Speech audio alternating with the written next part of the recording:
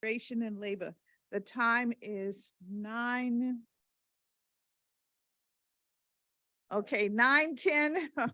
a.m. on Monday, April the 3rd, 2023. We are meeting virtually via Zoom to convene the committee's second budget oversight hearing of 2023, which is also streamed and recorded on the committee's YouTube channel named EAL Committee. Today, we will be hearing from the Department on Aging and Community Living, the Office of Employment Appeals, Public Employee Relations Board, the Office of the Secretary, and the Office of the City Administrator. And the purpose of today's hearing is to receive public and government witness testimony regarding these agencies' budgets for the FY 2024. I ask that today's witnesses please keep your remarks as brief as possible, to 3 minutes or less for an individual and 5 minutes or less for an organization, so that we allow everyone the opportunity to be heard. I'd like to note that the entire written testimony will be part of the record. So if you have not submitted it, please email it to CEAL@dccouncil.gov. CEAL is CEAL at dccouncil.gov. Today, we will get a better understanding of the agency's funding requests for FY24 and how they intend to spend their proposed budgets in the next fiscal year. These budget oversight hearings are an opportunity to discuss the vision that these agencies have for the FY24, while identifying areas of sufficiency and challenges in each of the agencies' budgets. I want to thank each of the government agencies that will present today and their staffs for their continued cooperation with my office.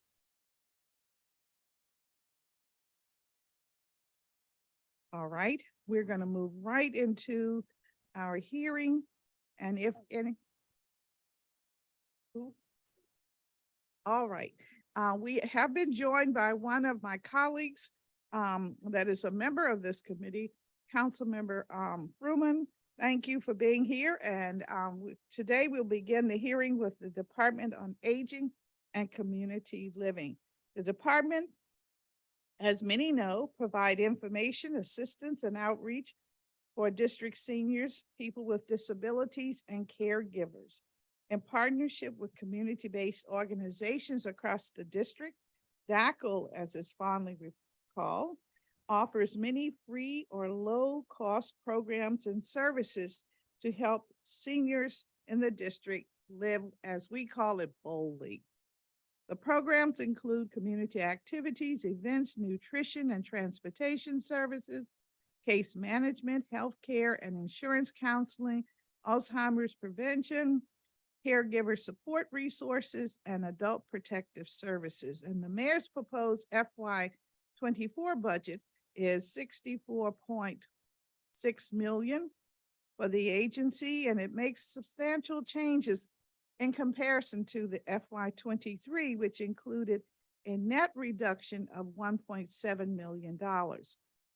The mayor's proposal removes or significantly reduces or simply does not include one-time funding for several vital programs, including $2.6 million for the iPad and technology expansion program, $538,000 to help individuals with Alzheimer's disease to maintain their bills and financial stability, $260,000 for comprehensive health and social services at Vita Senior Center.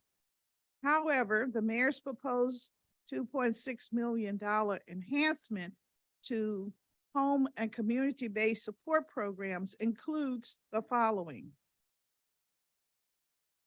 $1.5 million to support the Connect a Card program that will serve up to 2,500 seniors, allowing them to use transportation of their choice and to travel independently. Today, we'll probably discuss why the limit per month is 10 trips. 1.1 million to support the Safe at Home expansion program to ensure that seniors have the resources and the assistance to age in place safely. And $240,500 to provide iPads for seniors who are isolated because of mobility issues or lack of community support. The iPads provide seniors virtual access to telehealth, nutrition education, wellness activities, and socialization. Today, we'll learn what has been the total distribution and how we can make sure that every person who is aging in our community has the device and access to the internet. Although there is an overall reduction in funds, many critical investments remain in our senior programs. And throughout this budget process, I will work to ensure that any reduction of funds will not impact essential programming or result in deficit delivery of services. Today, we will also hear about some of the new programs that have been proposed, such as the Wellness Center for Wards 2 and 3. As we discuss the details of the mayor's proposed FY24 budget, we'll also learn about how the critical programs at DACL continue and how we can continue as a community to depend on these vital services. Now I will give my colleague a moment to speak, and I know that we have two very important witnesses already here in person with us representing the Commission on Aging. But I'll start first with giving my colleague, Councilmember Fruman, an opportunity to make remarks. Thank you very much, Chairman Bonds. And I'm looking forward to hearing from Acting Director Hines. And thank you, Acting Director Hines, for your work supporting seniors in Ward 3 and across the district. It goes back and forth. Sometimes Ward 3 has the most seniors, sometimes Ward 4 has the most seniors, but we have a lot of seniors in Ward 3, and obviously the work of DACL and the work of the lead agency, Iona Senior Services, is very important in Ward 3. I look forward to supporting that work. I look forward to working with you, Acting Director Hines, to support that work. I have worked in this area for quite a while, and I understand deeply the need for robust support for seniors that allows them to age in place with healthy social connections, stable housing, and food access. We have to maintain our services in these areas. These are areas in which our seniors really rely on us. My wife for some time ran a program called Around Town DC, which I'll ask about in a little while. She has retired since I came onto the council, which is in some ways bad news for our seniors, but she couldn't be in that position while I was in this position. Otherwise, I couldn't be an advocate for Iona and the kind of work that Iona does and Around Town DC does.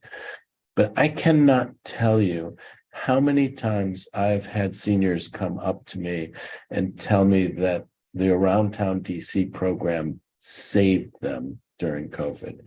At a time when they felt very isolated, it was a program that gave them a social connection, gave them something to look forward to. And that's a great thing about that program, and a thing that I am so proud of the work that my wife did. But it's bigger than that, because that's one program, but there are lots of different programs out there that make a giant difference for our seniors. Another one is the Dementia Navigators that help people and families with dementia navigate their financial needs, which is critical and ripples through not just for the person, but for their whole family. So this is really, really important work.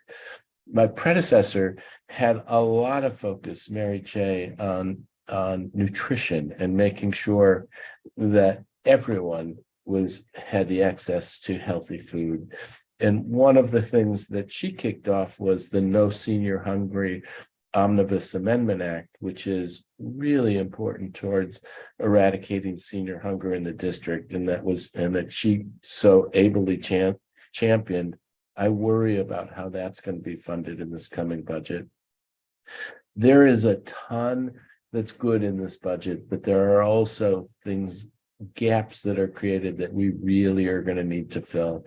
Maybe Acting Director Hines has ideas about how that's already going to happen, but I will be asking today about some of these very high impact programs that appear not to be funded in this budget so far, and to see what it is that we can do to make sure that our seniors are fully served. And as I do that, Acting Director Hines, I really do look forward to working very closely with you and Chairman Bonds to working very closely with you. So thank you both for your service to seniors, and I look forward to hearing from the witnesses and having the opportunity to ask questions today. Thank you very much for your comments. And now we will turn to our first panel of public witnesses. Again, we have representation. I see them seated right here in the hearing room. Representatives from the Commission on Aging. Mr. Bobo and Ms. Matthews, welcome. Should I begin? Yes, you can begin. Good morning, Chairperson Anita Barnes and members of the Committee on Executive Administration and Labor. Chairman Guilford Bobo and Vice Chair Carolyn Matthews, thank you for the opportunity to testify on behalf of the Commission on Aging. As commissioners, we are tasked with advising the mayor, the city council, the Department of Aging and Community Living and public concerning the views and needs of seniors in the District of Columbia.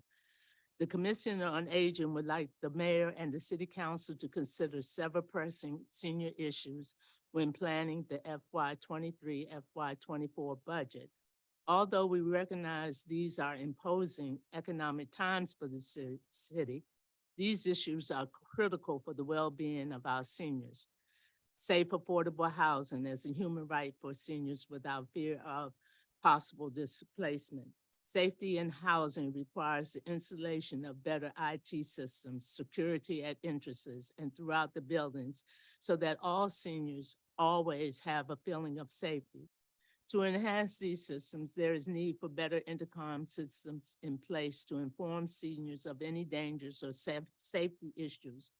Also, the hiring of more inspectors for senior and intergenerational buildings.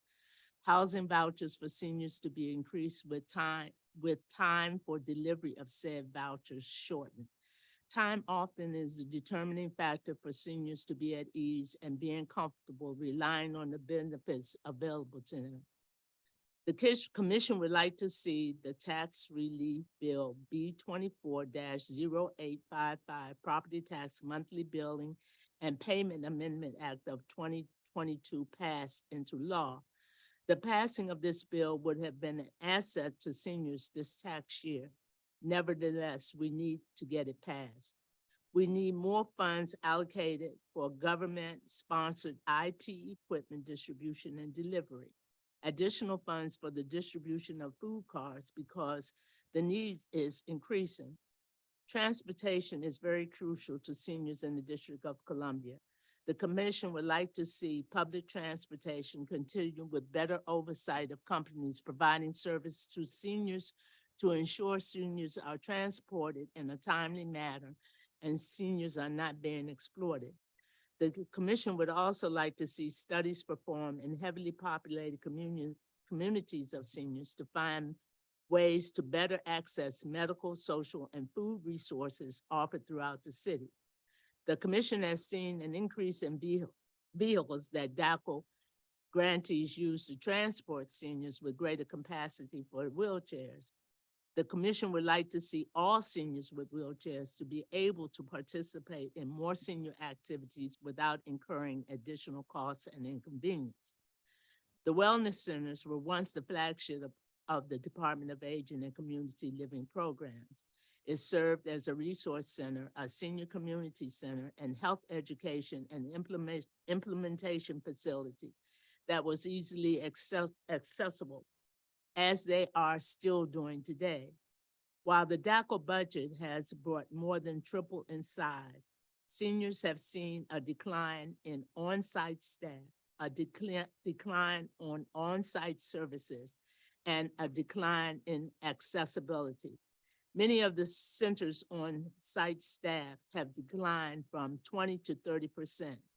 Those centers that have retained staff had accepted stagnant wages to continue to provide services. Case in point, the Bernice Fontenot has not had a raise in 8 years. More funds are needed for the grantees. Wellness centers were served as resource sites. Today, they serve more as referral sites for senior services and access to wellness centers for those seniors who have transportation challenges was once free. Today, transportation costs for seniors who choose to continue to visit wellness centers can range from 15 to 20% of their income. The commission feels for DACL to fulfill its mission of addressing isolation of seniors. It begins with addressing these issues. The Commission on Aging asks that wellness centers and recreation centers be included in the Work Order Integrity Act. Many wellness centers and recreation centers with senior programs face long periods of needed repairs not being addressed. Recreation centers have had to suspend senior programs, and in wellness centers, seniors have continued to attend programs while negotiating needed repairs. The commission would like to see funding increase for senior programs that address mental health and the program of all-inclusive care for the elderly, PACE. The Memory Club, Senior Daycare Facility, and PACE have become great assets to the seniors communities they serve. The budget has been flat on merit increases, and it greatly impacts the program budget. Most centers require facilitated and activity coordinated, even if it is shared with another wellness centers. These are staff members on ladders, lifting chairs, and doing manual labor because of this situation. In these centers, the seniors are taking up the slack. If we are to employ and keep qualified people realistically, we must pay them. The commission thanks the mayor and the city council for additional funds for the Safe at Home program. The commission would like to see a portion of the new funds to be used to address maintenance and repairs of stair lifts.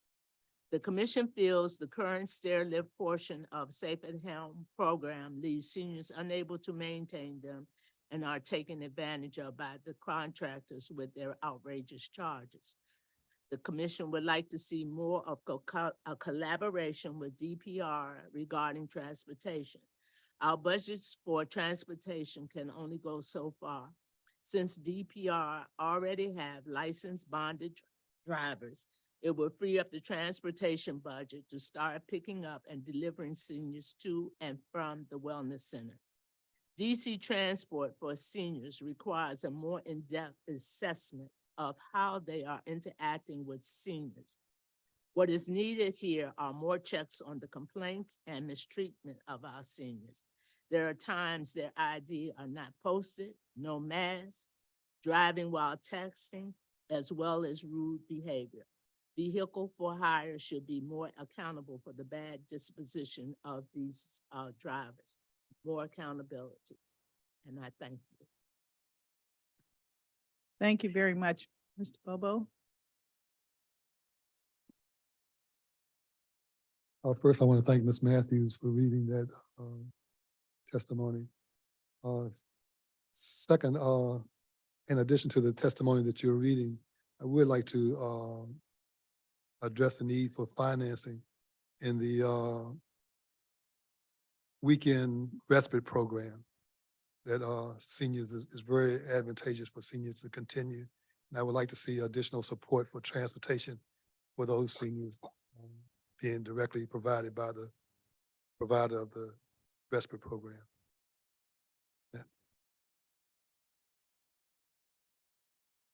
All right, thank you. Thank you very much. Thank you for your testimony. So from panel one, we have Winnie Huston, food policy strategist, DC Greens. We have June Bang, CEO of Iona Senior Services. We have Rhonda Holmes, Executive Director, Legal Counsel for the Elderly. And we have Charles Turner, Chair of the Members Assembly, Washington Senior Wellness Center.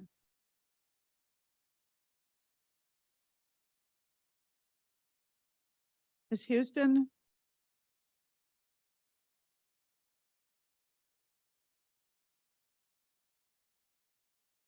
We can take your testimony now. Apologies, Ms. Huston, we cannot hear you, although it does seem that you were unmuted.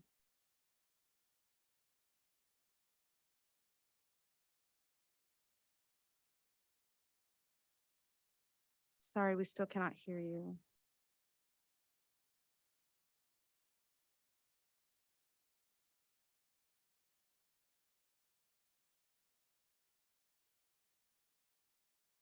You might be able to look in the settings of your computer and double check that you can, that your audio is turned on for the system itself.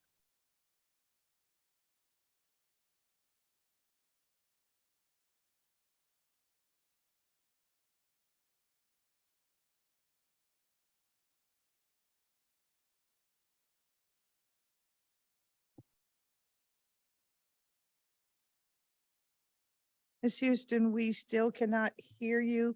We're gonna continue to try and bring your audio forward, but we'll move to the next speaker, Mr. Bang, and then we will come back and see if we've made the proper adjustments. Thank you.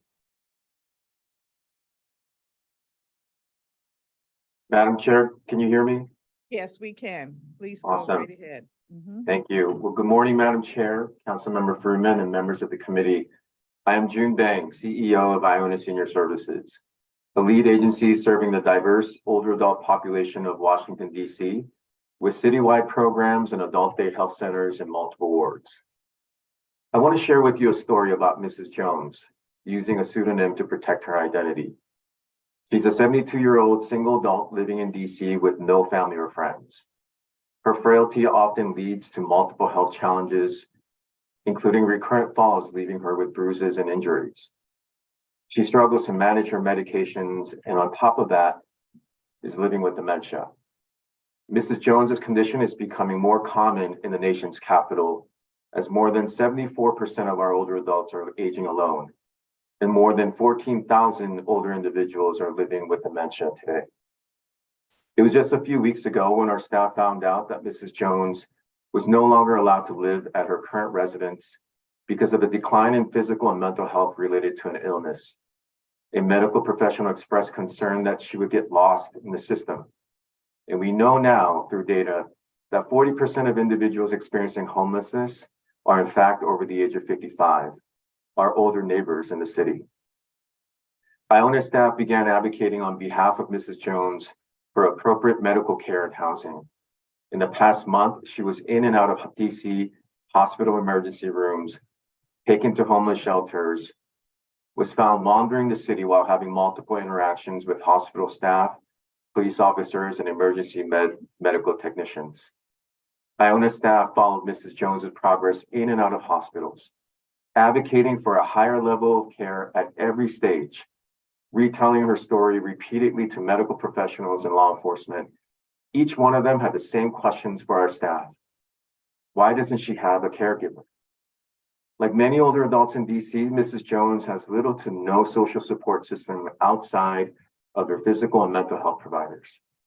There has always been and continues to be a critical need for an intensive community-based long-term care navigation system because it does not exist apart from Iona's care management, dementia navigators, and money management programs and staff.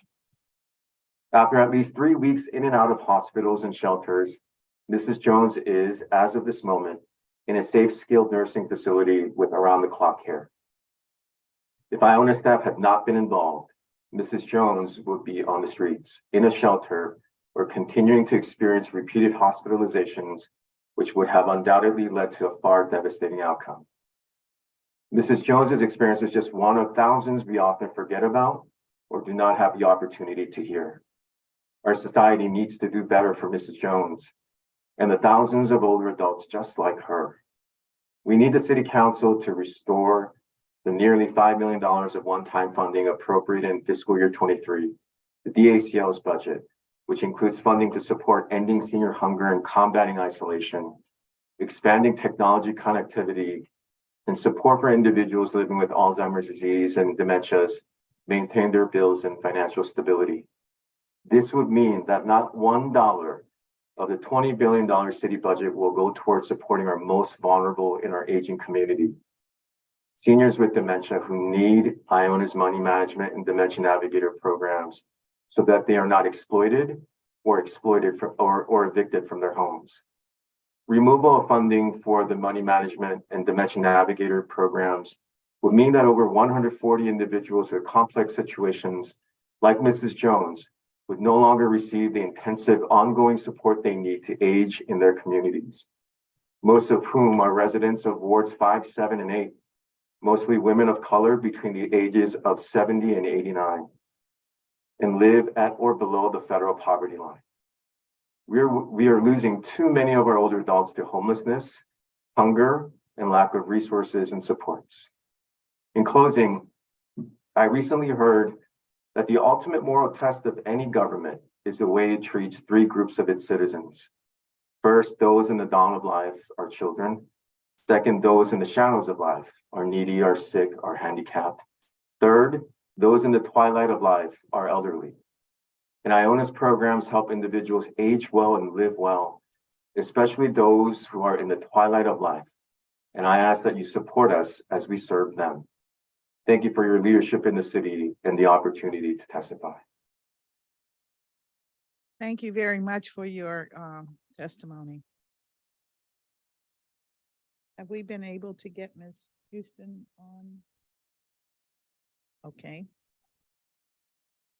So give her a call on my phone and we can listen to her testimony if All right. she's unable to connect. Did we now move to Ms. Holmes? Yes. Good morning, Chairperson Bonds and Councilmember Fruman.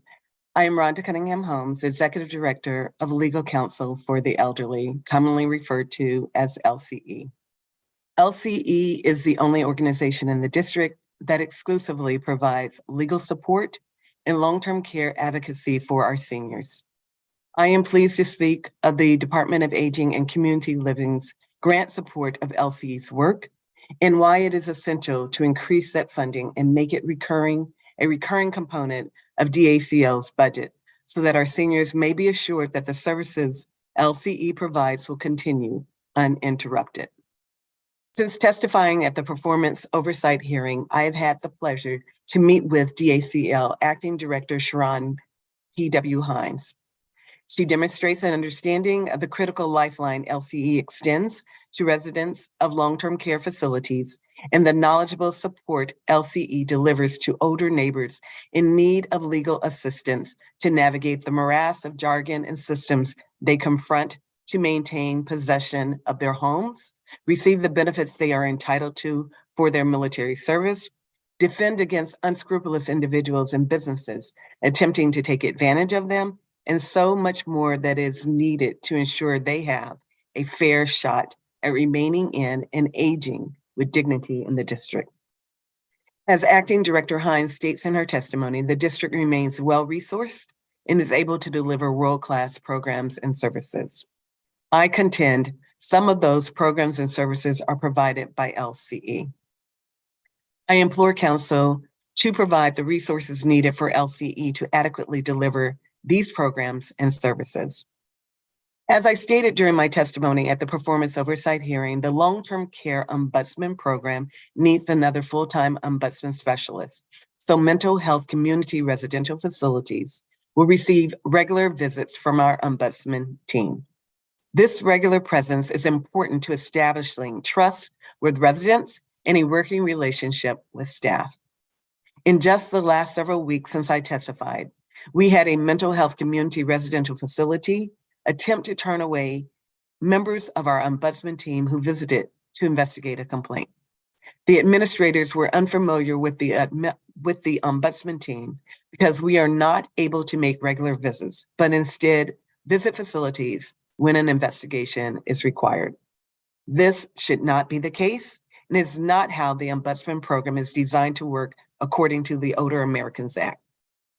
We are asking for an increase of $150,000 to cover the salary, benefits, and overhead for a new full-time ombudsman specialist.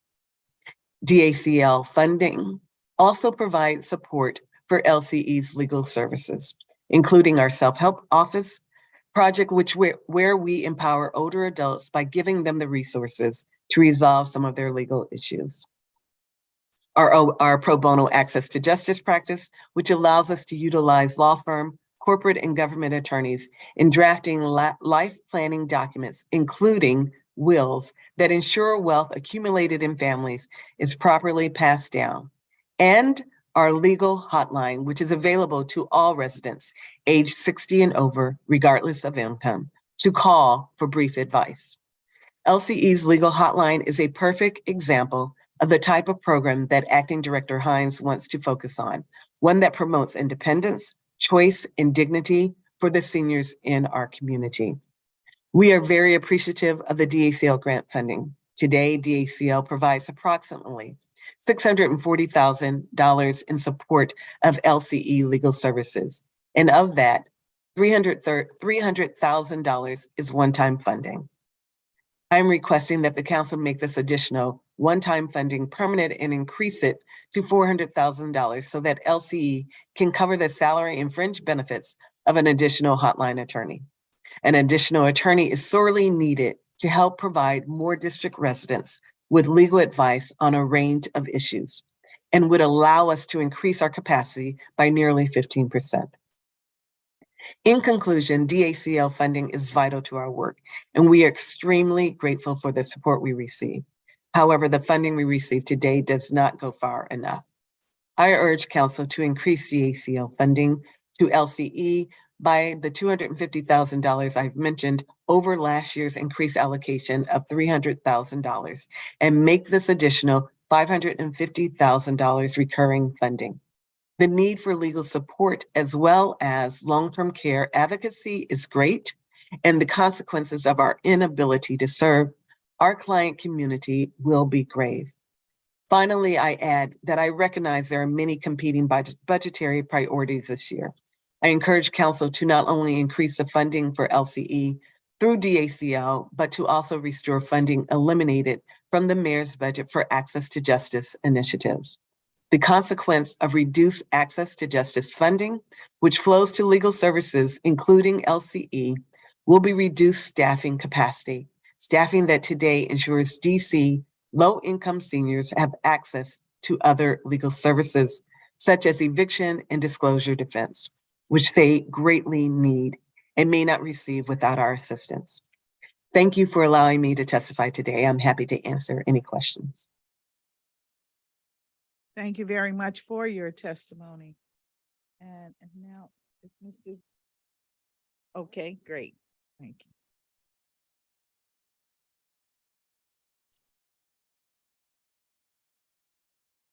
Ms. Houston, I think we're going to hear from you now. Good morning. Oh, good morning.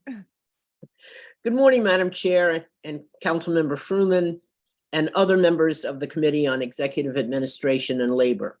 My name is Winnie Houston. I am the food policy strategist for DC Greens, where we work to advance health equity by building a just and resilient food system. For the past 3 years, a large part of my focus has been on sounding the alarm about the high rate of senior food insecurity in the district and working on systemic solutions. The latest data on the state of senior hunger in America shows that DC continues to have the highest senior food insecurity rate among US states at 13.1%, an increase from 9.6% in 2016. This means that approximately 12,000 seniors lack consistent access to enough food for an active, healthy life. I'm pleased that this committee led the council effort to pass the No Senior Hungry Omnibus Amendment Act of 2021. This bill is the first step in a holistic approach to addressing the food insecurity crisis facing thousands of district seniors. While No Senior Hungry is not a panacea, it will develop a citywide response to this program that coordinates between agencies and private sector service providers, maximizes the effectiveness and reach of services, uses all available resources to communicate with isolated seniors, and increases senior participation in federally funded food programs. On behalf of hungry seniors, I am calling on this committee to again lead by working with your colleagues on the Committee on Human Services and the Committee of the Whole to find the funds required to implement this important piece of legislation.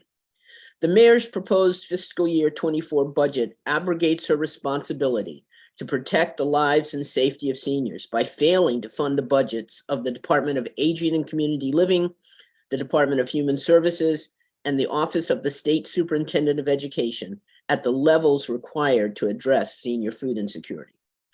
The fiscal impact statement for the No Senior Hungry legislation states that $1.6 million in local funds are needed in the first year of implementation of the bill. However, I believe the actual costs are somewhat lower, given that DACL has already contracted with the National Foundation to End Senior Hunger to analyze data on the root causes of senior food insecurity. And the Department of Human Services is months away from implementing the Elderly Simplified Application Form, which will begin to simplify the application process for seniors to receive SNAP benefits. I applaud DACL and DHS for moving forward to implement these and other important initiatives. However, without additional funding, neither DACL, DHS, or OCA can fulfill its duties under No Senior Hungry to coordinate resources across agencies, simplify government processes, provide better communication to seniors who are not currently using available food services, and increase senior participation in federally funded food programs. Seniors are suffering, Madam Chair, and the mayor's fiscal year 24 Fair Shot budget, with its focus on pre-pandemic funding levels for food assistance programs, housing support, and other human service programs, will not ease that suffering. The cost of living in the district has risen by more than 10% since the onset of the pandemic. Pre-pandemic funding levels will only cause more seniors to go hungry, strain our already struggling emergency food assistance programs, decrease senior health, and prevent the city from maximizing federally funded food programs. Madam Chair, I am asking you and this committee to again step up and be the hero that our food insecure seniors need. Please work with your colleagues to find funding to implement the No Senior Hungry legislation. Thank you. Thank you very much for your testimony. All right, we'll now hear from Mr. Turner. Good morning, Chairperson Bonds and Councilman Furman. Thanks for the opportunity to speak on behalf of the Washington Senior Wellness Center and the Congress Heights chapter of the AARP. My testimony is coming from speaking with the members of the Wellness Center and from speaking with our chairperson, Carmen McCall, and other members of the chapter of AARP. Normally in the last 2 or 3 testimonies, my testimony has revolved around the areas of nutrition and transportation. Again, I'm going to speak on those things, but I'd like to add a couple of things that also are concerned by our members. But before I start any of that, I want to shout out the new acting director, Ms. Hines. Ms. Hines came and spoke at our center, and I made a request of her that I have made for the last director and the last acting director over the last 2 or 3 years. After making this request to Ms. Hines, I got an affirmative response in less than a month. And again, I'd like to shout out to Director Hines, because that's what I call hit the ground running. Before I start my regular testimony, I'd like to echo one of the concerns that was made previously around the over $2 million reduction in the funding for reducing and ending senior hunger and isolation and expanding technology. This reduction will mean that food and social isolation will possibly increase among seniors. Not only did it provide food for our seniors who are sick and shut in and can't get out to the wellness centers and are limited in their resources, but it also spoke to the isolation that some of our seniors have by not having close relatives or friends to check on them. Through this program, calls were made to our seniors and they were supplied with tablets where they could get on the internet and interact with family or friends that may not be close to them, which walking or transportation distance. Senior hunger and isolation challenges are still ongoing, and the need for seniors to receive help and support in meeting the needs of today's technology requirements is necessary.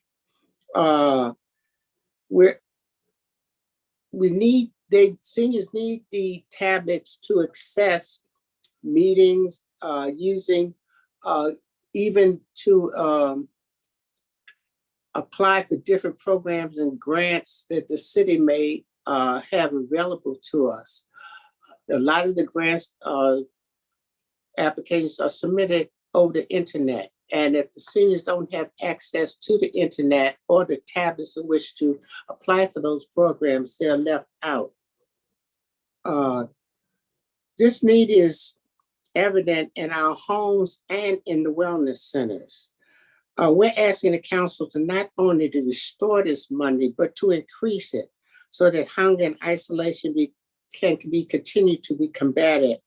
And we can find more seniors that can be helped to sustain their health and more seniors that can be helped to support and bridge the technological gap that exists in too many of our senior homes. The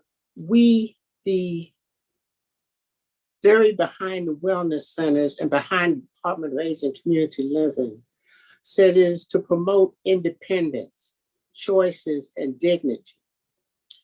This is hard to meet when we find it, and we're also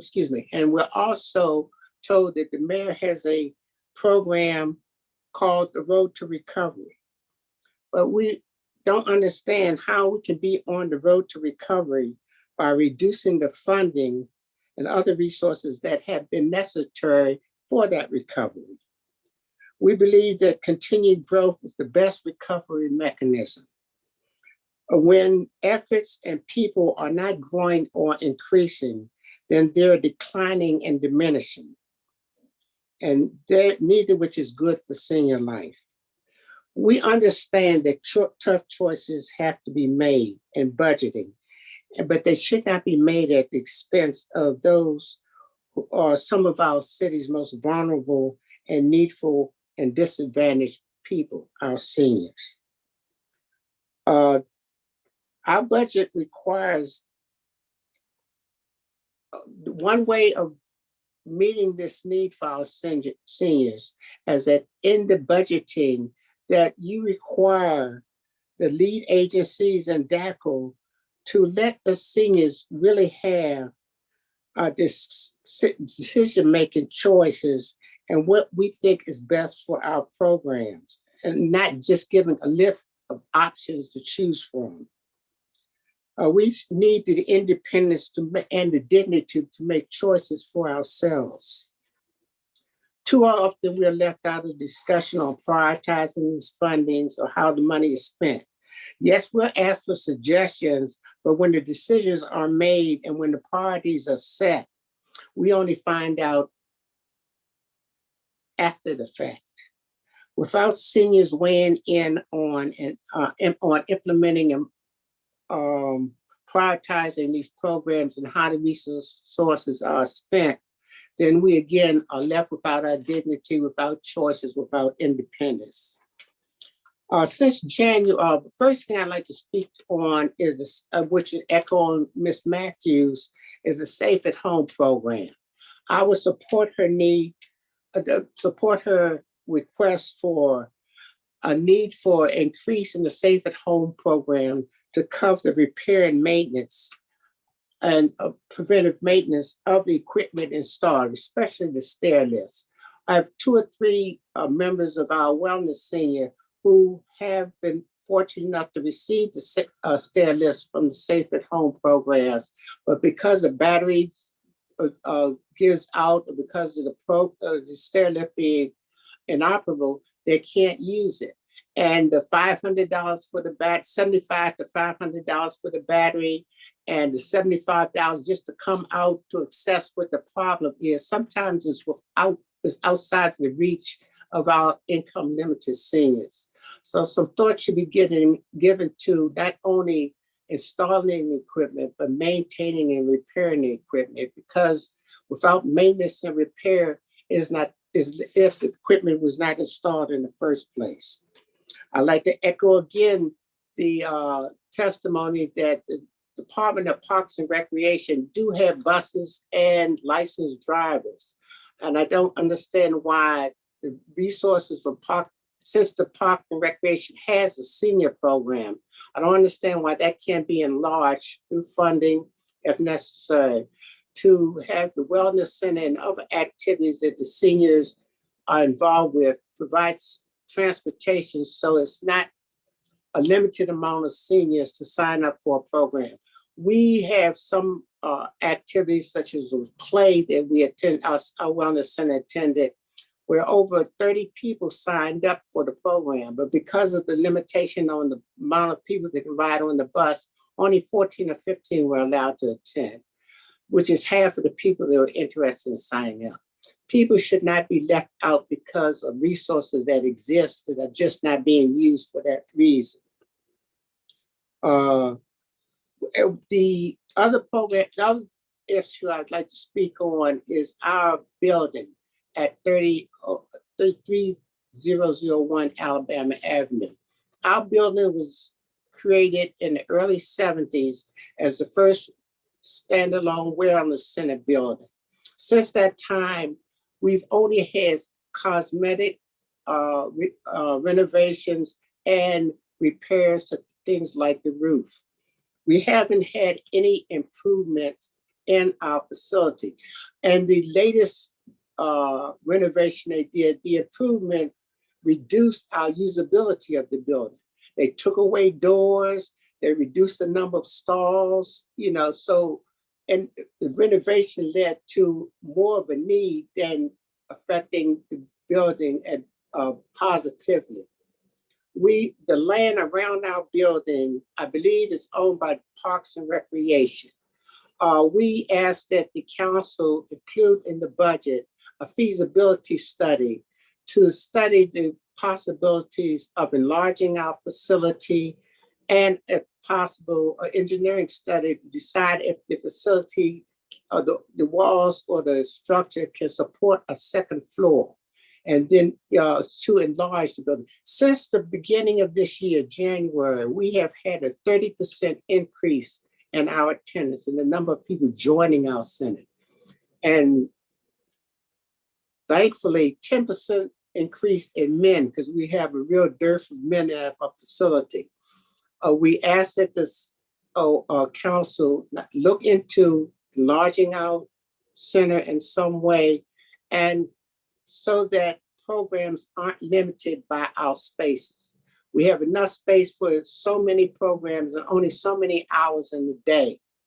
So some programs are left aside, some programs are chosen over other programming activities. If we had a larger space, programs can be addressed. Excuse me, Mr. Turner, can you begin to wrap up, please? I'm finished You're now. 6 minutes past 5 minutes, so you're at 11 minutes. Thank you. All righty.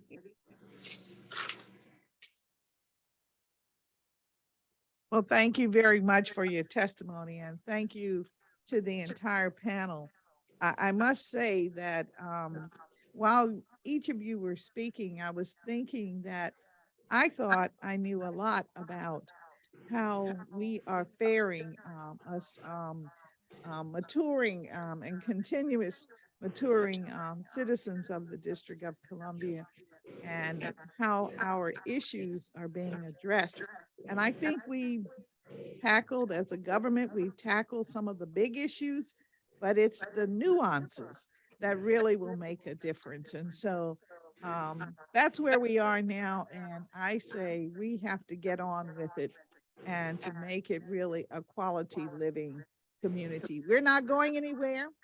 And every day more join us. And so we want to make sure that as more are joining us, that we have the quality of life that we not only expect, but certainly are deserving as citizens of this community, Washington, D.C. So we could go item for item. I think we would be here until 6 p.m.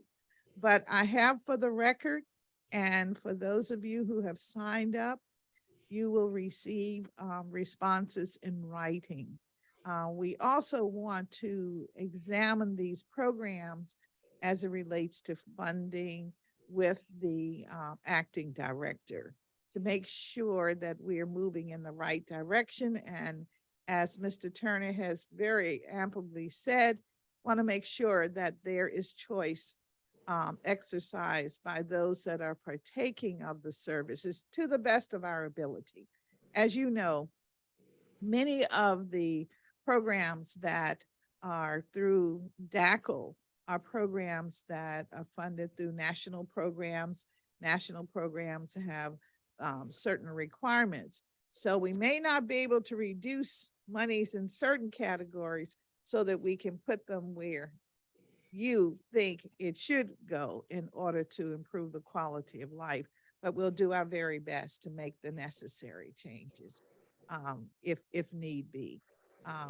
But I certainly appreciate knowing that we have a very full life, robust life of things that we need. And while more are joining us, we are still very able to move around and want to be an integral part of this community. So that's where we're headed. I did want to ask Ms. Matthews a little bit about housing vouchers.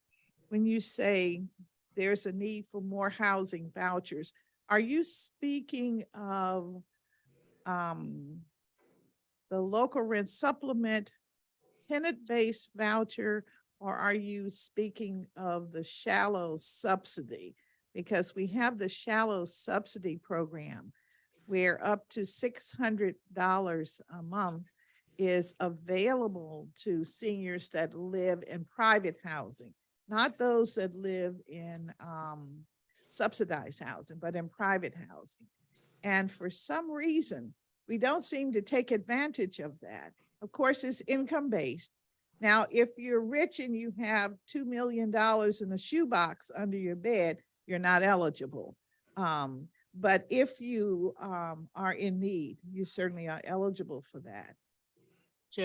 Chairperson Bonds, I think the overall problem is the fact that seniors are intimidated, number one.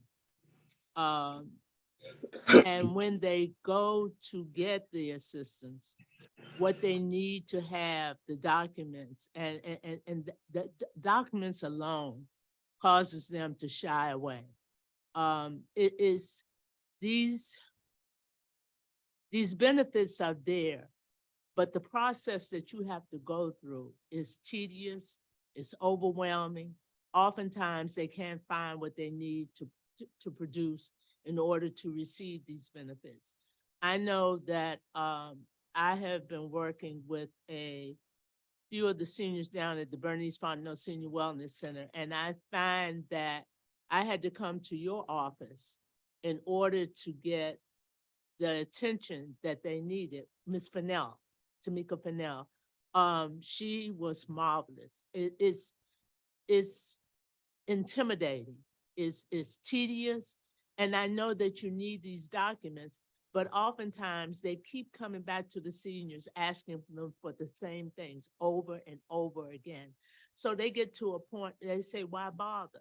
You know, just like with the single family rehab, had I not come to your office, the lady that's been waiting 3 years would not have gotten that phone call from Ms. Fennell. And she called her immediately after she received my email. And the lady came back and told me, she said, thank you. You know, I said, but we shouldn't have to come to your office. We shouldn't have to have someone of your stature intervene. It should be a process that can be handled immediately, expeditiously, and to the advantage, so that the senior don't feel that they are begging, you know, that they're at the mercy of someone else. I think that's the problem, and it's staffing. And not everyone that has a job know how to do the job. That's the unfortunate part. They don't know how to do the job. They don't know how to interact. They don't know how to talk to them. They don't know how to explain to them in a fashion in which it makes them uncomfortable. And I'm not saying the benefits aren't out there, but what I'm saying is is the delivery of the benefits. And staffing is a problem across the board. Thank you. Thank you very much for that response. You also mentioned at the wellness centers that there seems to be a decline in on-site service. You know, the issue is personnel. I see Mr. Turner, he's shaking his head. He's in agreement with that. By the way, I can only see Mr. Turner, so I can't see everyone. So you may be shaking your head as well. I only have one image on the screen, unfortunately. Yeah, that's a big problem also. I know down at the Bernice Fontenot Senior Wellness Center, the seniors have been taking up the slack. When we go to DGS, right now, I think there's an electrical problem down there because one of the outlets keeps tripping, and I purchased a new outlet for it, but it's still not working. But what happens is we have 3 staff people. We have the athletic director, the administrative assistant, and the nutritionist, as well as the director. We are out there on ladders, moving chairs, moving tables.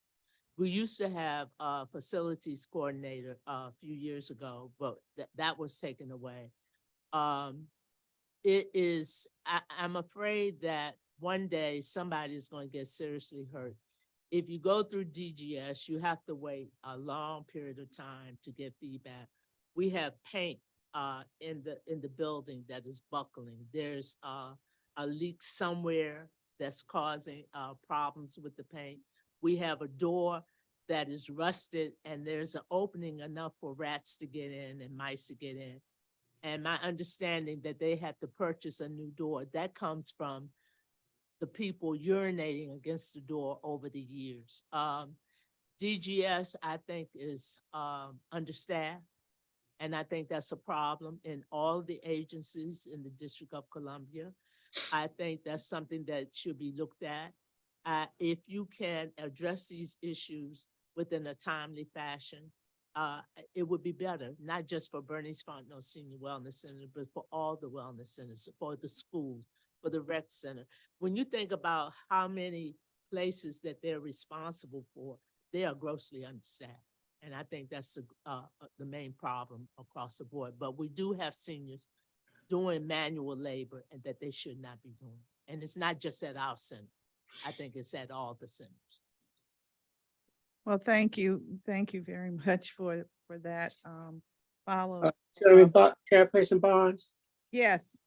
if I could expand on that, for example, at the Washington Senior Wellness Center, at one time we had 6 staff members. Now we're down to a part-time administrative assistant, a part-time athletic director, and only 3 staff members are full-time. So with reduction in staff, there is going to be comparable reduction in services and activities. Thank you. Thank you for that, Mr. Turner.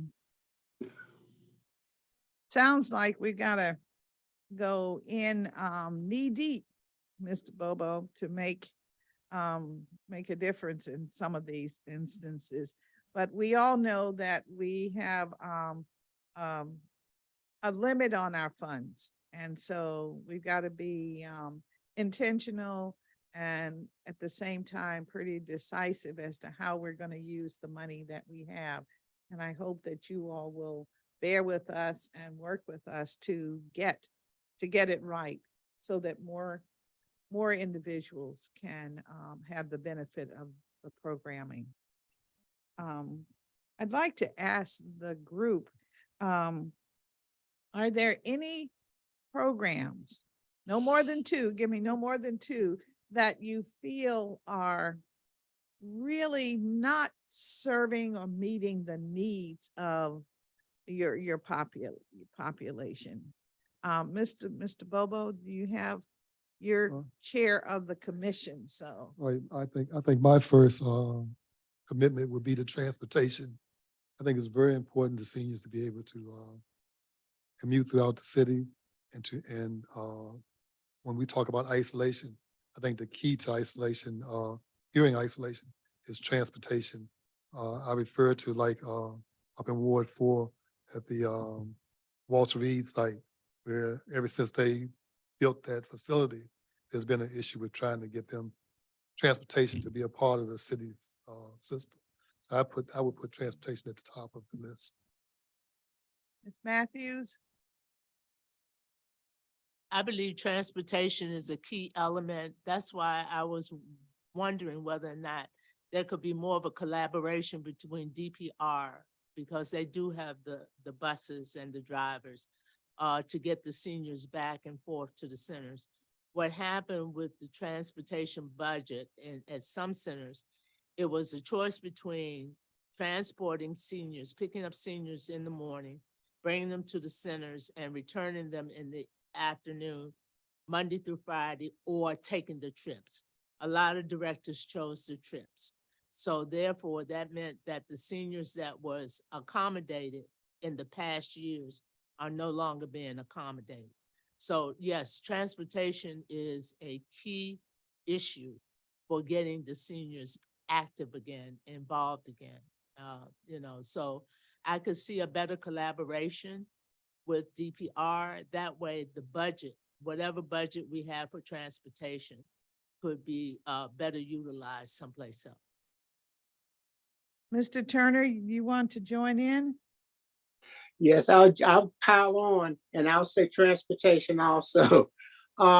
Example being, yes, we applaud the increase in funding for the collector card program. And so more seniors can take advantage of the opportunity, but the amount itself is insufficient. As I don't know if you remember when I testified before, I gave the example of the fact that it takes around $10 for me to go to from where I live to the senior center.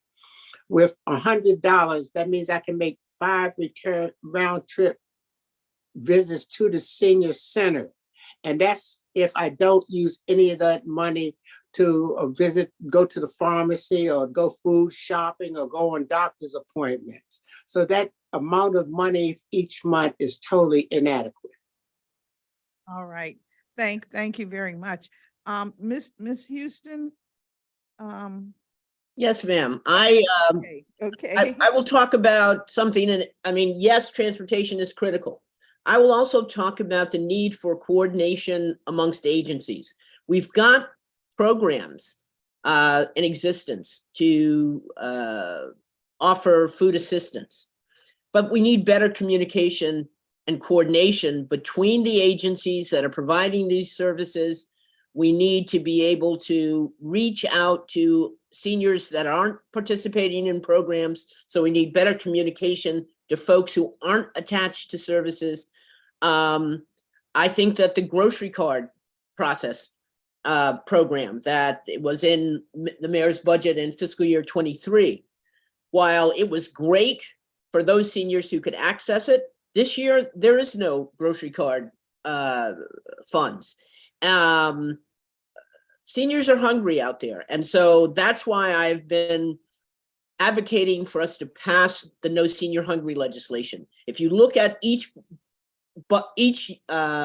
agency's budget that or the projection of what the funds are needed to implement No Senior Hungry. As I said in my testimony, I think that number is lower than what the fiscal impact statement suggests.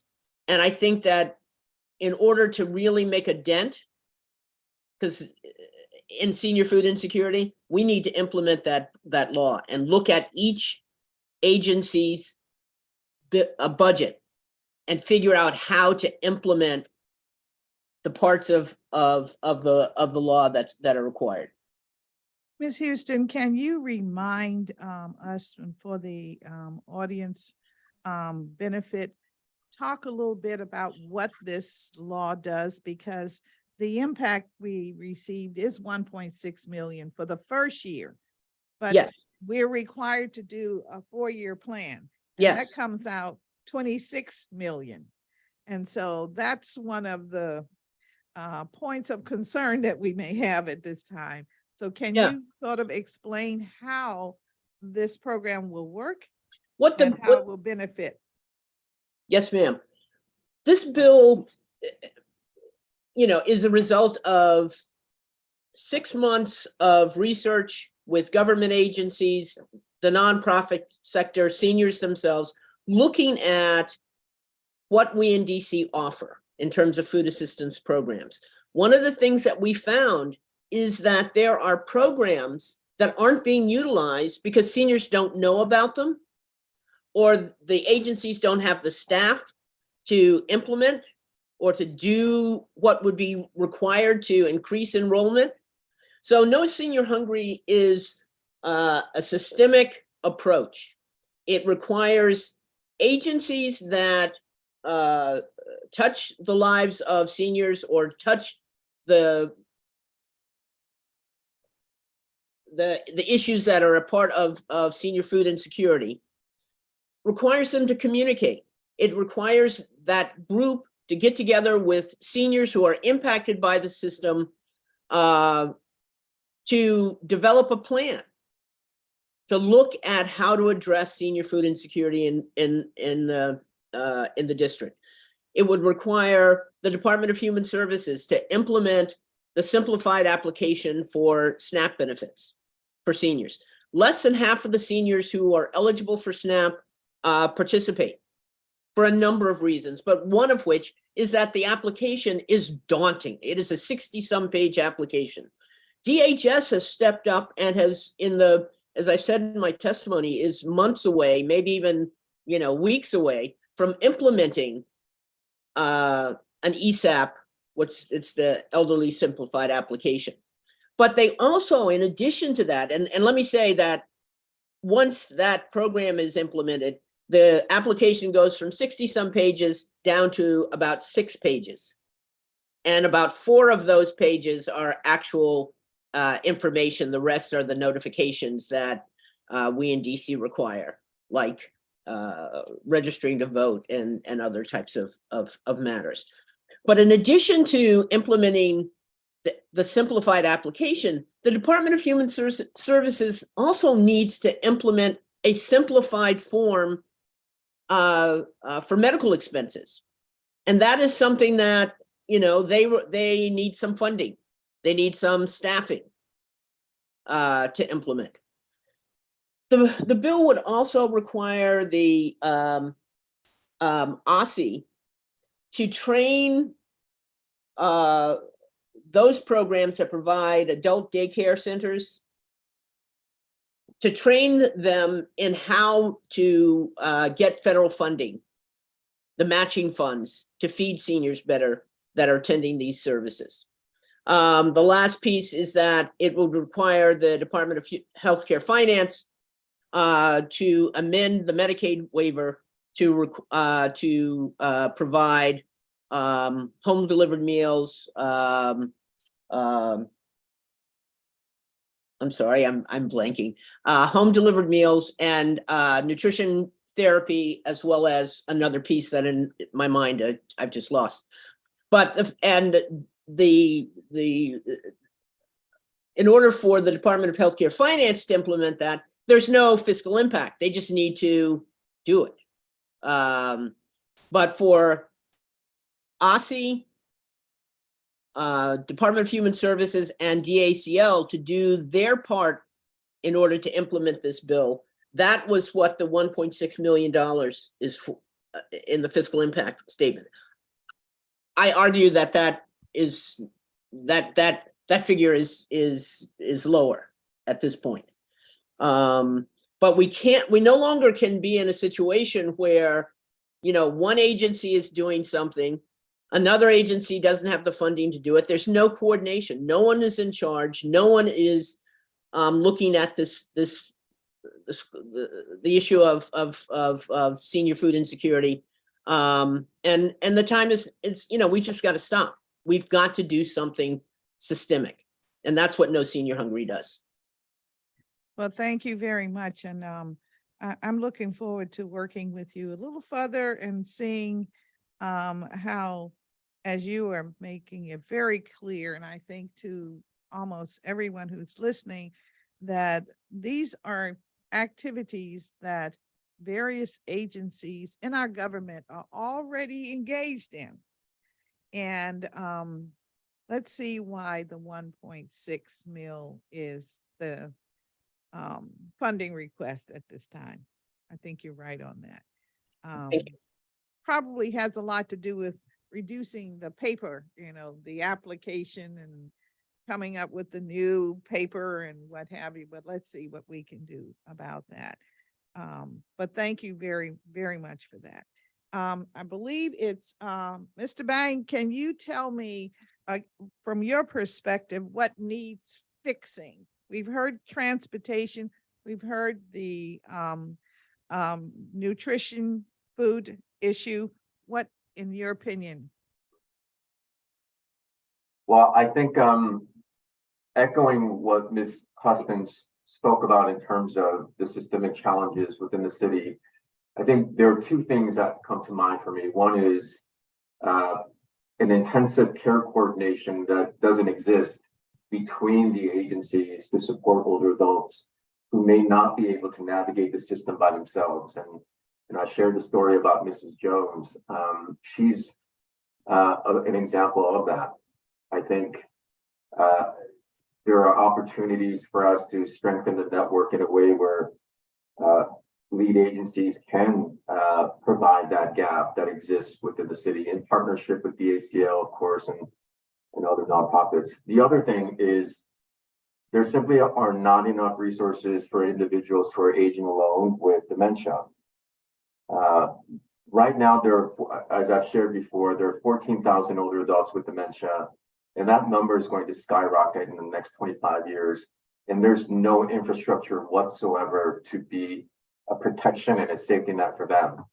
And I think with the number of older adults that are expected to reach 65 on a daily basis until up to the next 7 years, it's astronomical. We have 10,000 people every day turning 65 in the city, and the infrastructure to support their needs does not exist, especially for those who have dementia and Alzheimer's disease.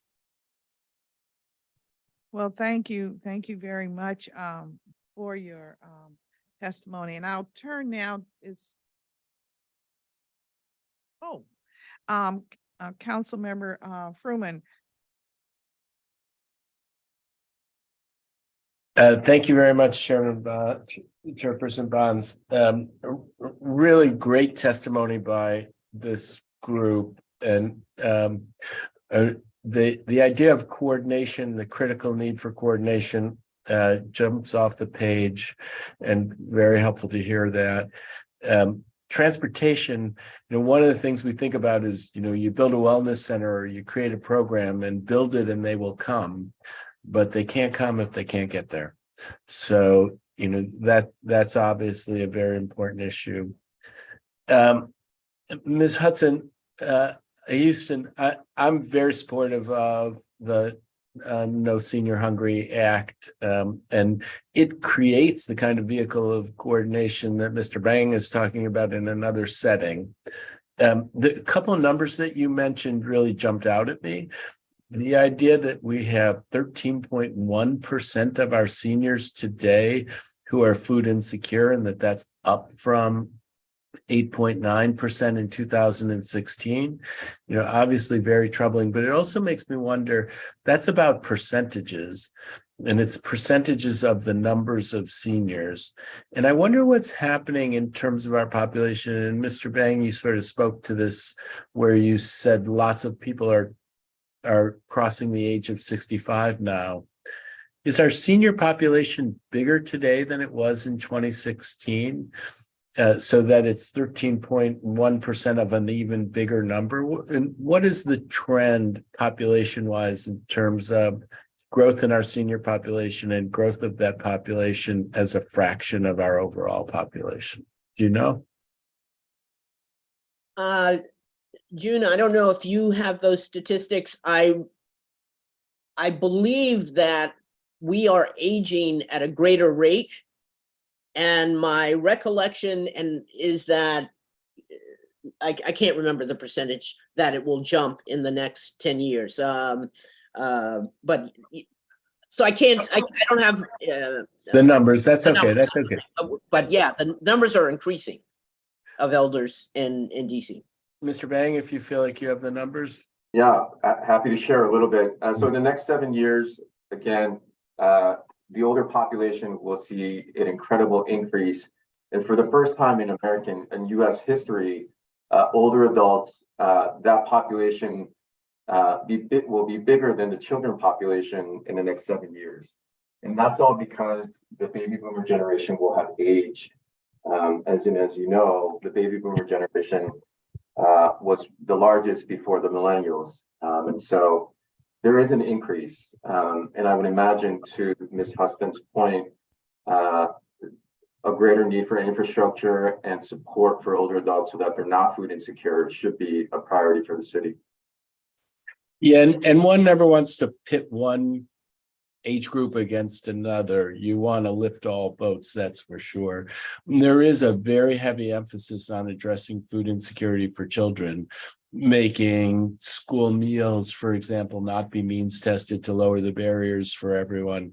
And so as we do that, and we should do that, also kind of what are the barriers that keep seniors food insecure, I think is very important, and we should be treating everyone well in that regard. So that will be a focus for me, and I hope that the council will be able to do something on that. Ms. Cunningham Holmes, when you said about the ombudsman, and that as I heard it, the ombudsman only visits a long-term care facility if there's already an investigation, that there isn't a kind of routinized checking in with institutions to see if there's an issue. Did I understand that correctly? Well, no, not all facilities. We definitely, our ombudsman program visits nursing homes and assisted living facilities on a regular basis, as well as when there is a complaint. However, there are a number of mental community residential facilities. They're smaller facilities, and they're almost half of the 170 facilities that are currently in the district. We do not have the staffing to visit all of those on a regular basis. We would like to visit them more regularly, but because there are so many, we need another person that we can dedicate to visiting those smaller facilities on a regular basis. And with another ombudsman specialist, we would be able to go out to those facilities and do some routine checking at least once a quarter, so that they are aware of our presence in the facility and the resources that we bring. And so that not only the residents would know, but also the staff would know. So in part, yes, in part, no. So other facilities, but the community residential facilities, no, we're not able to visit them on a regular basis. And we'll really thank you for raising that. I do think it's very important that you be able to do that. Mr. Bang, you talked about the coming growth in the community that suffering from dementia, Alzheimer's, and the dementia. You raised the Dementia Navigators program. I'm going to do another parallel to the childcare side, which is we passed a law to increase the pay for childcare workers, which I think was a very, very important thing to do. We have the same kind of phenomenon on the adult daycare, compensation for adult daycare workers and direct care workers who are working with individuals in their homes. And just as it's appropriate that it be a priority on the side of children, it's also appropriate that it be a priority on the side of seniors. And I hope we can internalize that value as a city. The Dementia Navigator, how many people is that reaching, and how many people, if we don't properly fund it, will we be leaving in the lurch in a sense? Thank you for the question, council member. So going back to the stat you were requesting, so I just looked it up. It's the older adult population in the city will increase by 24% in the next 7 years. It comes out to roughly a number of 21,000, 22,000 older adults. And so that's significant. What's interesting about the Dementia Navigators program, as well as money management, is that it serves the needs of our older adults are complex. So to give you an example, we have 2 Dementia Navigators in this program. These are highly trained and experienced caseworkers who have an incredible base of knowledge and experience when serving older adults with dementia. And it's not a quick fix. They take a long-term approach to ensure that older adults are able to age in place. And that's one of our primary goals for any of our older adults in our community. And between the 2 of them, they carry a caseload of about, I want to say 36 to about 70. So if you can imagine the workforce shortage that's happening within the city, the increase of needs and the challenges brought on by the pandemic, and of course, the aging community is continuing to grow, a huge caseload from just one person. And so you're talking about anywhere between 60 to 70 individuals who require intensive care, coordination, and support. And you're looking at that demographic of people who are not going to receive support. The money management program is similar in the sense that it's a very small staff. It's a very small team that serves over 140 people with these types of complex situations. But we're not, and these are just caseloads, right? These are people that our staff are supporting and maintaining and connecting with on a day-to-day basis. And then there's the outreach piece, where our staff are out in the communities providing resources, providing consultations so that they're led to the right resources. So, okay, well, thank you very much. And I suspect in that setting where you're helping people age in place and you're helping them manage their money, that actually there may be savings down the line, that if people can, and is that part of, we want people to age in place because they want to age in place, but if they age in place, it probably delivers savings to the city. Is that right? That's absolutely right. Most of our programs are considered to be the most cost-effective in the nation. And so to give you an example, our adult day health programs is considered a long-term care provider or program. And in comparison to skilled nursing facilities, adult day health represents the most economical option for older adults.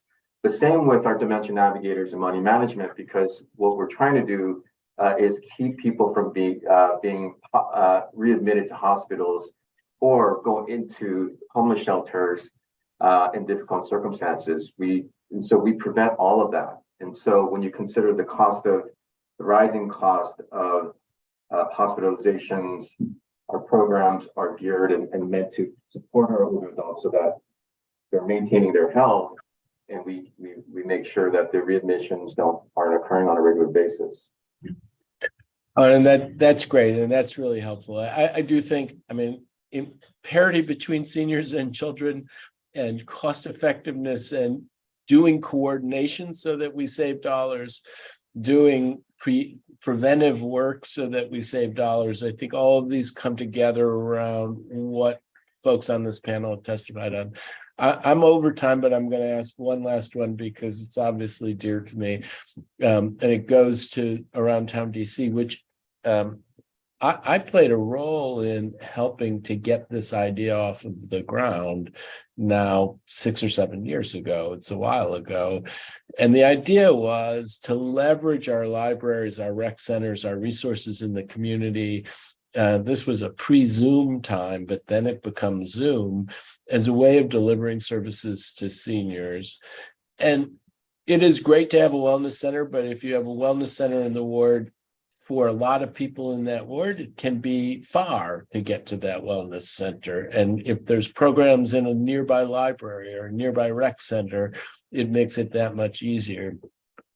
And the whole concept of it was as a pilot, as a thing that might be done around the city.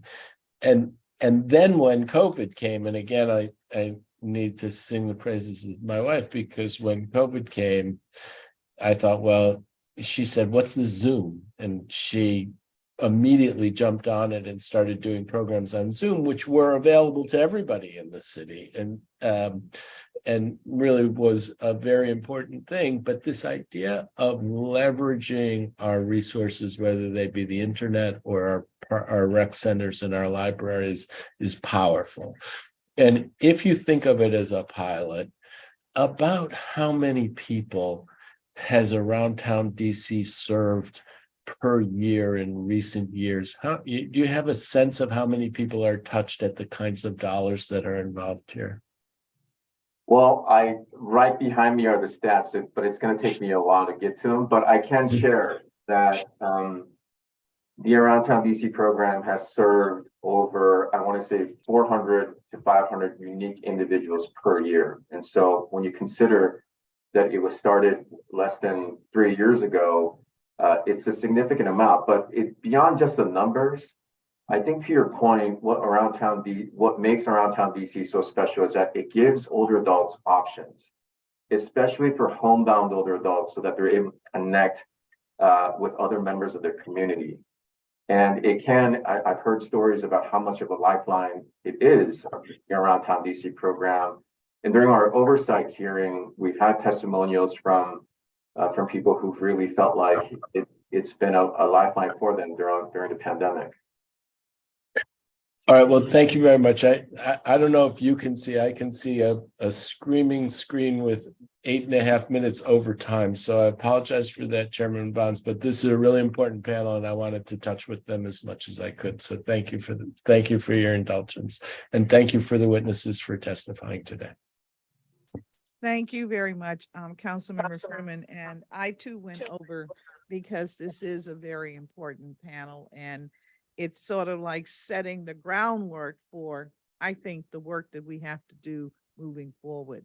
And so I too appreciate it very much and appreciate your comments. And so we'll now turn to our second panel. We're going to move faster. We're going to move faster, I promise you. And I know that you're taking time from your day, but I thank the first panel. Second panel. Who's in the room, please? Okay, for our second panel, we have Maria Teresa McPhail, President and CEO of Vita Senior Center. We have May H. Best, Executive Director, East River Family Strengthening Collaborative. We have Marla Lahat, Executive Director, Home Care Partners. And we have Betty Gentle, Senior Advocacy and Community Engagement Specialist for SUM. Welcome, everyone, and we will begin now taking your testimony. We'll start first with Ms. McPhail. Thank you. Good morning, Madam Chair Anita Bonds and members of the Committee of the Executive Administration and Labor. I am Maria Teresa McPhail, President and CEO of Vita Senior Centers. It is an honor to testify in front of this committee on behalf of the Department of Aging and Community Living, an organization who has provided long-lasting support to Vita for decades. DACL has been a main donor for Vita, supporting most of our services we offer. Vita, as you know, is the oldest nonprofit organization serving Hispanic and other low-income seniors in the city for over 52 years. We continue working on filling the gaps for social determinants of health for the Hispanic seniors communities across the 8 wards. Predominantly women 65 and other living under the poverty line. Vita is a multicultural and multilingual organization serving more than 700 seniors across the city, delivering main areas, around 6 that are covered by DACL, with at least 30 different domains or type of activities or classes, what we call them. We pride ourselves on delivering food security, health promotion, which contains vaccine uptake and awareness, medication management, chronic disease management. We also do prevention falls, mental and behavioral health counseling, nutrition, education and counseling, social services, as well as recreation and socialization activities. Since Vita was found, Vita is the critical lifeline for Hispanic and other low-income seniors to successfully receive services to age independently in place, but still be part of a community where they really feel that they belong. Vita meets seniors where they are. Our team understands their culture, their language. We know health literacy, which is crucial to adequately support each of their needs. The DC government and DACL have been pillars in supporting seniors over the years in areas of great needs. Their support constitutes a major part of Vita annual budget. DACL covers 60% of the cost of all programs we deliver, which allows approximately 40 plus services each year for this amount of seniors. These are unduplicated and duplicated services. During the pandemic, in addition of the standard funding, the ACL helped to bridge the technology gap to keep our seniors connected from their homes. Through the donation of iPads with internet services, which played a great role in decreasing social isolation that could have resulted in physical and mental complications for our seniors. This donation allowed Vita programs to deliver in a hybrid fashion once we will reopen it, and they still are taking advantage of these services as we are still in hybrid mode. Last year, in coordination with Chairperson Bonds and her administration, DACL not only made possible for a one-time award of $200,000 to become part of the standard annual fund, but also increased the same to $260,000. This change and the increase allow it to continue covering the recreation and socialization activities and the counseling activities for Vita. We do have a lot of needs at the centers, as many other agencies. There is staff needs, increase of salary to be competitive after there is a lot of turnover. But the most important thing for us is to get back transportation for the seniors. Last year, we reopened and finally reopened entirely the center, both sides. And there is a lack of 2 buses we had before the pandemic hit. There were 2 small buses that used to deliver to the seniors from their homes to the centers every day. And this was something that was really helpful for the seniors. That service has not been restored, and we really needed to get it back. There are some seniors that are not able to mobilize normally, and they need to take at least 3 different buses, so the connector car is not enough for them. So we need these services to be restored. DACL also increased a little funding for transportation, which we are wisely using for activities and recreation activities, outdoor activities. And also we have designated part of this budget for 1 weekly trip from their homes for 20 seniors, which is going to start this month. So we need to get an everyday bus, not only Fridays. We are doing Fridays for those seniors that cannot commute to the centers yet, and they are in risk of getting isolated again, even when the pandemic is no longer, affecting the isolation piece. So this being said, I want to thank the ACL for the great partnership, the great support that they have given Vita for years. And also I want to welcome Director Shannon Hines' conversation and how we can enhance the current services and innovate new ways to cover additional seniors that desperately need it in the city. So I thank you for the opportunity for being here today, and I am happy to answer any questions. Thank you so much. Thank you very much for your testimony, Ms. McPhail. Now, Ms. Bess will take your testimony. Good morning, Chairperson Bonds and members of the Committee on Executive Administration and Labor. My name is May Best, and I serve as the Executive Director for the East River Family Strengthening Collaborative. It is an honor to share my experience and perspective of services provided to seniors residing in Ward 7 and 8. I would like to first acknowledge former Interim Director Jessica Smith and her team for providing funded and continued support that allowed our agency to provide services through the East of the River Regional Socialization Hub in Ward 7 and 8. I'm excited also to welcome Acting Director Sharon Hines to DACL and look forward to working with her. Since being named Acting Director, she has visited all of the senior wellness centers and the dining sites. The seniors really appreciate her enthusiasm. East River is the grantee for the Ward 7 and 8 lead agencies, merging both into the East of the River Regional Socialization Hub.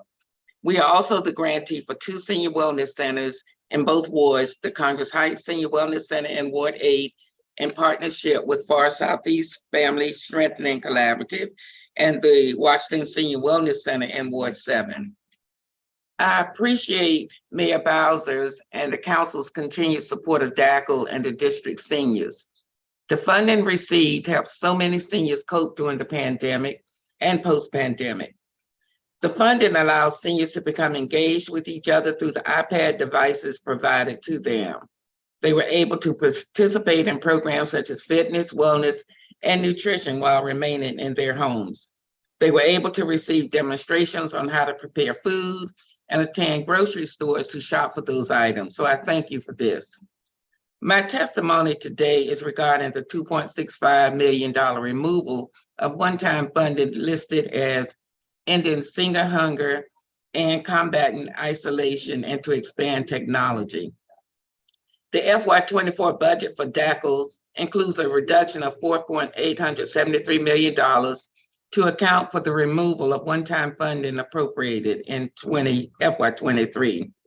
This funding was comprised of $2.650 million to support the ending hunger and combating isolation and to expand technology connectivity with iPad distribution. I realize this was a fiscal year mayoral enhancement and not a cut to the lead agencies. However, I am asking that the mayor and city council reconsider this removal and restore this enhancement for our seniors. In addition to the reinstatement of the enhancements, we would like to receive funding for the following: transportation for our deaf and hard of hearing program so that participants may be picked up and returned from their homes. The Deaf and Hard of Hearing program is a citywide program, and more participants would participate if they had transportation to the center. 2 additional dining sites, 1 each in Ward 7 and 8, an increase in funding for staff who have not received an increase in several years. Funding from the Department of Aging and Community Living allowed us to serve over 5,000 seniors during FY 2022. Many of those seniors were new to us, and most were not aware of DACL and the services provided. We were able to engage those seniors through intentional outreach to out-of-network seniors, and our goal was to reach those seniors, and we did this through communities, churches, and neighborhoods. Our experience revealed what we already knew. Seniors were afraid to venture out of their homes. Seniors felt disconnected. Seniors didn't have family or friends to communicate with. Seniors were sad and lonely, and many were hungry. Although the pandemic has been declared over, many of these same concerns continue to linger. During FY 22, we were able to provide new activities for seniors. We took them to new grocery stores, and I won't read everything that I have here in light of time, but we participated in community pop-ups. We did a number of things so that seniors will feel connected. In fact, in one of our engagements with seniors, we were able to stop a senior from committing suicide, possibly. We had a person that we engaged to make calls to seniors, and while on the call, the senior expressed her concern about being lonely. She was didn't have contact with her family and friends. She didn't want to continue to live. So the person talked to her, reached out to our staff person, who was able to have police come over. The lady was admitted for help, and she has been doing well. We also have another senior that was experiencing the same thing. We've reached out to new communities that were not involved with us, specifically in Ward 7 and 8, new recreation centers. We developed virtual and in-person support groups for isolated seniors. And we're still doing this because seniors, although our membership in our wellness centers and some of the nutrition sites have continued to improve, seniors are still reluctant to come out. So in conclusion, Madam Chair, the investments we have made with seniors are too significant to not continue. Our wellness centers and nutrition sites are not back to capacity because seniors are still uncomfortable with being around so many others. I am asking that you seriously reconsider and restore the one-time enhancements for seniors. Thank you. Thank you very much for your testimony. Ms. Lahat, you're next.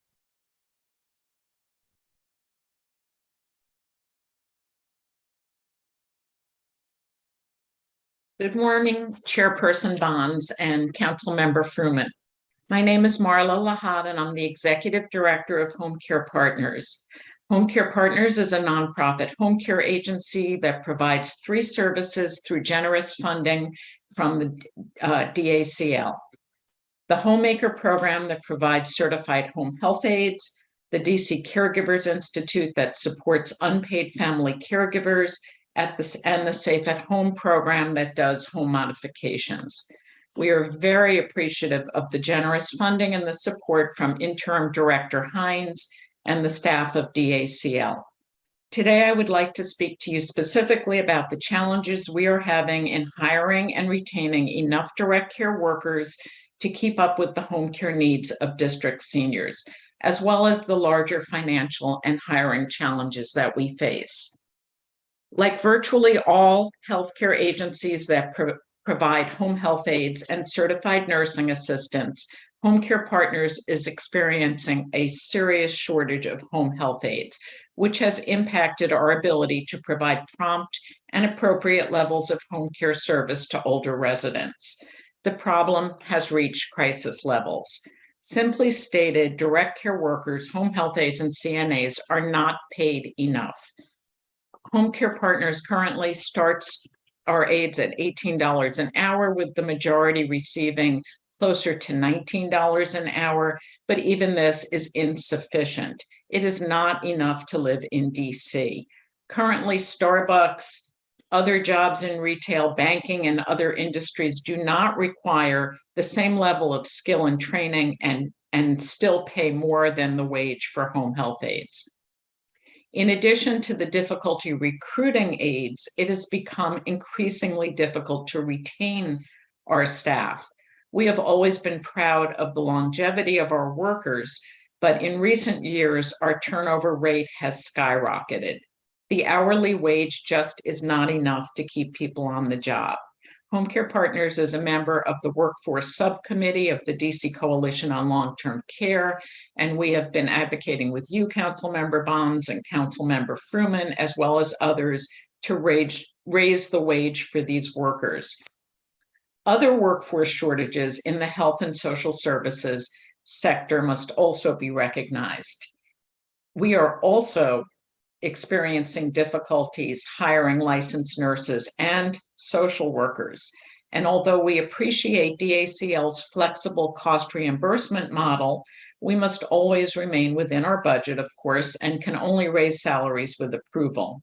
Salaries that were approved in our budgets at the beginning of the fiscal year for these skilled and licensed healthcare professionals are not keeping up with private sector employers, placing DACL nonprofit grantee agencies at a competitive disadvantage.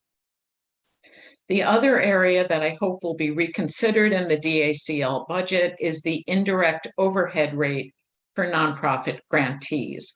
Currently, we are limited to 12% of our personnel costs.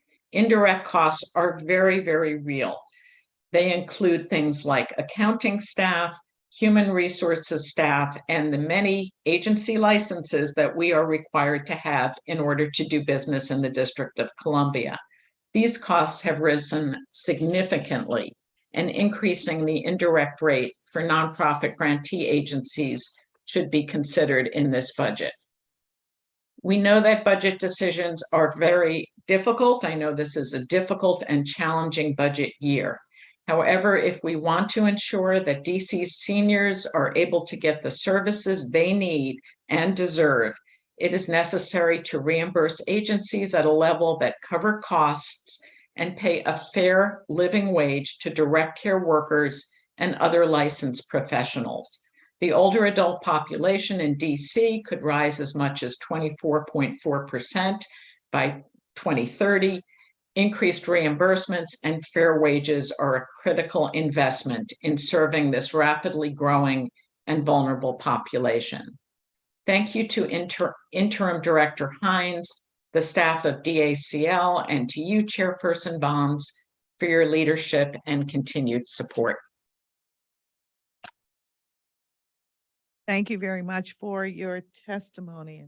I think we have Ms. Gentle. We'll take your testimony now.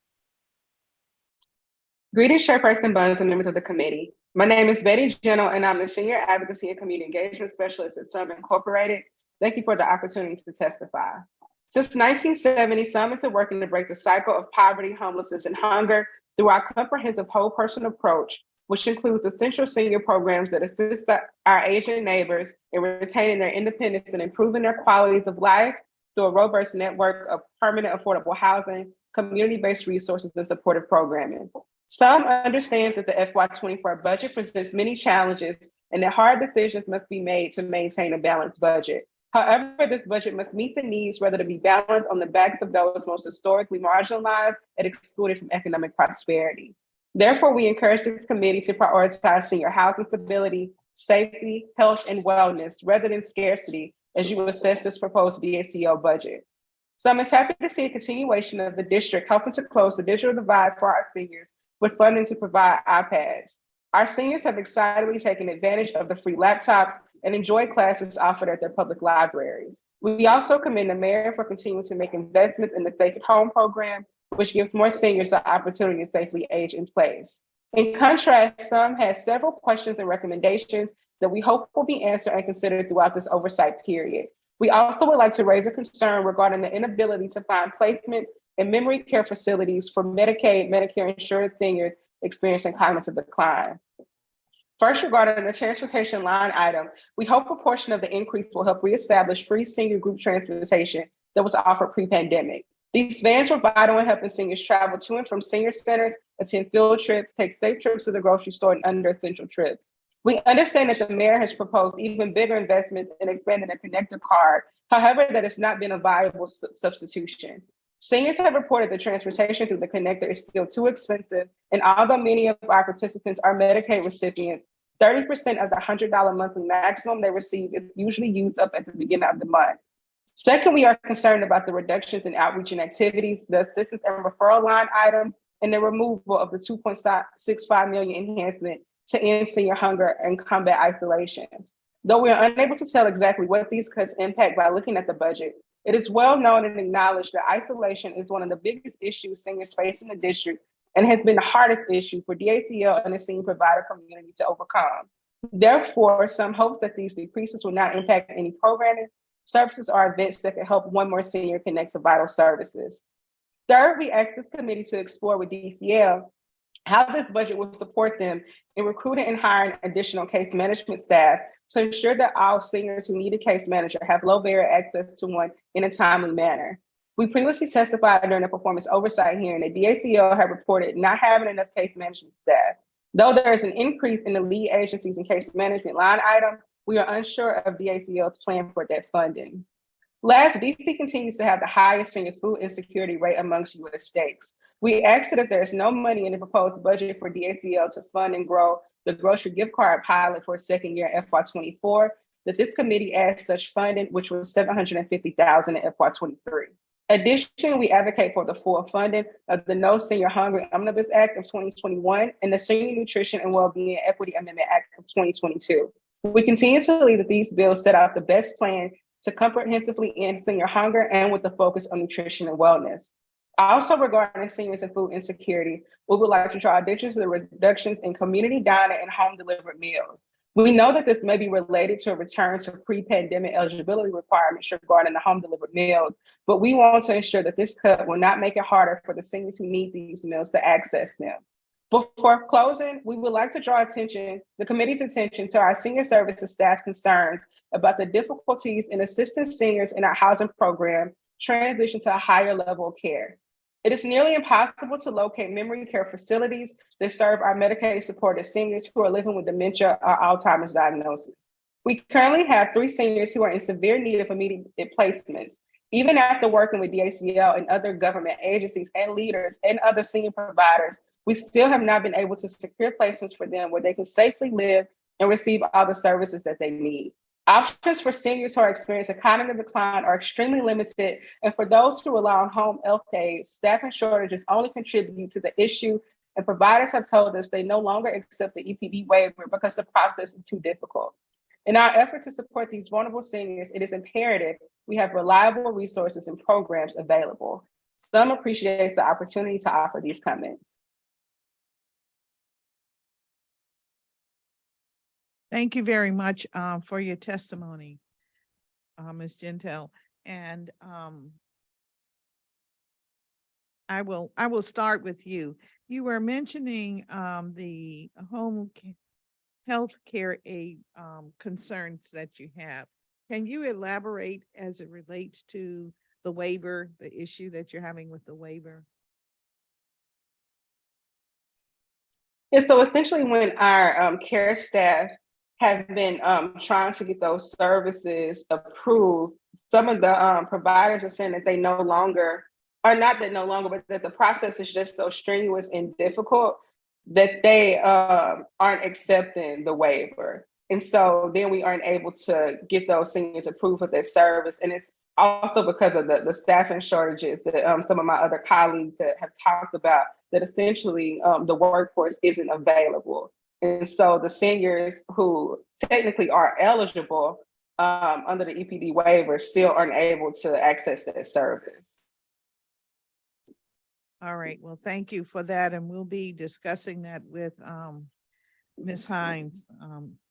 very shortly. Thank you.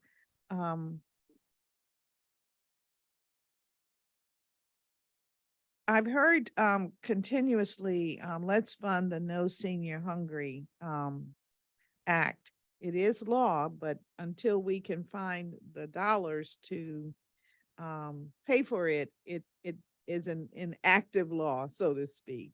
And I'm beginning to get the impression, and maybe wrongfully so, but I'm getting the impression that maybe organizations may think that this is a program that actually provides food.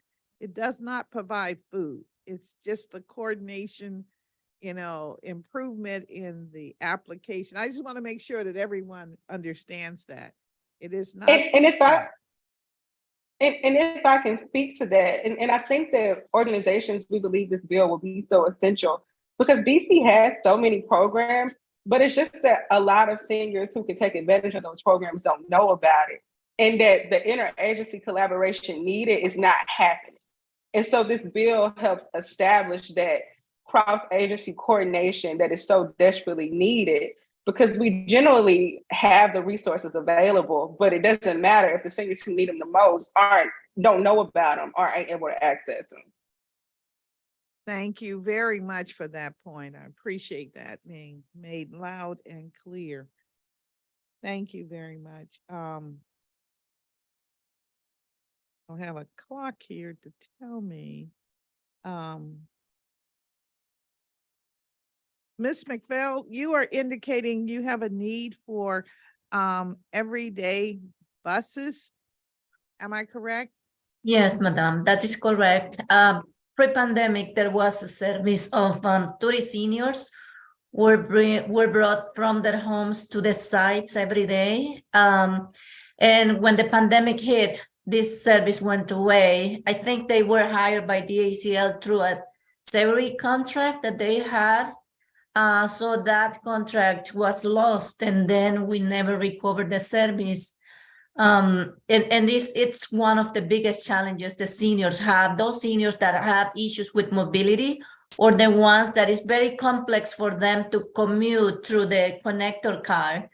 So they need to take at least 3 buses, to come to the centers. And those are the ones that we are actually worried about because they just decided not to come and they are still isolated. Thank you. Thank you very much for that additional information. I'll turn to Councilmember Fruman. He's not on. Okay. All right. Well, thank you very much to this panel, and we'll move to the third panel. Thank you very much. Thank you.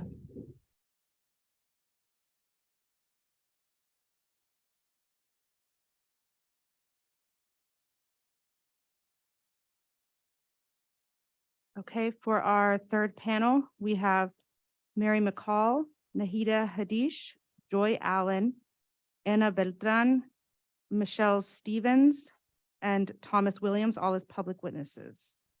I will add them now.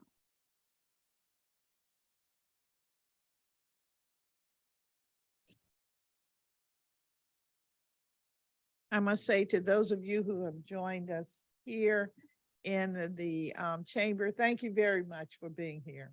Really appreciate it. Keeps me strong and keeps me on point. That's the way we have to be as a team.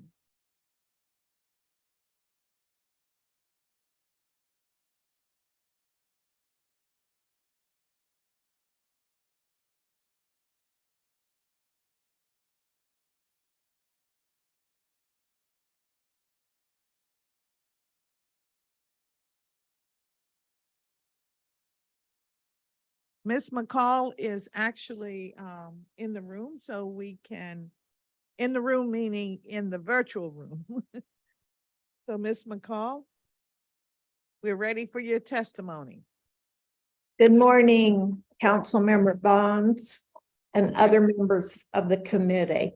My name is Mary McCall. I've been a resident, taxpayer, and voter in Ward 1 for 48 years, and I'm pleased to testify today in support of the Iona Social Services in-home peer support program.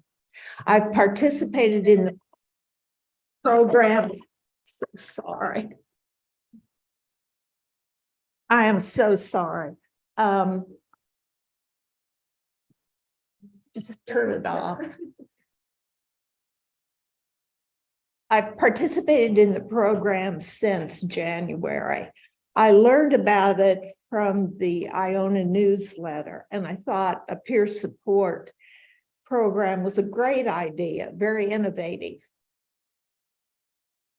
So I called the program manager to learn more about it. I was already familiar with Iona Senior Services because I had contacted staff about housing. And I've also been participating in some of the educational and social virtual programs. And I often refer to the excellent resource manual. I reached out to the peer support program because, like most elders, I want to continue living in familiar surroundings, and I want to avoid institutional long-term care.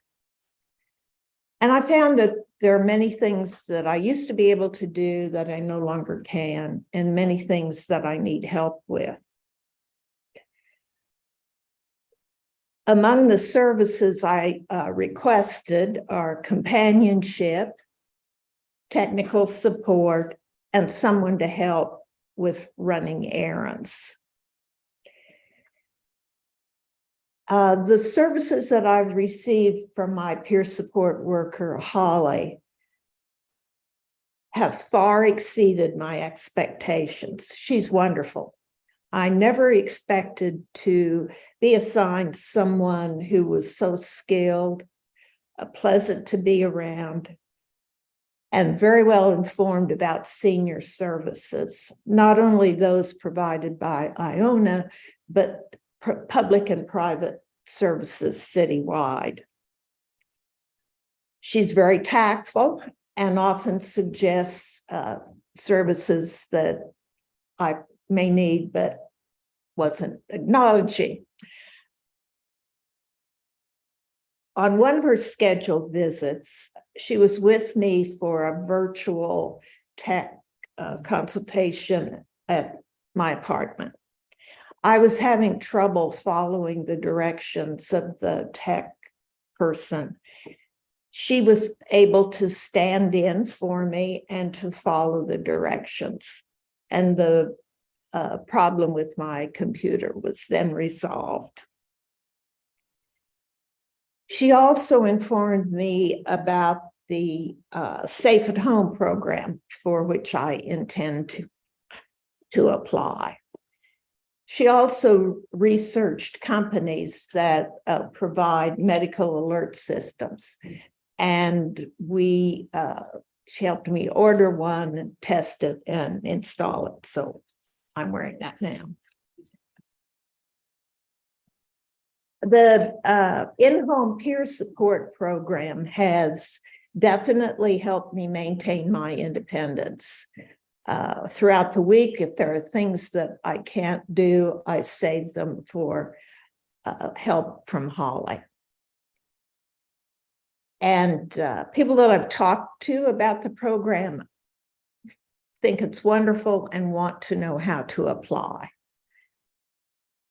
So the in-home support program serves a need of seniors and helps older residents maintain independence. I very much appreciate the services of the program and hope that it will continue to be funded. And the program will help seniors age well and live well. Thank you.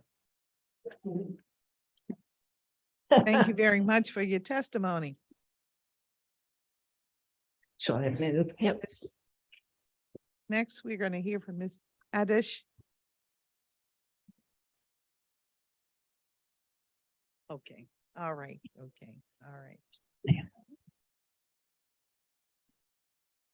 Hello, Council Chair and members of the committee.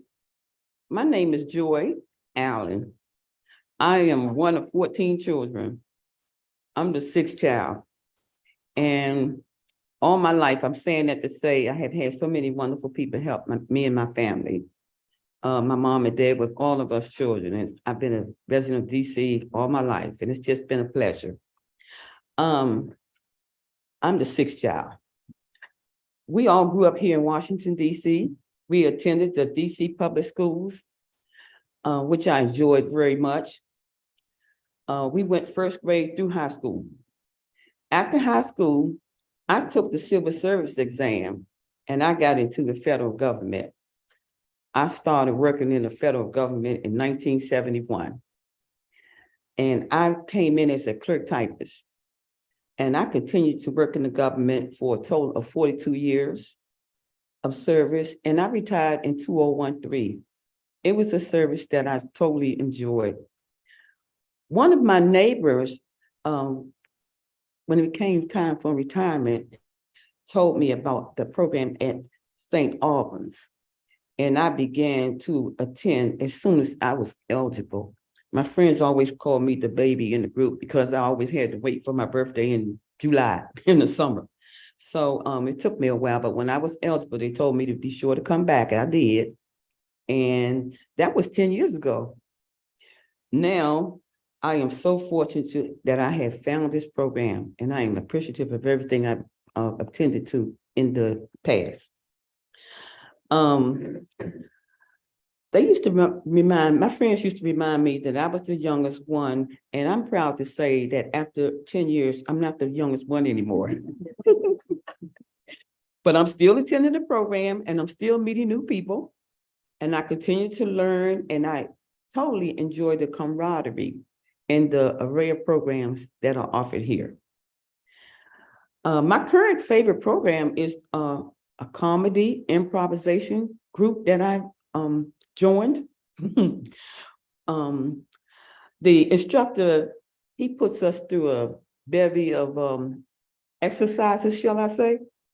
He understands that most of us, this is our first time acting or doing comedy. And so he always tells us to relax and just enjoy it. And now that we've been there for a while, we are getting up in front of other people and speaking and laughing and just enjoying the camaraderie. It's very nice. The instructor always makes a point of telling us that this program and the improvisation is just for fun. So we need to enjoy the exercises and the experiences as we go. As relating to Iona, I try to come every day. I enjoy participating in all the programs. It's a wonderful start to my day when I come over in the morning. We do a meet and greet and we have coffee. We chat with our peers and we exchange some of our life stories. If I didn't have St. Albans program, I would probably spend more time shopping, which means I would be spending too much money. And I also like to go to the library. I really enjoy the public library. But those are some going to the library and shopping are things that I can do on my own. I'm single, and it's especially important to me as a single senior to have people around me where I feel comfortable and I'm able to connect with them. Here at St. Albans, I found that group of people, the men and the women. Some of us are experiencing the same thing in life at this time, and we can share our experiences. Everybody in life needs some support, someone to reach out to, and someone who reaches out to them. The St. Albans program gives us that opportunity and much more. I understand that this program is funded through Iona's Around Town grant. Iona's programs helps individuals like me live and age well. When considering the budget for next year, I strongly urge you to fully fund the Around Town DC grant, which has made this supportive community at St. Albans possible. Thank you for the opportunity to speak to you today. And God bless. Thank you very much, Ms. Allen, for your testimony. Thank you. Next.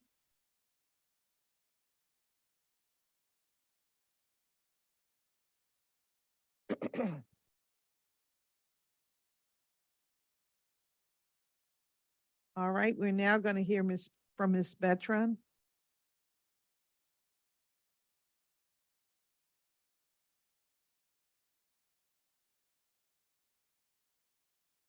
All right, good morning. Good morning, Councilmember Bonds and members of the committee. My name is Ana Beltran. I have lived in DC for 5 years. I should say I have lived in Ward 8 for 5 years. I am a native Washingtonian, born and raised in Columbia Heights. I'm pleased to be here to testify in support of Iona Senior Services in-home peer support program. The in-home peer support program employs part-time support workers who are DC residents aged 50 years and older to provide support to DC residents 60 years of age and older with companionship, grocery, shopping, or assistance with small tasks.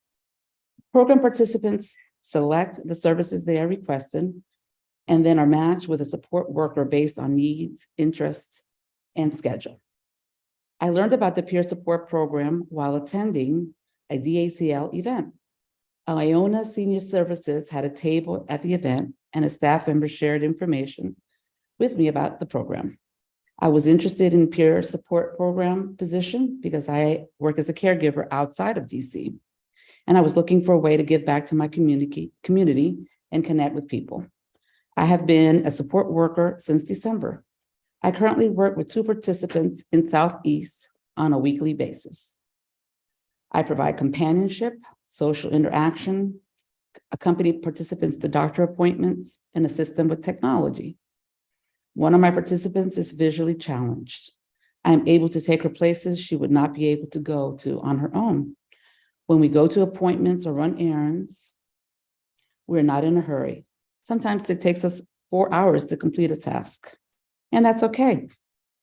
While my other participant, one of the best things that has happened is that she feels she has someone she can relate to, someone she is comfortable talking to and talking with. I can now see that she is motivated to go places. I see a spark in her, and she gets happy about things she wants to share.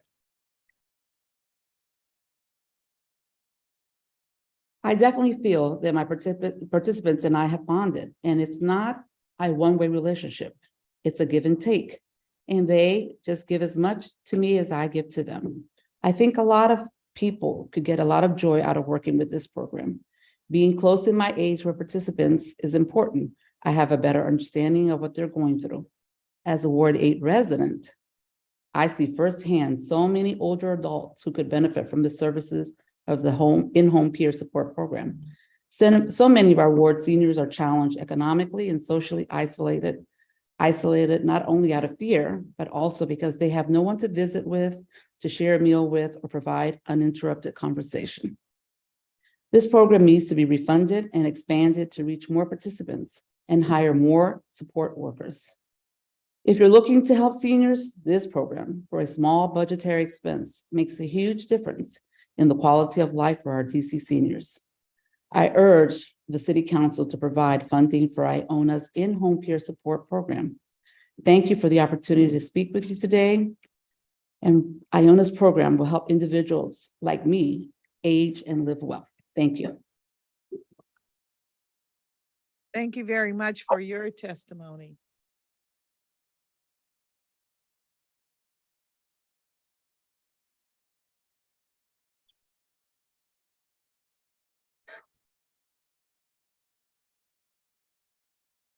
All right, Ms. Stevens is next. Good morning. Good morning.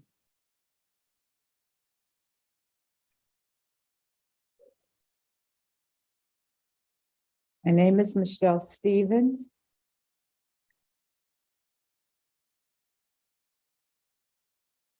Council members.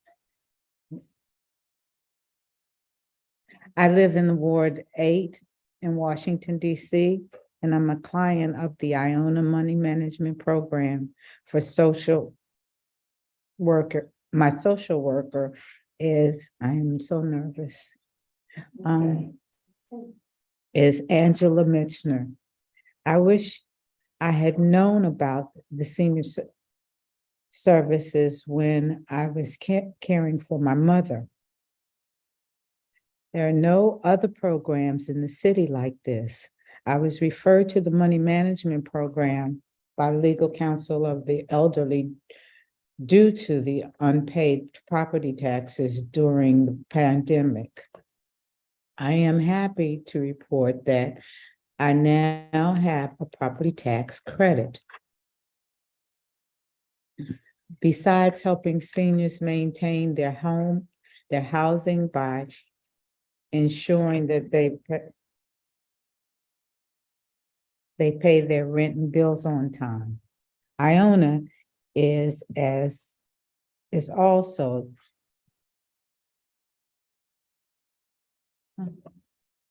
okay. I'm Ms. sorry. Stevens, just take your time. We're here to hear from you, all right? Yes, ma'am.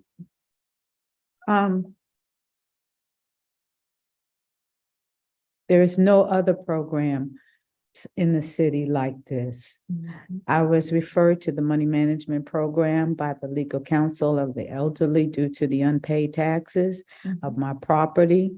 I am proud to say that I am happy to report that I have a property tax credit now. Besides helping seniors maintain their housing by ensuring they pay their rent and their bills on time. Iona is also dedicated to protecting seniors like me from financial fraud. I am going through this now. When Ms. Mitchner started working with me, she encouraged me to review my bank statements every month. I agreed. Now, on one of her visits, we reviewed the bank statements. Due to her persistence, we discovered that someone hacked my bank account and was defrauding me out of thousands of dollars that I had worked so hard for. It was my retirement savings. We disputed the fraudulent activity with my bank, but they denied my claim. Ms. Mitchner refused to accept the denial of my claim, of the claim. She suggested that we talk to the bank manager to appeal the decision. It is unbelievable. Without Ms. Mitchner's help, I would have never reviewed the statements at the bank. I met the bank manager. We met the bank manager and Ms. Mitchner advocated for me. Ms. Mitchner has always reported it to the legal authorities. I was overwhelmed, as I still am at times, and was devastated by it all. But Ms. Mitchner has been there to reassure and support me through this process. She cares. I can depend on Iona. I am grateful for the money management program services. If I did not have those services, I could not imagine what I would do. I urge you to continue to fund the program. Iona's program helps people like me age well and live well. thank you for the opportunity to share my story. Thank you very much for your testimony, Ms. Stevens. Thank you. And have a wonderful day. You too. Ms. Stevens, you have a fan club here. Everyone was wishing you well. Okay? Thank you. We just need a little. Here.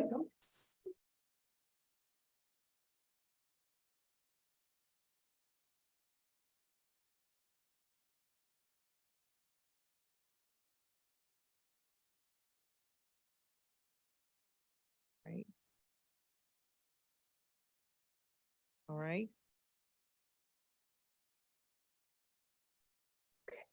Next, I believe we have Mr. Thomas Williams in the room. Mr. Williams, good morning. Good morning. How are you doing? We are doing good, and we want you to be doing good too. Good. Thank you very much. I am looking at the program on my counselor computer.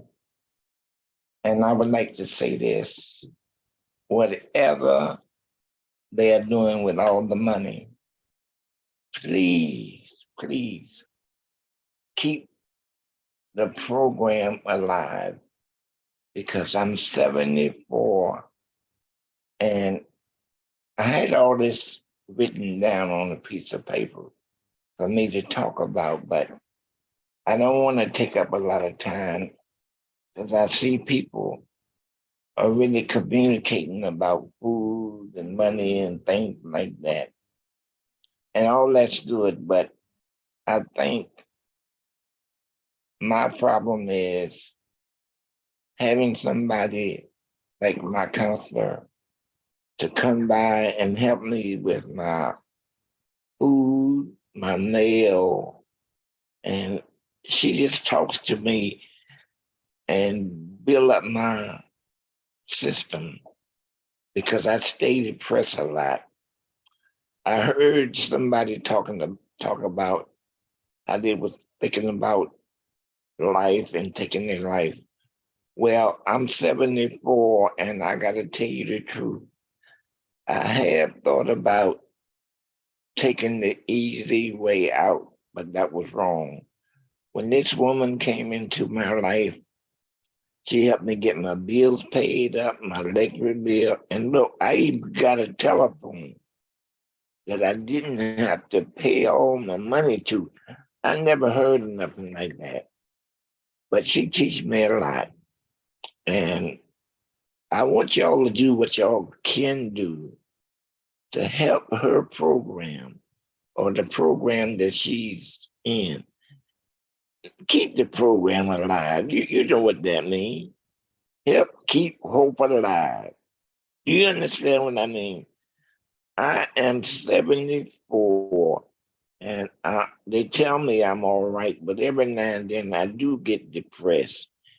And if I didn't have somebody like her to come over here and talk to this old person and help me get the electric bill, can you imagine that 77 years old and can't pay an electric bill? That's depressing.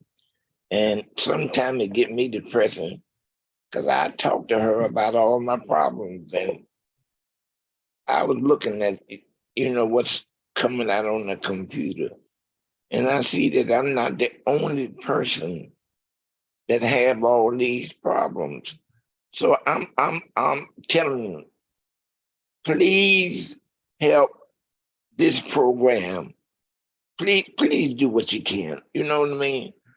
I don't want to be big and all that, but really I am. I'm telling the truth.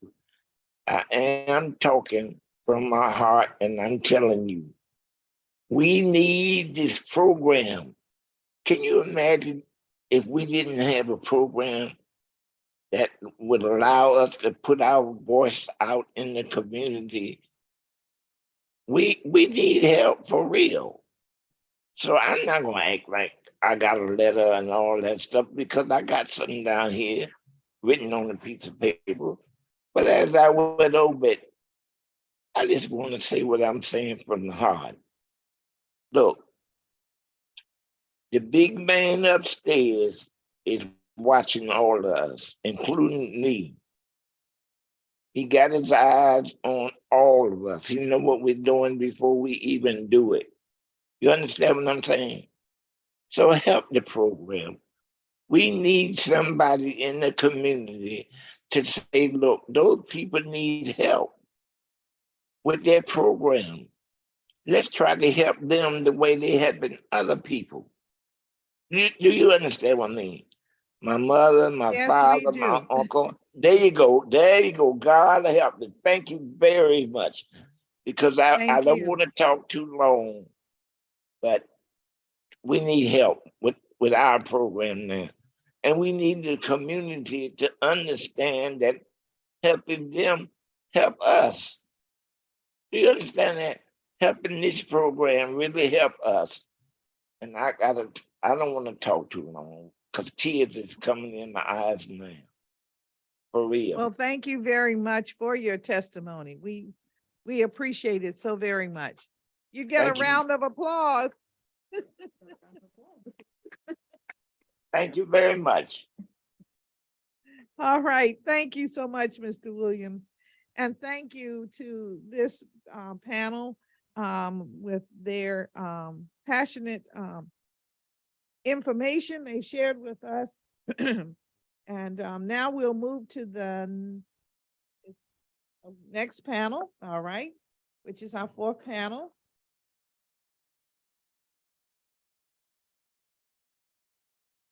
For our next panel, we have Joycelyn Thompson from Bernice Fontenot Senior Wellness Center, Ronald Hampton, Volunteer State President, AARP DC, and Claudia Schlossberg, Convener for DC Coalition on Long-Term Care. And are any of the fifth panel in the room? Let me double check. I see Dawn is, Don is here. yes, I think most of the panel is here. All right, Mr. Silverstein is here in person. Mm-hmm.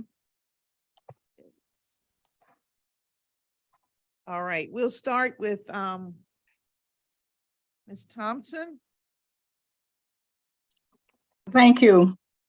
Good morning, Chairperson Anita Bonds, members of the Committee on Executive Administration and Labor, and staff.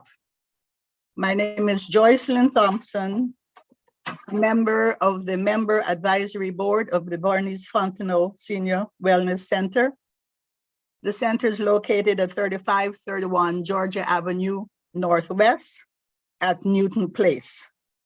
We are in Ward 1, but we have participants from various wards.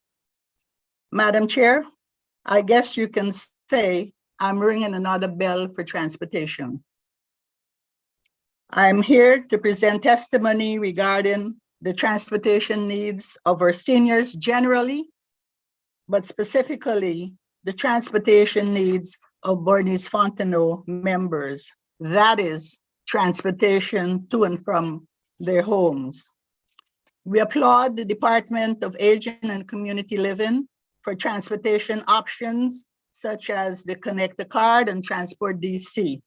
Seniors also use other transportation methods such as Metro Senior Card, Metro Access, and other reduced taxi options. But despite all of these options, we at Bernice Fontenot are experiencing a slow return to active participation at the center because of the following reasons. Our members tell us that they don't feel safe with public transportation because of the threatening and menacing behavior that is sometimes exhibited on the bus, at bus stops, and on trains. As I've stated, we're located on Georgia Avenue, where parking is extremely difficult. Then there is ongoing road construction and street cleaning, which further hampers the closest parking to the center, as well as the duration of parking time due to zone restrictions. The Bernice Fontenot Center only has 3 on-site parking spaces.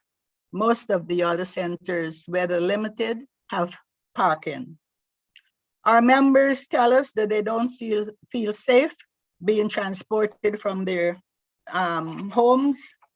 Our members tell us that they feel safer being transported from their homes to the center. As have been said before, safe transportation is the key to bringing seniors back to the wellness centers. Our staff continues to do outreach to inactive and potential members, but reaching pre-closure participation is being hampered by transportation options and the participants consider to be unsafe. Activities that participants have expressed interest in here at the center have been scheduled throughout the day. However, many make the choice not to participate if it is in the afternoon because they don't want to be on public transportation or walk in at 3 o'clock when there is school dismissal or their parking limit has expired. We did have an increase in our budget for transportation, and we thank DACL for the opportunity to explore transportation options. However, based on the response from the membership, the president was not to significantly reduce the opportunity for field trips to allow for direct transportation to the center once or twice a week. Additionally, transportation coordination can be daunting and would require additional staff to efficiently coordinate the schedule. There was also the question of liability if an injury should occur. So I'm urging that consideration be given to resuming the opportunity for direct transportation to the senior wellness centers that Seabury Connector once provided, to allow seniors to access opportunities to be invested in their wellness through socialization, movement, learning opportunities, and creative engagement. Thank you, Madam Chair, for this opportunity. Thank you for your time. Thank you very much for your testimony. Now we'll hear from Mr. Hampton.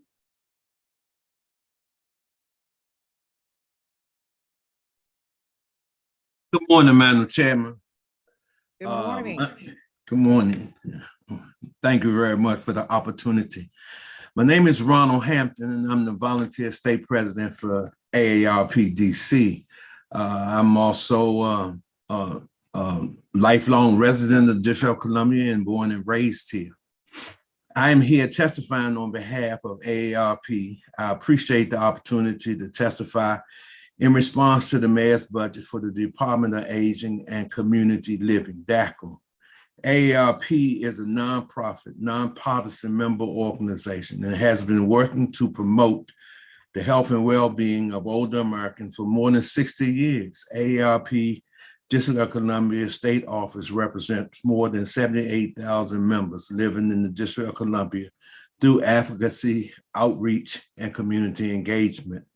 The first session of my testimony will address inadequate funding for nutrition services in the district. The second section will address the digital divide and steps taken to close that with seniors. The third session will reiterate the need for data-driven programs to help promote effective and efficient funding for senior services. This final section will address areas where, even in a tight budget, the mayor is making progress to help seniors. Since 2017, AARP has been noting that DACL has been able to reach less than 40% of the seniors through their outreach. The AARP has noted that in our performance testimony, our relationship with DACL remains strong. And as always, AARP will help DACL wherever possible to ensure DC seniors have access to all the services they need. However, there are several perplexing cuts in the mayor's budget, proposed DACL budget, that needs to be addressed. In the mayor's proposed budget, there's a $350,000 cut to outreach. During this performance report for fiscal year 22, DACL noted that they are between 25 and 49% with the strategic plan and have asked for an extension. AARP is concerned that the cuts to outreach will slow the deployment of strategic plan. Furthermore, while AARP understands that cuts may represent the ending of COVID relief funds during the tough economic times, people will likely need more services from the department like DACL. AARP recommends that the council should look for additional funds to help to continue to connect seniors to DACL services. Regarding nutritional services, while AARP has assurance from DACL that the nearly $1.1 million cut from nutrition services will not account for potential new clients who will need meals. Currently, DACL reports no wait list. However, there's still significant food insecurity problems among district seniors. While the increased demands most congregate and delivery meals may fall off, the districts continue to cut out of the pandemic, the overall need for nutrition remains high. AARP encourages the council to find and replace the $1.1 million for nutrition services and help make a dent in the 13.1% of seniors who report having problems accessing food. Closing the digital divide in the district is a priority for AARP, especially where seniors feel the impact. AARP believes that achieving the digital equality ensures that everyone, regardless of age, ability, income, level of English proficiency, and whether they live in the community of color, low income community, has access to affordable, high speed, and the equipment and the digital skills required to use service effectively. DACL expanded programs provided technology and technology training to seniors, has helped seniors use online tools that connect them to community, to online resources, and to their friends. AARP recognizes that nearly the $250,500 in additional funding for this program in the mayor's proposed budget. While DACL's technology program are a sign of progress to close the digital divide, over 35% of the residents in Ward 5, 7, and 8 do not have a broadband internet connection. Connectivity and knowledge about the online safety reduces senior isolation and connects seniors to resources. AARP will continue to use its fruitful relationship with DACL to promote the adoption of technology use among seniors. Madam Chair, may I continue? Yes, you can, please. Thank you very much. DACL should establish goals and promote consistent previews of the innovative nutrition and socialization programs in the district. Nearly 3 years ago, DACL took nutrition services in-home. After pandemic restrictions were lifted, congregate meals sites reopened. DACL asked in-ward grantees to develop socialization hubs. As we understand it, the overall goal of the socialization hubs was to combine social interaction and nutrition in a way that engaged the ward-specific community. While this program seemed to mimic the pre-in-home nutrition services, some community members have shared that AARP, they're concerned about not having enough oversight, clear goals, and better coordination to establish baseline services, which may lead to increased inequality. In the fiscal year 2022 performance report, DACL noted that the goal of combating senior isolation through increase in the variety of programs and services is complete. AARP encourages DACL to work with the providers, community partners, and the council to develop metrics that would aid in the quality, program satisfaction, and success. Even with the overall cuts, AARP supports the increase for the transportation, safe at home, senior technology program, and lead agency management. Nearly 3 years ago, DACL also brought case management services in-house. According to the DACL fiscal year 23 performance report, overall case management services was relatively flat from the fiscal year 21. However, while the overall numbers were flat, there was a significant decrease in the number of people receiving case management from 2020 in the fiscal year 21 to 886 in fiscal year 22, and to the increase of the 655 residents receiving optional counseling. Through our communication with the department, we know that there's a shift due to the improved triage methods, during the intake and referral process. We applaud DACL for the shift and the additional $660,000 for the mayor's proposed budget. However, DACL should provide strategic plans with key performance indicators that reflect a clear vision and engage more seniors, and specific those needing optional counseling services and case management. Senior transportation remains a problematic area where DACL should implement KPIs to determine differences and the effectiveness. Transportation plays a vital role in preventing senior isolation. Similar to our testimony in 2022, we have heard from our constituents that the current transportation options are not efficient and sometimes expensive. AARP appreciate the additional funds attracted 2,500 seniors to the Connected Car program. Here, we iterate our request to greater oversight of the program and grantees based concern expressed by Peter Rankin in our performance oversight testimony. Finally, AARP appreciate the additional funding for the Safe at Home program and caregiving support and the assistive devices and moderation to keep seniors safe at home are necessary to help people in the age in the community. During a recent meeting with DACL, it was noted that the additional funds will attract more people to the program for services. Caregivers support family caregivers, provide support for the loved ones in the comfortable setting. AARP would address it in further written testimony. And thank you again for the opportunity to testify today. I know it ran over, and thank you for the opportunity to finish, and I look forward to answering any questions. Thank you very much for your testimony, Mr. Thank you.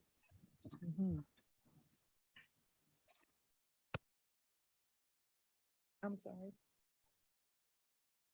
It's here. All right. Ms. Schlossberg, we will receive your testimony now.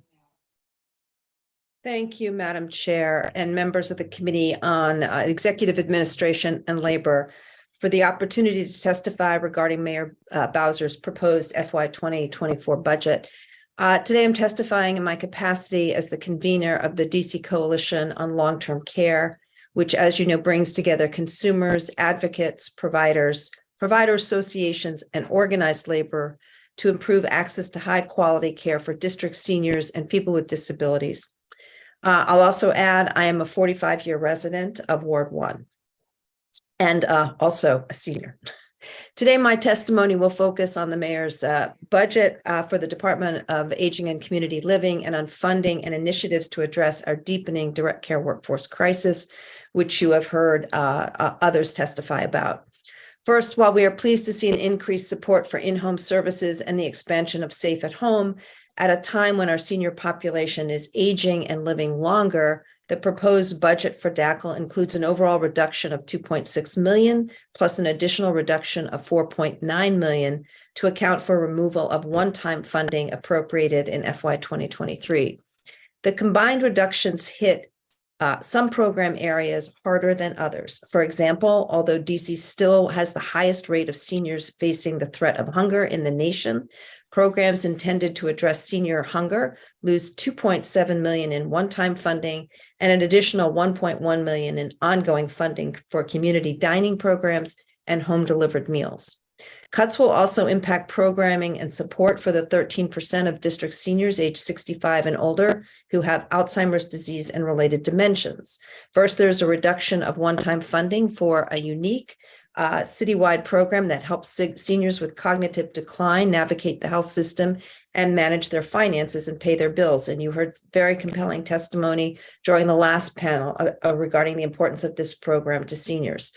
There's also a $75,000 reduction in adult day health services, a program that not only helps seniors combat hunger and social isolation, but is one of the few programs available to families in DC that has capacity to support seniors who are experiencing cognitive decline. As you also heard, we lack those services. Particularly important, this is also particularly important for seniors who lack family support. The proposed budget also cuts 4.8 full-time equivalents, it appears, from the Assistance and Referral Unit. This unit, which helps seniors access vital services, including making applications for the Medicaid waiver, adult day health, and PACE, also appears to be struggling even now with a growing workload, is also responsible for helping seniors who have to renew their Medicaid eligibility, which begins this month for the first time in 3 years. To complete that renewal application and to initially apply for Medicaid now requires a 68-page combined application form. And if you are in need of long-term care services and supports, there's an additional 27-page supplemental form. Without the assistance of this unit, I would actually like to see an increase in the number of people in this unit because the demand and need is so great. In addition to the reduction in services, there does not appear to be any new funding or new initiatives in the mayor's budget to address the deepening direct care workforce crisis. You've heard me testify about this or you've received testimony. We've had meetings about this crisis at other times. As you know, families and district residents are confronted with the reality that there are not enough trained home health aides and certified nursing assistants to meet their needs. This is impacting costs, driving up costs, reducing quality, and also making it difficult for hospitals to discharge older patients safely once they're ready to be discharged. Across multiple agencies with responsibility for workforce development, and this is another area where we see a tremendous lack of coordination and interagency cooperation. It just does not exist. The only initiative identified to address the growing workforce crisis is Department of Healthcare Finance efforts to implement the Direct Support Professional Payment Rate Act, which was passed by the council in 2022. Using a portion of ARPA funds, DHCF is incrementally raising the average wage of district workers to 117.6% of the living wage by January of 2025. This year, that means that the average wage for a direct care worker will be raised to $18.15 an hour. That's only 10% above the current minimum wage, and it's only 65 cents an hour above the advertised starting salary of a cashier at Target. And as you know, a cashier at Target, the level of entry-level requirements is much lower. The stress as a direct care worker is much higher, and the responsibilities are much, much greater. We know that these incremental small increases, as you've heard from other who've testified today, are not sufficient to attract and retain the number of workers that we need to meet the growing demand and need for direct care workers across the spectrum of our healthcare system. As you know, our population is aging. We're going to need thousands of new direct care workers every year for the next 7 years, yet we see only a fraction of that number joining the workforce while turnover rates remain sky high. I will close. We understand that district revenues are lower than anticipated, but the direct care workforce is the foundation of our healthcare system and a lifeline for seniors, people with disabilities, and their families. And we simply cannot ignore the need to make significant investments to improve pay and job quality for these workers. In closing, we believe that the mayor's budget falls short of meeting the needs of our growing senior population and fails to address the very real direct care workforce crisis that we have. We are hopeful. I know this is a tight budget year, but the council will work together and look carefully at the proposed budget and work to assure that we are addressing the critical needs of our most vulnerable citizens. Thank you. I'll be happy to answer any questions. Thank you very much for your testimony. Next, I understand Ms. Quattlebaum. Okay. Did you announce these? Okay, all right. Ms. Quattlebaum? Good afternoon, Chairperson Bonds and members of the committee and staff. My name is Dawn Quattlebaum, and I'm the Chief Executive Officer of Seabury Resources for Aging. Thank you very much for the opportunity to present this testimony on the fiscal year 2024 budget for the District of Columbia's Department of Aging and Community Living. Seabury is on the cusp of celebrating its 100th anniversary as a nonprofit organization that provides personalized, affordable services and housing options to help older adults in the greater Washington, D.C. area live with independence and dignity. Seabury supports more than 10,000 older adults and family givers each year through comprehensive programming designed to keep older adults safe, secure, and connected. We work to end housing and food insecurity and to mitigate the negative physical, emotional, and mental impacts of social isolation. Our core programs provide affordable housing, care management, congregational resources, and nutritious meals to residents in our communities and for those aging in place. Our partnership with DACL makes a significant difference for the older adults we serve. Through Seabury DC, Seabury's combined Ward 5 and 6 lead agency, we implement programs that drive engaging, hyperlocal, community-driven strategies that promote social isolation, foster intergenerational connections, and address food insecurity. Over the past 2 years, Seabury has received DACL living support to create social isolation hubs. And as a result of the pandemic, many older adults find themselves isolated and unsure of what services and supports are available to them. Through DACL funding, we engage social isolation navigators who reached out to seniors not currently connected to district services to connect them to dining sites and find out what other activities they would be interested in.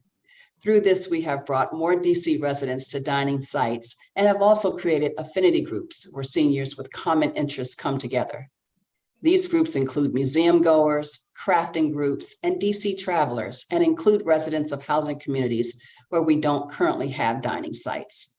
We are adding more opportunities for LGBTQ older adults to participate in the Out and About free programs and activities in DC to have a robust calendar of activities for this underserved population. Seabury also makes many DC older adults to the grocery stores on a regular basis. This provides an opportunity to purchase good food and to chat with neighbors and our nutritionists about food options.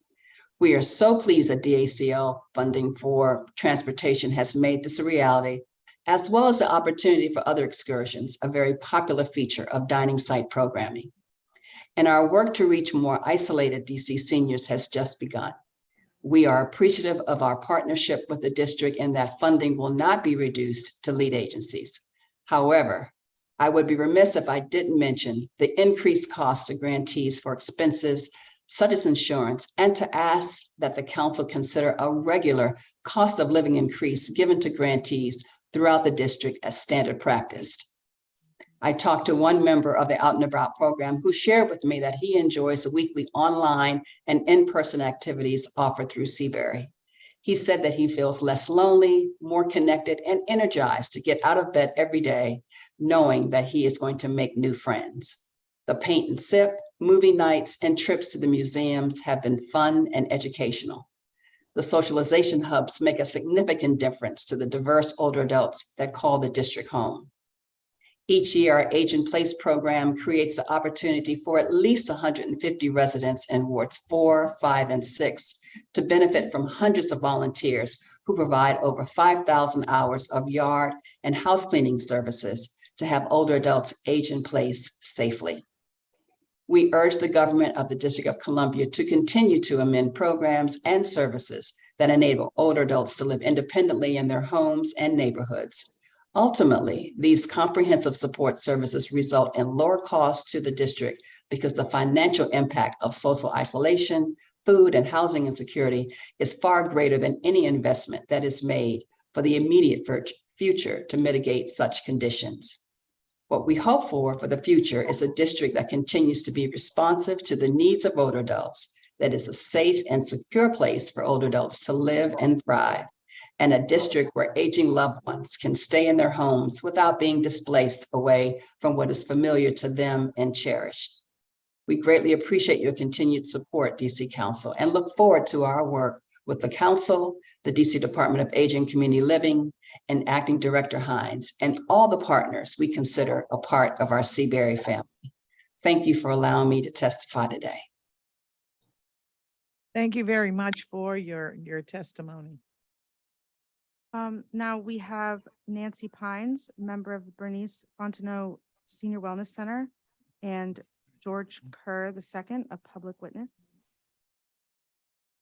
Good morning, council member and chair Bonds and members of your committee and staff. My name is Nancy Pines, and I've been a resident of the district since moving here for my freshman year at Georgetown University almost 48 years ago. I've been a resident of Ward 3 since January 1980 and an enthusiastic member of the Bernice Fontenot Senior Wellness Center in Ward 1 since the summer of 2019. The center is managed by Mary Center, a pillar in the community since 1988. I volunteered to testify today with the unique perspective of being a current member of the Bernice Fontenot Senior Wellness Center and having worked previously in senior leadership for two organizations funded by the former DC Office on Aging. From 2002 to 2004, I was the director of the Columbia Senior Center, serving seniors residing in wards 1 and 4. And from 2010 to 2012, I was the chief operating officer of Emmaus Services for the Aging, services serving resident elders residing in wards 2 and 5. The primary focus of my testimony is to speak to the urgent need to increase the budget of the Bernice Fontenot Senior Wellness Center for fiscal year 2024. It is imperative that the budget be increased so that we can sustain current operations while expanding and enhancing exemplary program offerings, in addition to retaining our dedicated and capable team members with competitive compensation. It has been more than 5 years since there was an increase in the operating budget, so it is my fervent plea that additional funds can be allocated. The Bernice Fontenot Senior Wellness Center is the one-stop lifeline for its diverse membership and their ever-increasing needs, not just for the crafts, trips, nutritious lunch, recreation, socialization with friends, but for trusted information and resources to navigate life. Bernice Fontenot is staffed with four full-time team members who are remarkable, resourceful, and empathetic. The saving grace is the invaluable support from professionals affiliated with community partners like the YMCA, the Georgetown University School of Medicine, Georgetown University School of Nursing and Health Studies, Howard University College of Nursing and Allied Health, a volunteer social worker, and of course, Mary Center. Last month, the Bernice Fontenot Senior Wellness Center celebrated its 12th anniversary, and Michelle Singleton, our director, who has been here since the beginning. Our programs are planned with input from the participants and range from amazing evidence-based exercise classes, such as enhanced fitness, arthritis exercise, and soon to include matter of balance and bingo size. Additionally, there are a wide variety of fitness, nutrition, and health promotion classes and residential and recreational activities that provide opportunities for older adults to achieve optimal physical and mental health for their longevity, as well as social engagement and access to resource information. During the pandemic, there were 2 extended periods of time during which the center was closed. However, I received outreach calls intermittently inquiring how I was failing during these surreal times. The staff was genuinely concerned that I was thriving and eager to know if there was anything I needed. There were occasional opportunities to connect with fellow participants virtually, which was certainly not the case with senior programs in other regions of the country where my friends live. Through Mary's Center, we are fortunate to have a dedicated mental health therapist for older adults. She provides mental health education, support groups, and individual counseling, which has been of tremendous support to the members in addressing their questions, concerns, and anxiety related to the pandemic. For these reasons, among others, I am proud to belong to this vibrant, supportive, and innovative center. Chairwoman Bonds, I implore you to increase the budget for the Bernice Fontenot Senior Wellness Center. Thank you. Thank you very much for your testimony. Thank you. And now we will have Mr. Silverstein. Would you take? Mr. Silverstein is on my list next. Would you please take the? Okay, and then we can get to Mr. Kerr. Yes. And when you're ready, just hit the button and yes, the red light comes on and you are on. Good morning, Madam Chair. Good morning. My name is Mike Silverstein. I'm on the Membership Activities Committee of DuPont Circle Village, having served previously 20 years as an ANC commissioner and 10 years on the board of the Alcoholic Beverage Control Board. DuPont Circle Village is 275 members strong. We are from ages 50 to 102, and all seniors are welcome regardless of their ability to pay. Before I begin my testimony on that, there are two very important matters I want to address. First, on Friday, the district's COVID centers closed, and I want to take this opportunity to speak from my heart and to offer my thanks and my admiration to everyone who served. From the woman who gave me my first vaccination at the Giant supermarket in Shaw, to the National Guard members who stood in the cold and the technicians who administered the COVID tests outdoors, to the folks who gave me my home testing kits at the library, to every one of them, thank you. Our health, our lives, and our sanity were at stake. And I am so proud of the way that the Department of Health and all of our fellow citizens of the District of Columbia rallied as one to help us to get through this. People love to complain when things go wrong in the District of Columbia, and oh my God, do we ever hear it? But in this case, they did everything right. They did a world-class job, and we should be damn proud of them. Thank you to every one of them. Second, I want to express my admiration for the work done on a daily basis by the Department of Aging and Community Living. Across the district, we may be asking for money right now, but we should also be reminding them that we appreciate what they do as an affirmation and often a lifeline to our citizens, to people of our age. We are grateful. Thank you, Ms. Sharon Hines, and everyone in that agency. I'm so pleased to see that money in the budget is there for a study to see the need for a senior wellness center in wards 2 and ward 3. There's more need there than might be apparent. And Anita, I learned a lot during COVID about people's lives, and especially quiet lives, and often genteel need or genteel poverty. We had a garden at Francis Stevens that was part of the Food Prints program, teaching our children how to grow food, how to process food, safe and healthy nutrition. And when the schools shut down, the kids weren't there, and we had surplus vegetables. And the principal called and said, we have these. Is there a need for them in the community? We put a call out through DuPont Circle Village and other things, and there was an overwhelming need. And a lot of people, I would deliver the food, said, you know, thank you. I'm able now to get fresh fruits and vegetables. These were people who were living in good housing in apartments. And I learned in one case of a woman who had spent her whole life working and was on a fixed income, and now 2/3 of her income went to housing.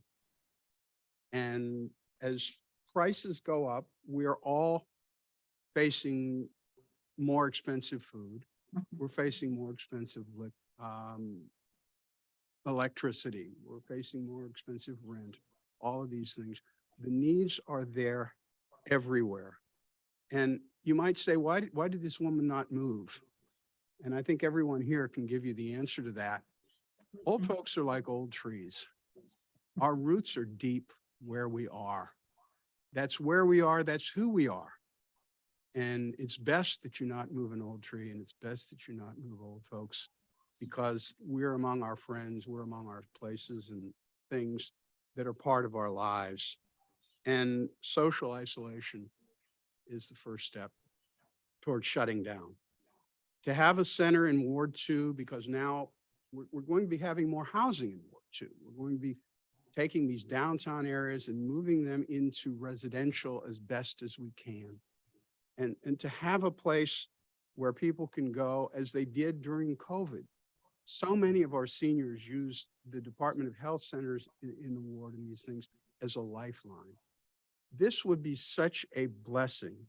It was such a triumph to see the seniors in all 8 wards availing themselves of the life-saving services of the Department of Health and of DACL during COVID. The work that is being done here is absolutely spectacular, compared especially to what's going on anywhere else. We need to be proud of this. I want to thank you so much for all the good work that you do, that other members of the committee do, for the work that the DACL does, Acting Director Hines, and teach us to number our days, that we might apply our hearts unto wisdom. Thank you, Madam Chair. Thank you very much for your testimony. And Mr. Silverstein, you have a fan club here. When this audience hears testimony they like, they clap for it. And I know that as customary in the council, we don't do that, but we're different. We're the real salt of the earth here in this hearing. So thank you so much. Thank you. Thank you. And now we'll hear from Mr. Kerr, George Kerr. Good afternoon, Councilwoman Bonds. It's so great to be in front of you again today. I am George Kerr III, founder CEO of G3 Associates, a U.S. Navy veteran, and I also serve as the LGBTQ Budget Coalition. Thank you for allowing me to testify as an advocate for approximately 10.8% or more of district residents who identify as LGBTQ, who is receiving long and short-term services and support in their homes, in nursing homes, in assisted living residence and community residence facilities. Housing plays a critical role in the health and wellness of all community members, including our seniors in the LGBTQIA+ community. Opportunities to strengthen nutrition program in DC to address senior food insecurity. We know that discrimination, bullying, and inadequate culture competency can also make programs unwelcoming to some seniors, especially those in the LGBTQIA community. Including seniors in program development can help identify and prevent accessibility issues. As a man living with HIV for over 28 years, I have another concern with older people living with HIV. It is estimated that in 2021, over 50% of individuals living with HIV in the DC are age 50 or above. LGBTQI seniors face stigma, discrimination in their daily lives, which decrease their access to services for the aging, reinforce social isolation, and reduce equal access to senior housing. I applaud the work of Chelsea Gayer in her role in writing the state plan on aging. This time it will cover people aging with HIV and the LGBTQ community. I have to agree with other panelists that there needs to be cross-agency working to address these complex issues that need to be discussed with older adults. LGBTQ World Pride is coming to DC in 2025. We need to showcase that DC is the place for the LGBTQIA+ older adults to age in place with dignity and respect. We look forward to working closely with the agency acting director and her staff to address these concerns. I appreciate your consideration. I'm available for questions. Thank you. Thank you very much to the entire panel for your presentations to us today. I think based on what I heard, I just want to ask let's see, Ms. Quattlebaum and Ms. Panis, Mr. Silverstein and Mr. Kerr in particular, what are your thoughts about the congregate dining sites? I know that it is a big deterrent to isolation, but what are your thoughts? Do we need more dining sites? And I'll start with you, Mr. Kerr. Well, of course, we need more dining sites. You know, particularly the LGBTQ community, we need to have a place where we can come together. Right now, I know that the DC Center has a program, but I think it's like once a month that they provide food. That needs to be more often, and we need to pull together more of the LGBTQ community. Thank you. Ms. Panes, are you still with us? I am. I don't know that I can speak to the Bernice Fontenot Senior Wellness Center is certainly enjoying a lot of participation with the lunch program, and it does bring friends together. Are you talking about apartment-based community congregate sites in the apartment buildings around our Senior Wellness Center, or just the meals and the opportunities to break bread together among the members? Well, it's the meals, of course, and the opportunity to be together, but of course we would have to have a location and a dedicated location. So I guess we are talking about maybe an opportunity to identify space in an apartment building where those that reside there can sort of come together for the luncheon program.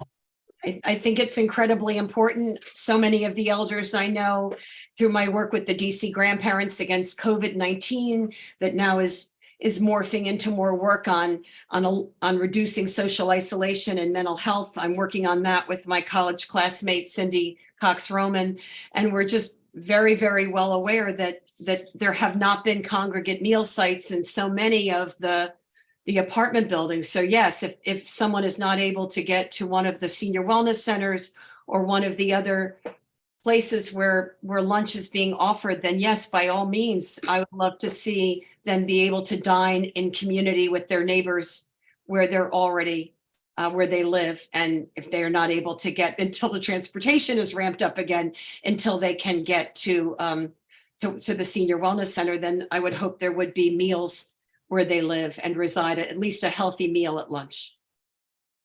Thank you. Ms. Quattlebaum, are you still with us? Of course I am, and it's so good to see you. How Okay. are you? You too, you too. So I would say a couple of things. One, I agree with a lot of the previous panelists talking about transportation. It's very important for people to get to the community dining sites and the senior wellness centers. So I think that needs to be a focus. And speaking of senior wellness centers, I have to shout out Stacy Mack, the director, and some Model City Wellness Center members who are there in person with you. Hello, everyone. But we also need— They are here. I know they're here. So I wanted to say hello to them. But I also wanted to add that we need more funding for the community dining sites and for the senior wellness centers. The senior wellness centers do have more funding than the dining sites, and so they're able to provide enhanced programming. We need something similar for the community dining sites. I would say a lot of them the participants focus on the meal, and you need more than that. There is programming that we offer, but we need more money for staffing and need more money to really enhance the programming that we provide. All right. Well, thank you very much. You're welcome. Mr. Hampton, you're still with us? All right. What's your opinion on this? Councilman Bone, thank you very much. Let me tell you something. At this age and stage, every opportunity for a meal, there's an opportunity to socialize and talk and to be with our neighbors and friends and enjoy us. Now, and then in terms of AARP supports it. It's no question about that, because the expansion of the nutrition, meals, and the food for seniors is very important. But every meal is an opportunity to socialize. Thank you. Mr. Silverstein. I absolutely agree. I agree. Amen, amen, amen. There are some issues that are going to come about this summer, I think, that are going to make it imperative that we put more money into our food program. And you spent time in California when we were both younger. And I think you know I'm talking about the Central Valley out there and what's going on. Just as the price of what you pay for gasoline at the market, at the pump, depends on what's going on halfway around the world, what we pay for our food depends to a large extent on what goes on in the largest garden in the world, which is the Central Valley of California. You've read about all the massive snowfall, that there's 60 feet of snow at Mammoth in California and 26 feet at China Lake. Well, that's all going to melt, and it's going downhill. And it's going down into an area that used to be a lake and is now this farmland. And parts of it, I have a family out there, and that's why I'm concerned about it. There are towns out there, Porterville, Allenbaugh, Firebaugh, Manteca, that are partially underwater already before all this stuff is melting. And what it means is that there are hundreds of square miles of land where they grow food is going to be underwater, and they're not going to be able to grow it. And the prices of our food are going to go up. We need to have money in our budget so that our seniors and everyone else has the food. And I think all of us know that there, as far as these programs where people can go, there are people who will take a napkin and wrap around a roll or something to take home. And that's how they have food. That's how, before they go to bed, they don't go to bed hungry, but can have something. To have the opportunity is not just to fight social isolation, but to provide the nutrition that provides the dignity for our seniors. Thank you, Madam Chair.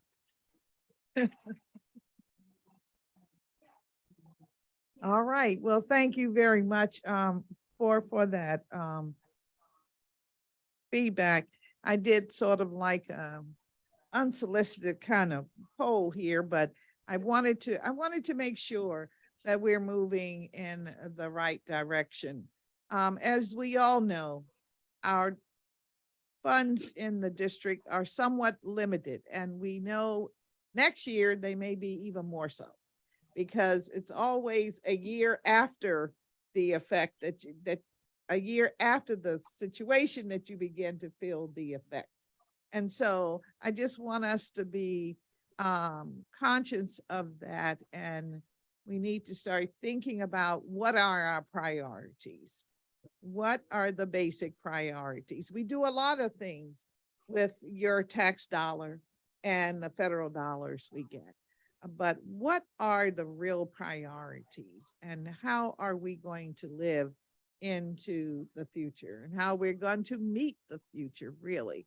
And so, you know, I'm going outside of the boundaries, because we're to talk a lot about the dollars that are contained in the mayor's budget, but I'm also going outside of the line, because I think the preservation of us is the road to the preservation of the District of Columbia. So that's that's where we are. And it's so important to hear from you on these matters. Transportation, food are tantamount. And then the opportunity to have assistance so that you not only stay mobile, but when you're not so mobile, to have the assistance and to meet some of your needs with just growing older and having more experiences with this life. So want to make sure that Ms. Hines, who's going to come up now, understands where we are. As she says that we're to live boldly. Well, we're going to live boldly. So thank you very much to the panel. All right. Okay. We're now going to turn to Councilmember Fruman. He may have a few questions or statements that he wants to make before Ms. Hines comes. Thank you very much, Chairperson Bronze. I'll be brief. It's so great to see this panel. What a lineup of long-term advocates on behalf of the District of Columbia and our seniors, but even, much broader than that. Ron, it has been a while since I've seen you last, but I'm more used to seeing you as an advocate for children, and I just love it to see you here as an advocate for seniors. I assume you find yourself in the middle also of the public safety discussion that's going on, and thank you for your service in all of those capacities, including during your professional life and your leadership of the Black police officers. Really, thank you for everything that you've done. Claudia, you're ubiquitous. I missed your testimony, so I'm loath to ask you any questions because you probably testified about them, but rest assured, trying to do what we can to ensure adequate compensation for our long-term care workers. It's a tricky budget, but a high priority. And thank you for everything that you do. Mike Silverstein, relentless as an advocate. Thank you for everything that you do. The one question that I have will go to you, Ms. Quattlebaum. I don't know whether you testified about transportation issues or Friendship Place, Friendship Terrace, I'm sorry. Friendship Terrace, obviously, a Ward 3 institution, really, really important to the ward and the community that I live in. And I know that you've had a project that you're thinking about around Friendship Terrace, and I wonder where that stands, whether there's anything that's proving to be an impediment to that, and if there's anything that I can do to help on that, because this is a place that has very successfully housed a number of seniors, tends to be at lower income seniors, and really has delivered a good for the community with your leadership. And where does that stand today? Can you speak to that? Of course, and so good to see you again in your support of Friendship Terrace and Ward 3 older adults and visiting Friendship Terrace. We really appreciated that. So I would say that we are moving along, just so that the panel knows, Friendship Terrace is an independent living community that Seabury owns in Tinleytown, Upper Northwest Washington. And we are going through a refinancing that will also include now providing subsidy for all of our 180 units for our older adult residents, as well as a significant renovation. So we have worked hard on this with HUD as well as the DC Housing Authority. And I would say that we are looking to close in June. So it's around the corner.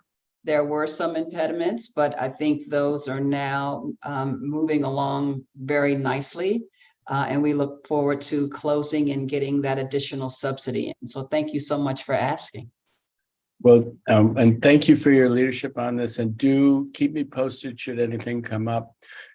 The thing about one of the things that comes up around the subsidy and voucher program is it is a lifesaver for many, many people. And then there are some people who then they might get through the voucher program if they were just in an apartment building. But Friendship Terrace is sort of a perfect answer to that, because the services that you provide at Friendship Terrace are excellent. And so it's the complete package. And and I hope the city will want to do everything they can to support you in that Thank you effort. so much. I really appreciate that. Let me just check one thing to see if I have any other questions.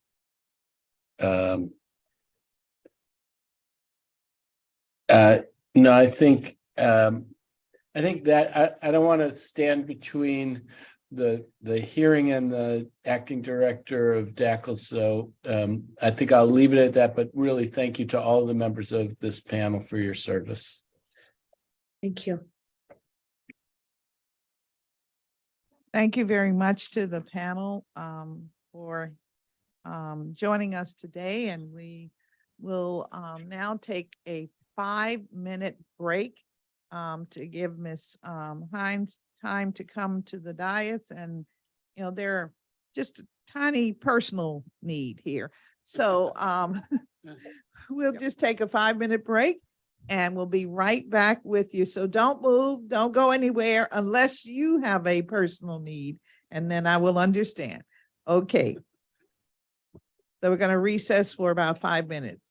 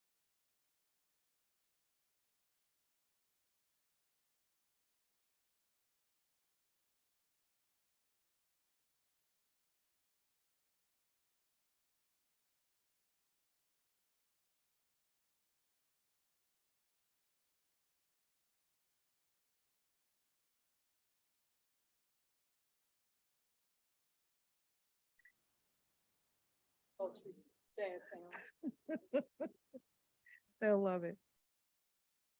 All right.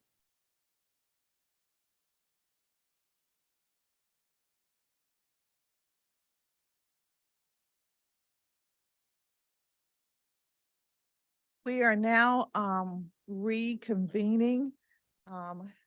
And thank you very much. I do have an announcement following the DACL, or the Department on Aging and Community Living. We will move immediately to the Office of the Secretary.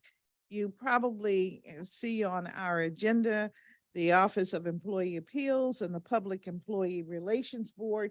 We are going to move those two agencies. Well, they don't have any public witnesses, so we're going to move the government representatives and also the Office of the City Administrator to another day. As you know, during the budget season, we are each given a time slot, and our time slot ends at 3 today. So it's going to necessitate us moving, but that's okay, because you have been here and you are still here and you're going to continue to be here. And that's the way it should be all across America, and especially here in the District of Columbia. So thank you very much for being here, because I think from today's discussion thus far, it's been very clear that we need to prioritize how we're using whatever the dollars and cents are in order to meet the needs of our more maturing population. I have to remember to say that, because when I try to tell my mother, who is 100, that, you know, I'm dealing with senior citizens, she's like, "You're a senior too." And I'm like, "Yes, I am, thank goodness." So I have to remember that. And so many want to be recognized as, you know, aging in place, and that's what we are. And I see I've been joined on the dais by Council Member Fruman, because I'm sure he wants to hear this testimony and he has some statements to make too. So thank you very, very much for that. And he is a member of our committee, another maturing individual, so I must say. So this is all good for us. So we will now hear from Acting Director Hines, and I'll ask you and your team if you will raise your right hand so we can swear you in. Do you swear and affirm that your testimony and any statements that you make before us today to be truthful and complete? Yes. All right, thank you so much. And Ms. Hines, you can proceed with your statement. Good afternoon, Chairperson Bonds, members of the Committee on Executive Administration and Labor, committee staff, and members of the community. My name is Sharon P.W. Hines, and I'm the Acting Director of the Department of Aging and Community Living, affectionately known as DACL or DACL. Today, I am pleased to testify on behalf of Mayor Muriel Bowser on the fiscal year 2024 budget for the agency. With me today are Garrett King, DACL's Chief of Staff, and Jacob Wong, DACL's Chief Operating Officer. I have submitted a full written testimony for the record and for today's hearing. I would like to take a moment to highlight the mayor's commitment to our seniors in the FY24 Fair Shot budget. First, thank you, Mayor Bowser, Team DACL, and the seniors in DC, all of our grantees and partners, the public witnesses, our senior wellness centers, commissions, and advisory boards. Last year, Mayor Bowser made significant investments for older Washingtonians, and in FY24, she's continuing to build upon legacy initiatives. Madam Chair, just last month, I shared that the mayor's signature program, Safe at Home, has helped make more than 5,500 households safer through the installation of safety adaptations, such as grab bars, hand railings, stair lifts, and bathtub cutouts. In FY24, The mayor is investing an additional $1 million in the program, and DACL will be increasing the income eligibility cap from 80% area median income to 100% median family income. This will raise the eligibility threshold from $79,700 for an individual to $99,600, and from $91,050 to $113,850 for a household of two. DACL expects to complete an additional 200 projects with these additional funds, bringing the anticipated total for FY24 to more than 1,150 projects. Madam Chair, during last month's performance oversight hearing, I shared that through Future of Aging, we heard over and over that transportation is the lifeline connecting older adults to multiple avenues that help them thrive. In FY23, the mayor made a $1 million investment in transportation access for seniors, giving DACL the opportunity to expand the Connector Card program.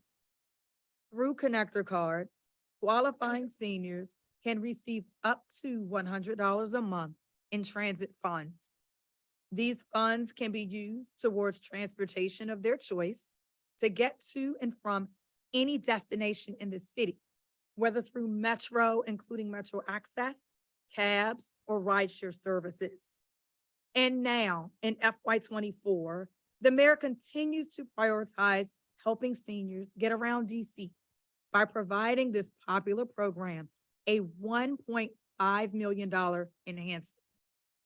With this investment, DACL expects to be able to add 500 participants to the program, bringing the total to 2,500 seniors.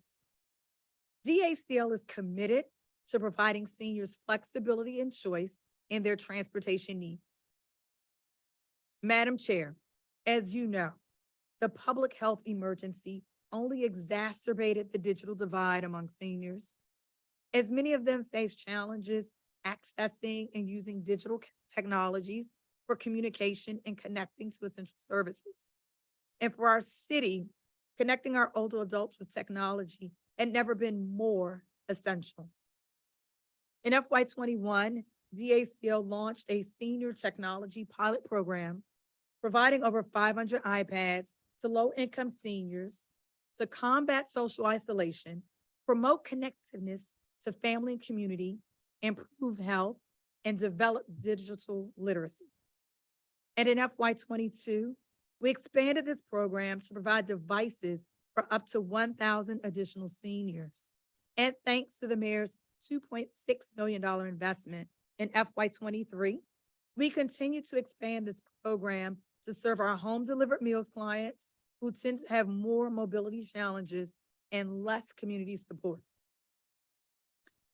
In FY24, the mayor will continue to invest in this historic program, providing an enhancement of $340,500 to distribute more iPads.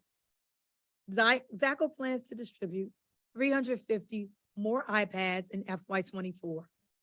By providing additional iPads, we will connect more seniors to social activities, health and wellness, and educational opportunities. Last month, Madam Chair, I shared that one of our top priorities for seniors in the district is combating senior food insecurity.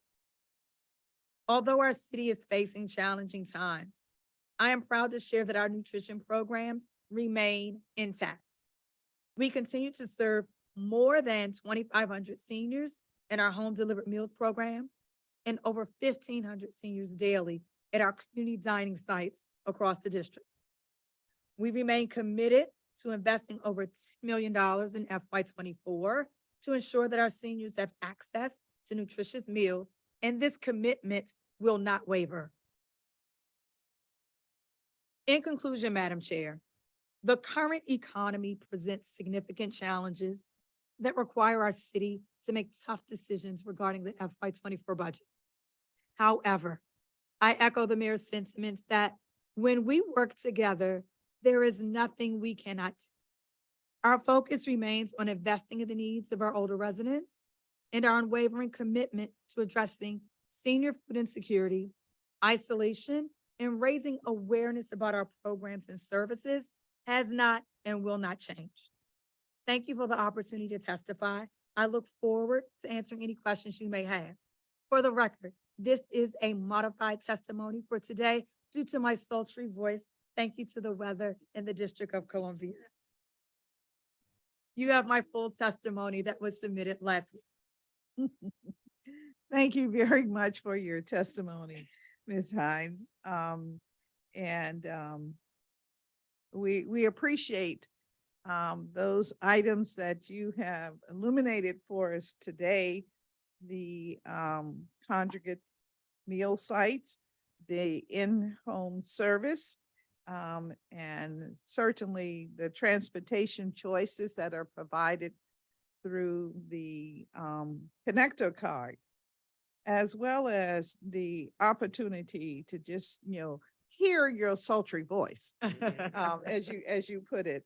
But I think today you've heard from many of our witnesses that while they appreciate the services that you have articulated tremendously, there is a tremendous need for putting more emphasis on some of the details that will help the community continue to live boldly, as you call it. So we'll be examining those issues with you. Okay.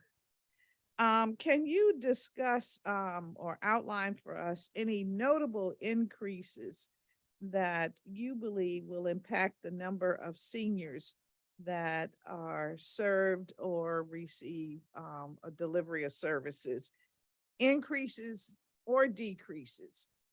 How do you see this FY24 budget really changing things within your department? Thank you for that question, Councilmember Bonds.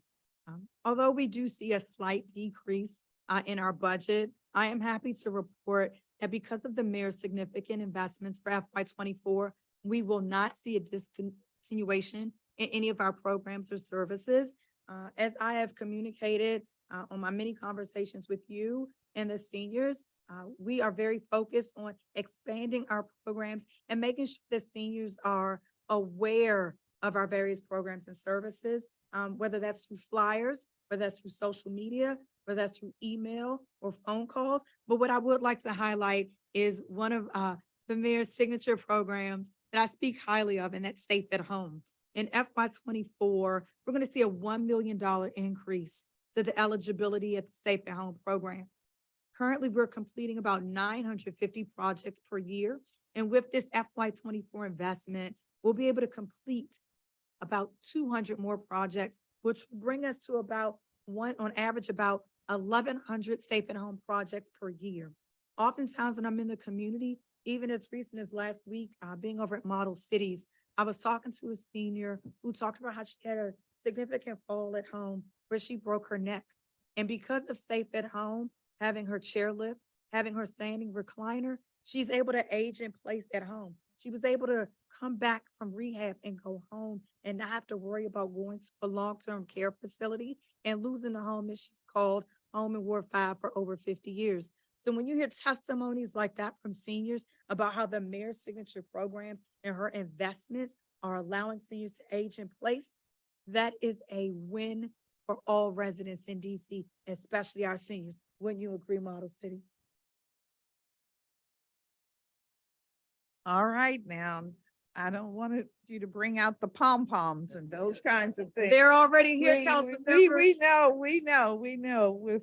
When you say Model Cities, they have dances and everything else that they can produce for us. And so, it sounds like they are ready.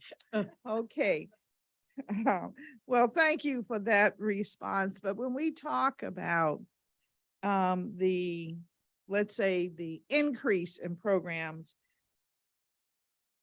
one of the things that you mentioned, which was the iPads. And you mentioned that we're gonna add another 1,000. That's the proposal in the budget. That brings it to 4,000. So by the end of FY 23, which we're currently in, of course, we would have distributed just shy of 2,000 iPads. One point of clarification to know, our iPads, as I've stated on performance oversight, our iPad program was initially designed to be distributed to our home delivered meal seniors, because those are the seniors that are experiencing the most mobility challenges and more than likely are not able to get out to community dining sites. While I've been on my DACL worldwide tour out in the community across all 8 wards, I've heard, I would like an iPad. How do I get an iPad? My first question is always, are you in our home delivered meals program? 5 out of 10. It depends on what that response is. And so, of course, I brought that to your attention, especially the mayor's attention, about if we could see more investment into the purchasing more iPads. And so for FY 24, we do see we're going to receive $340,000, which will purchase additional 350 iPads. Keeping in mind with the purchase of the iPads, it is the cost involves actual purchase of the iPad and our 12-month service contract. So if there are any technical glitches or support that seniors need, that'll be covered in the process. I'll ask my COO if he wants to add on any more related to iPads. All right, I guess what I'm looking at and somewhat struggling up here is, the need for technology is throughout the community, and particularly when we think about our senior community in wards 5, 7, and 8, where service disruption does happen on a regular basis. So I'm just wondering, how do we really reach the population that needs it? I appreciate that we are focused on those that receive in-home meals, but there are those who are trying to navigate the various avenues of the community every day. And I worry that they may be without the device, when if we could hook them up, it might make a big difference in their life as well. So just wondering, and it sounds like the cost is about a little less than $1,000 for the device and for the, I believe you said There's a 12-month service plan. Okay, service plan, only 12 months. So then after 12 months, if the cost of living continues to soar, we are facing a calamity when we stop and think about it, because we heard about the chair lifts. Chair lifts, they've been installed, beautiful, everyone loves them. Some don't work anymore because the cost of the battery. And then there's the cost of when the repair person comes to the home, they charge. So I'm just suggesting that we're trying to do wonderful things, but we've got to think beyond the 1-year approach, and we've got to think about how do we pay for this. And I speak with passion because we're talking about our own, our humans who are in our community, that have a right to continued life in our community, not only with dignity, but a life where we can augment their service that they have given long-term. And so how do we really do it? And it just leads me to think that maybe we need to look at the programs that we provide and maybe look at them anew. You've heard a lot of testimony today. You're going to hear more as you continue your world-class, worldwide tour. It just stands to reason that this is a great opportunity following the pandemic to revamp things so that they work for the citizens that we say we cherish. So that's kind of, I know I didn't mean to do a Magna Carta there. I just meant to really point out that we're at a point in our history where we really need to look at what works. Earlier, I tried to talk about conjugate meal sites and talk about it from the perspective, do we need more?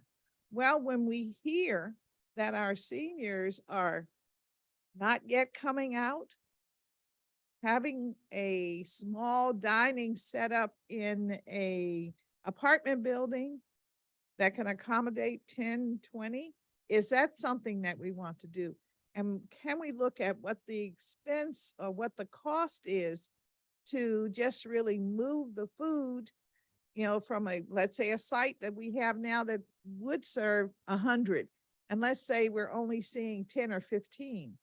How do we divest that site so that it goes to where the people live and we can still get the food out? I don't know what the cost is. I mean, this may be rocket science. I don't know, but we really need to start thinking about the people we're trying to reach, and more importantly, the people we must reach, because your agency is about saving lives.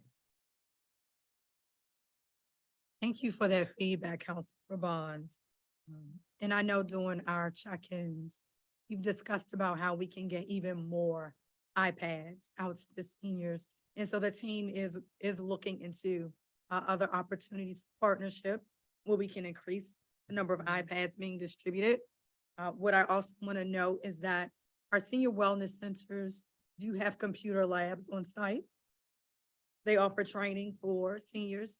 So if we find a senior who is waiting for an iPad, interested in an iPad, by being able to participate and attend their senior wellness centers, they have access to use of the computer labs. I've had an opportunity to observe some of those classes at Hetty Homes in Ward 4. And it was like standing room only. Seniors, some of them had an iPad. Some of them were getting more reacquainted with using a desktop with a laptop. And so I know that as the lead agency for our seniors, it's important for us to maximize our partnerships with our grantees through our lead agencies, and even bringing on additional partners where we see fit. So thank you for bringing the feedback to our attention, as you always do. Well, thank you. I wasn't trying to upset the apple cart by bringing more feedback. I'm just thinking, as from what I heard today, and from what I know and what I feel, look at me, okay? It's real clear that we might need to think anew about our models that we've had. That's all I'm suggesting. And that is not expected of you in 2 or 3 days to digest all of that. But it certainly is expected as we look to what is the planning for the future of this agency and the people that it serves. And I know you have several planning devices, one that is required by the federal government. I think next year your model is due again. So maybe what we are talking about is to galvanize all this input that we're receiving and think about. In fact, I made, just so you know, and I know this is not a hearing to hear from me, but I made a list of 14 different things that have been mentioned today. Information on services, that seems to be a big area that we need to figure out. How do we get it out there? Does it mean ads on buses and what have you? And then the navigators, what are they?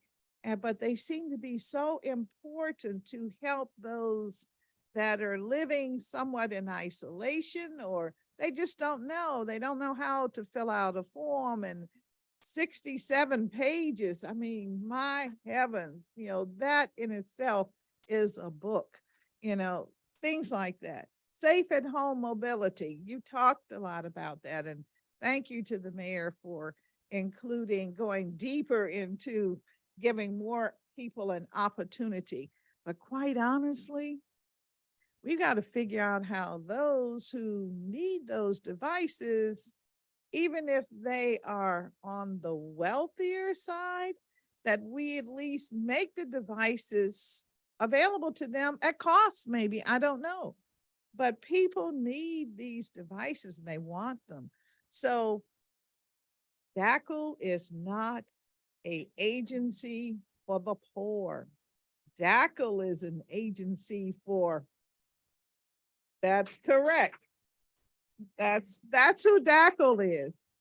And I mean, all of us are gonna get here if we are lucky. And so in our luck, we want to take advantage of it. Okay. And since some of you have titled me as the council member for seniors, I'm going to do it. Okay. I'm going to do it because it is so important. And you are so important and your advocacy is so important. But then I have something called the in-home peer support, which is similar, I guess, to the navigators that some have described. And then the villages, you know, we haven't talked a lot about the villages. I think Mr. Silverstein mentioned the DuPont village, but he didn't talk much about it. But it very much has the programs such as the in-home peer support that Iona House has. So it's those kinds of services that we know people need. We know that. And then transportation, that is a big area. We know that the connector card does not adequately work because 10 trips a month is nothing. You guys are moving around every day. How many days are in a month? So we got to think about that, you know, and how you use your resources. We don't want you to spend all your money trying to move around, especially when you don't have money, but we want you to have those necessities that are important to you. And then the money management program, which is really benefiting many who are just not able to keep it together as they once were able to. And then of course, our interaction with the health services. They are very, very important. And that leads me to the EP waiver. And how is that being used? I can't imagine anyone feeling comfortable having applied and then being told that they just don't qualify for that assistance. So we have to look at that. And of course, technology access and the utilization of it. Then I have dining and nutrition conjugate. Then is the in-home. And how do we get more people eating? How do we really get more people eating? That seems to be a part of this dining and nutrition piece. And when we talk about getting more people eating, maybe we are also kind of too many meals being delivered, you know, maybe too many. I don't know the answer, but in some instances, I have heard that is and can be the case. So, and someone mentioned something which I thought was extremely interesting. They said, we need this agency to do more oversight of the programs. We at the council pass a lot of legislation, and the expectation is that the agencies, when they come before us, that they really are not just presenting numbers and dollars, numbers of participants and dollars, but that the program is working well and that we're servicing based on the intentions of the program.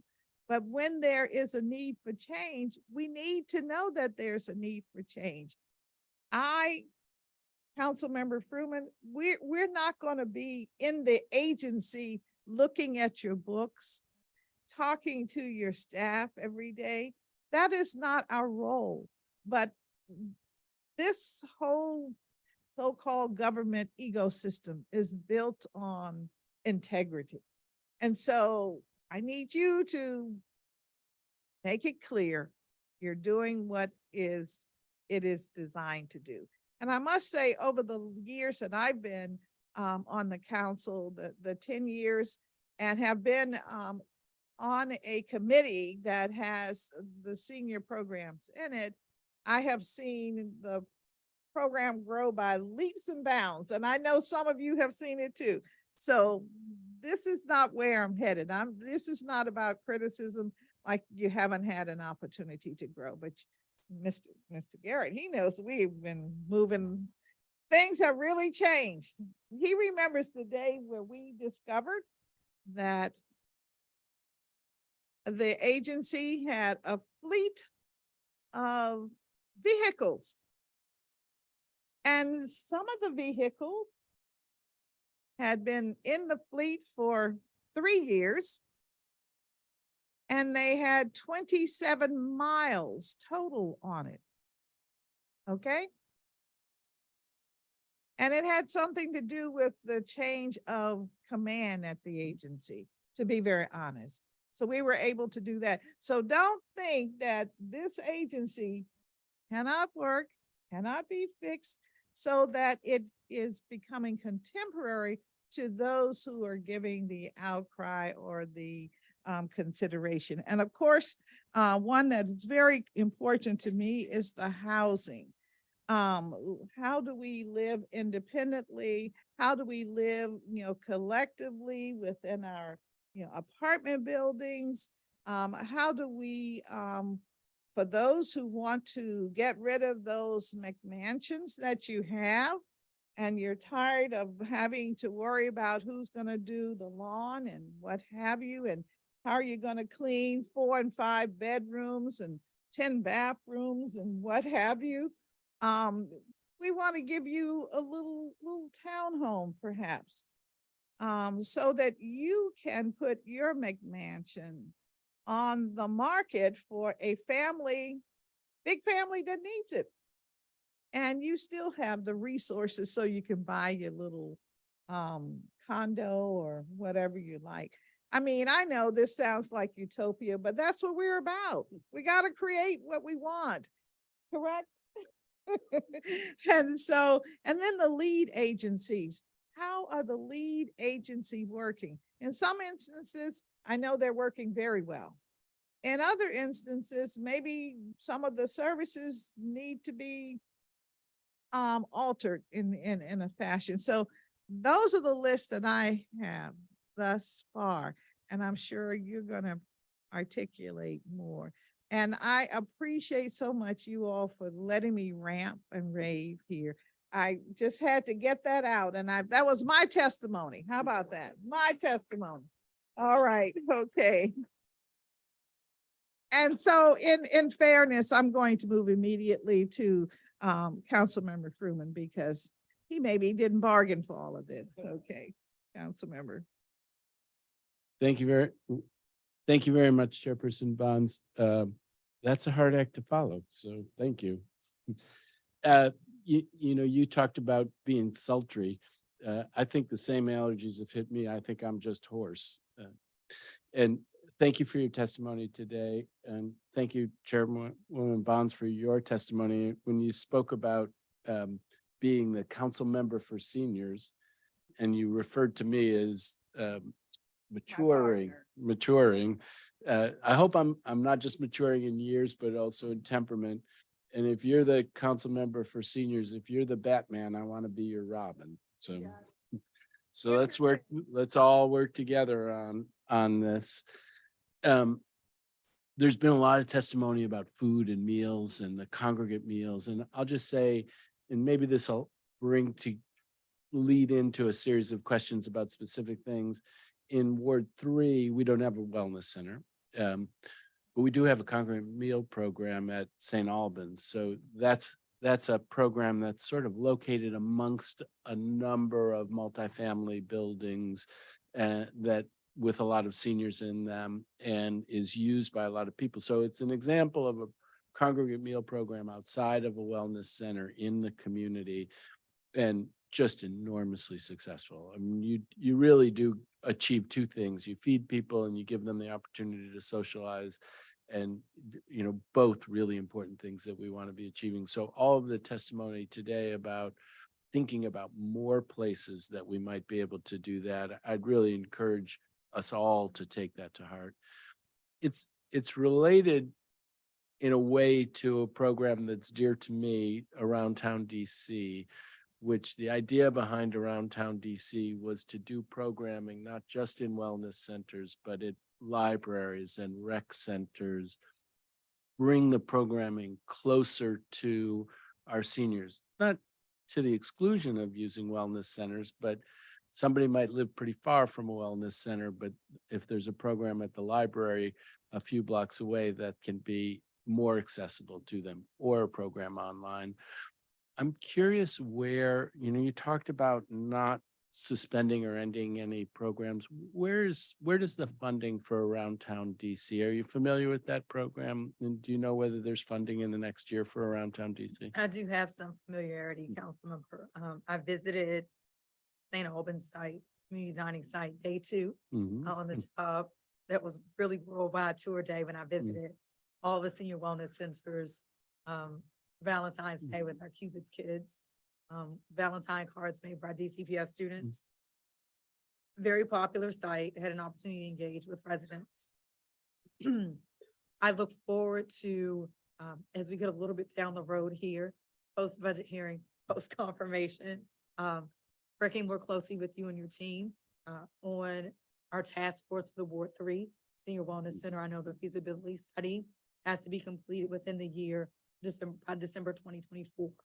So during that time, I look forward to gathering more feedback from residents that have interest in continuing their participation throughout Ward 3 and Ward 2. So, and that actually was another of the questions that I was going to ask about, is where are we at on that? And you're right, there's a deadline on us all on that. And so let's do work together on that. But there's 2 programs. There's the Around Town DC program that's done out of Iona that projects programs around the ward and into Ward 2 and does things online.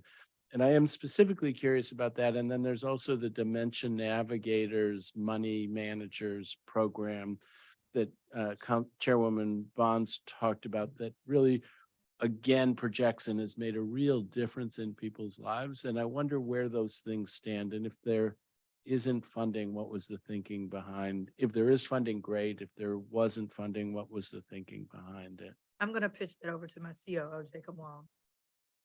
Thanks, Director.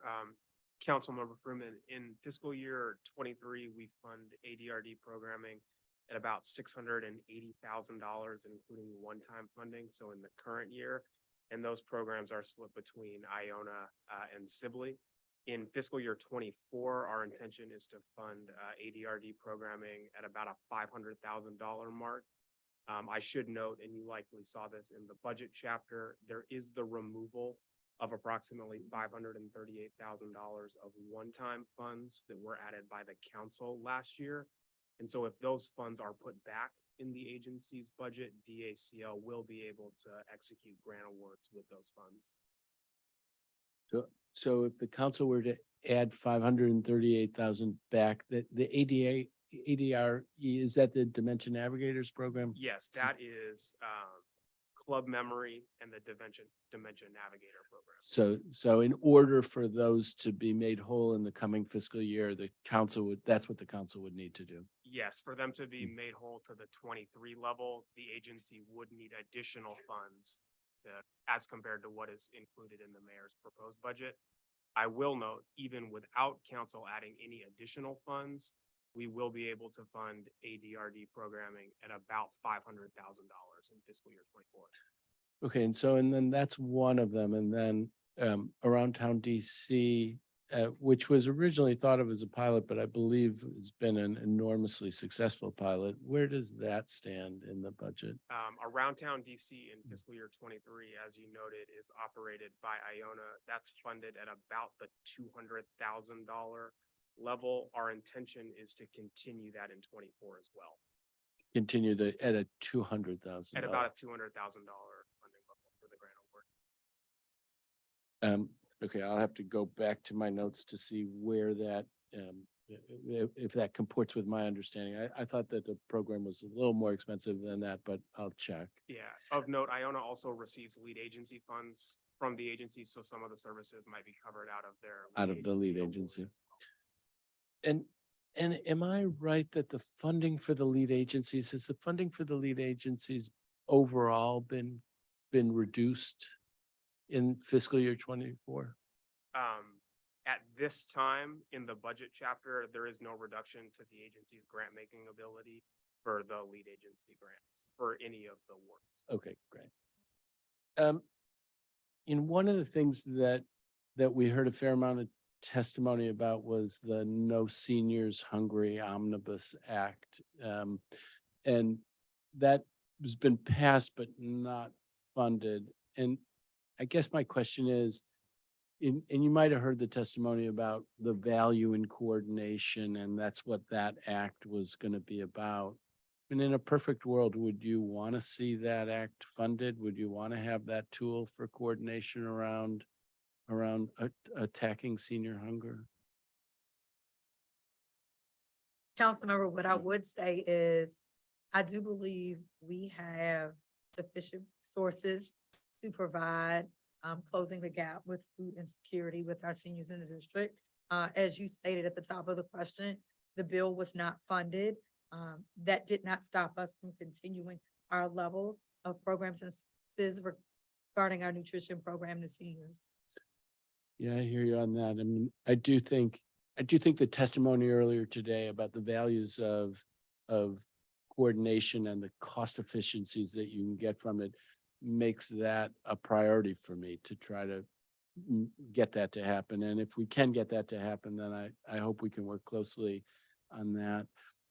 A different thing that's sort of related is there's a number of different initiatives that go to compensation for different kinds of care workers. And do you have the sense, and when you're working with all the different agencies and grantees, that we have as many nurses and as many social workers and as many direct care workers doing home health care as we need? Or do you think that we would be doing better if we could attract more people into those fields? Well, as you know, council member, the public health emergency put a significant strain on the healthcare system nationally, locally, throughout the region. Conversations I've had with Councilor Bonds around the critical need for home health aides. One of our grantees is our lead on that particular program on behalf of DACL.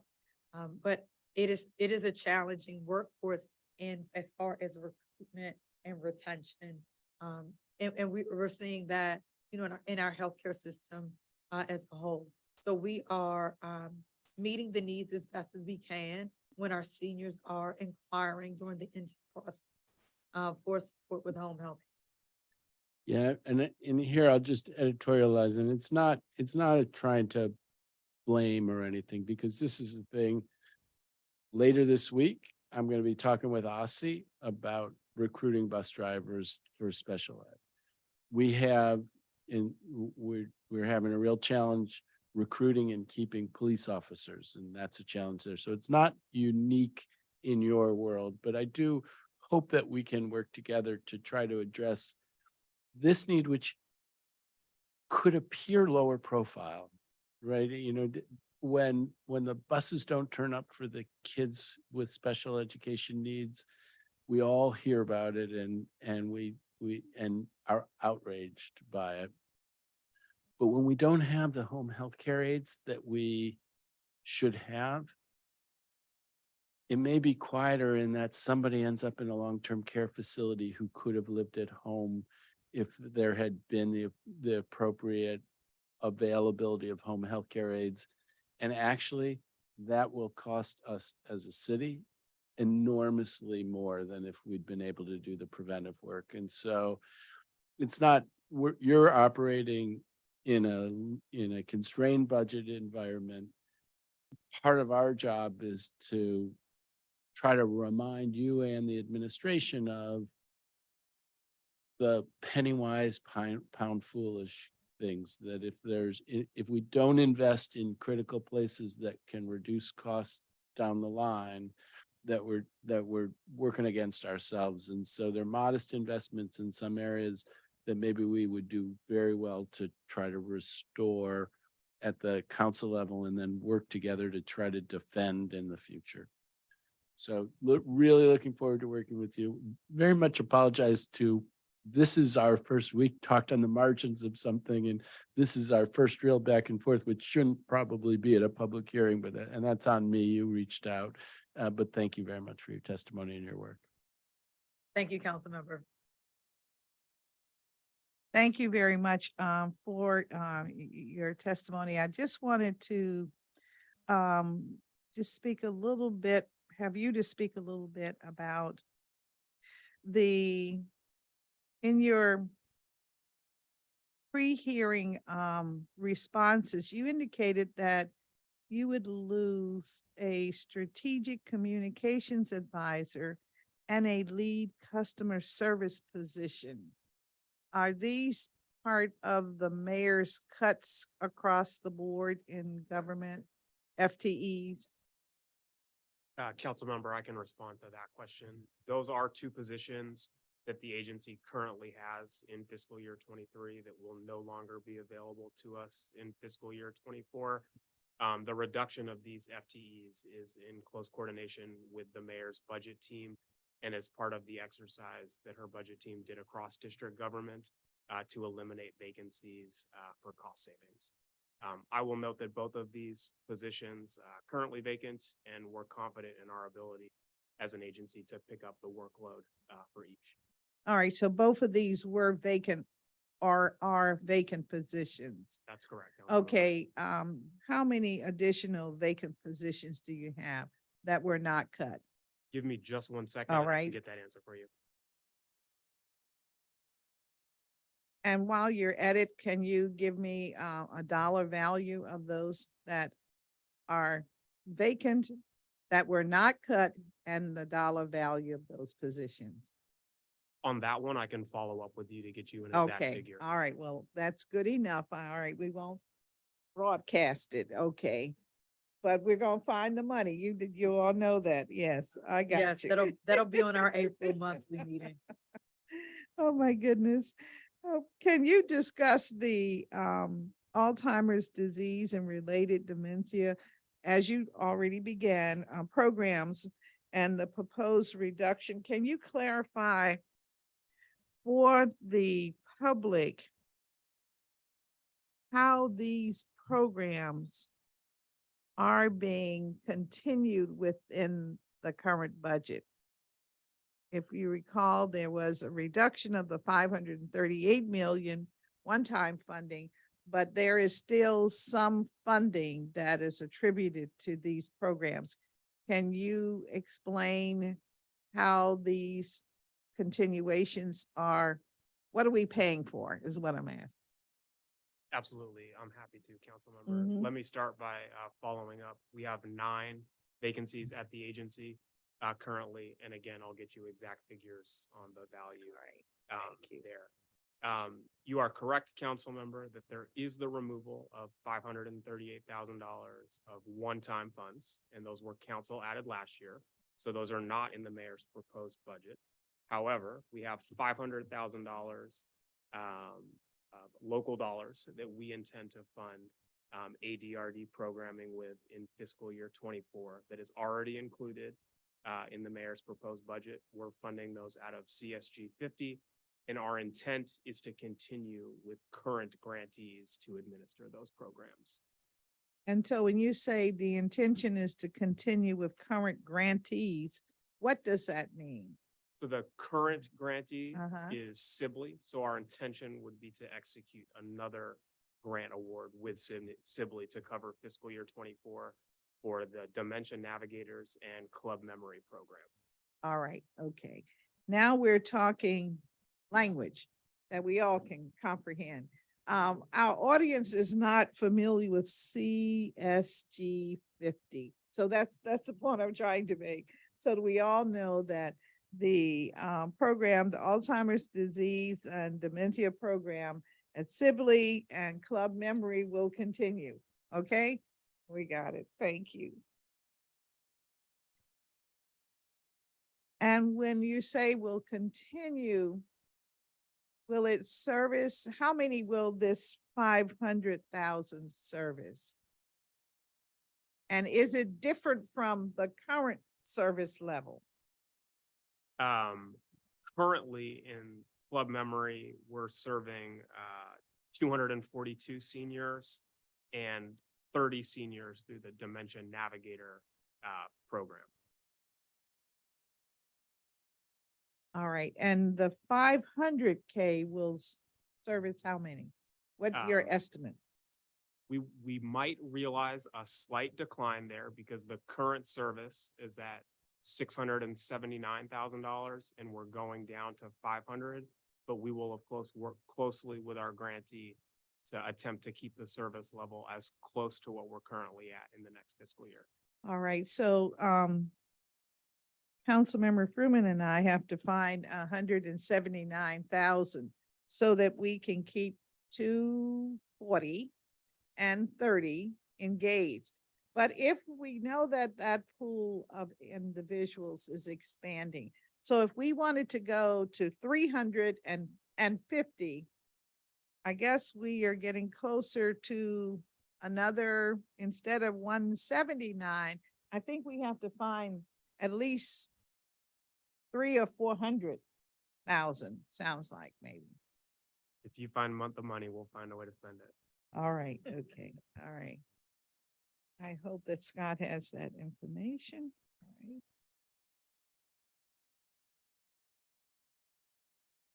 All right. In the attachment number 18 of your pre-hearing responses, you indicated a reduction of the one-time funds to Vita Senior Center.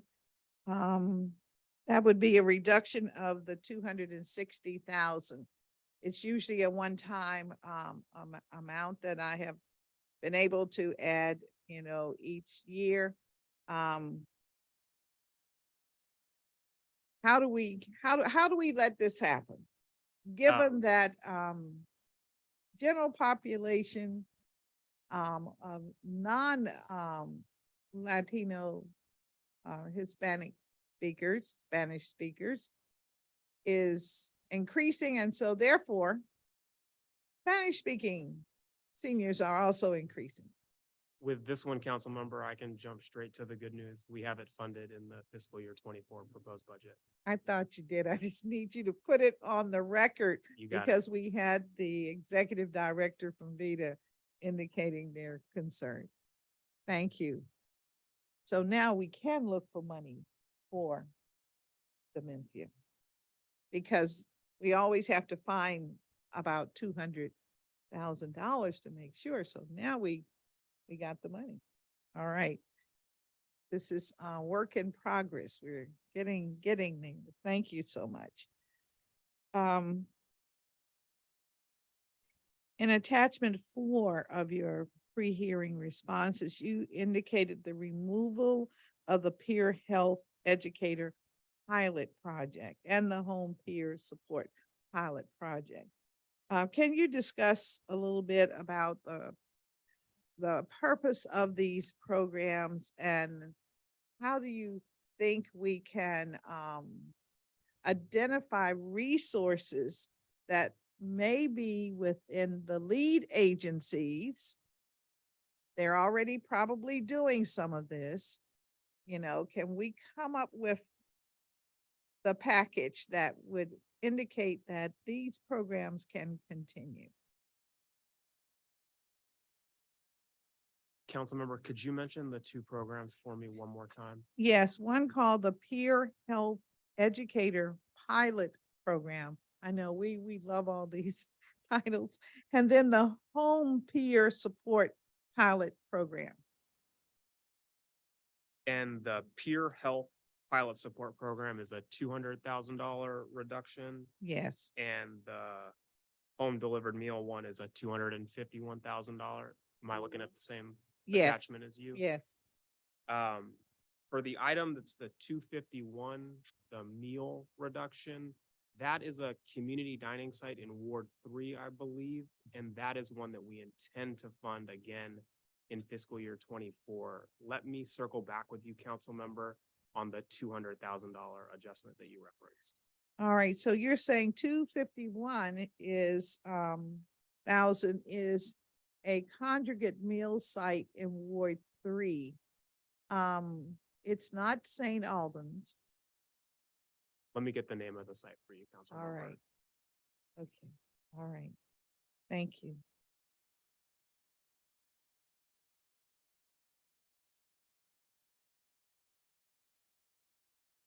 For the, on the wellness centers, can you give us an update on the expansions of the Congress Heights and the Model Cities, centers?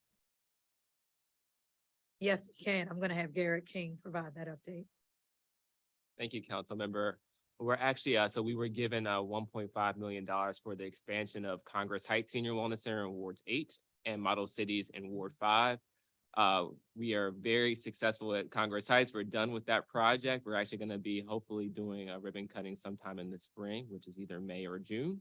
And Model Cities is almost going to be complete. I think they're going to be complete towards the end of either the spring or beginning of the fall.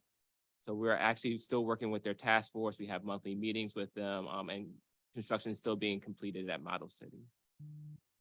All right, and did we make sure to pay attention to the restrooms and the stalls and the doors, space for people to utilize? The task force is on us. So yeah, Okay. for we. I we are, remember yes. that, yes. Thank you.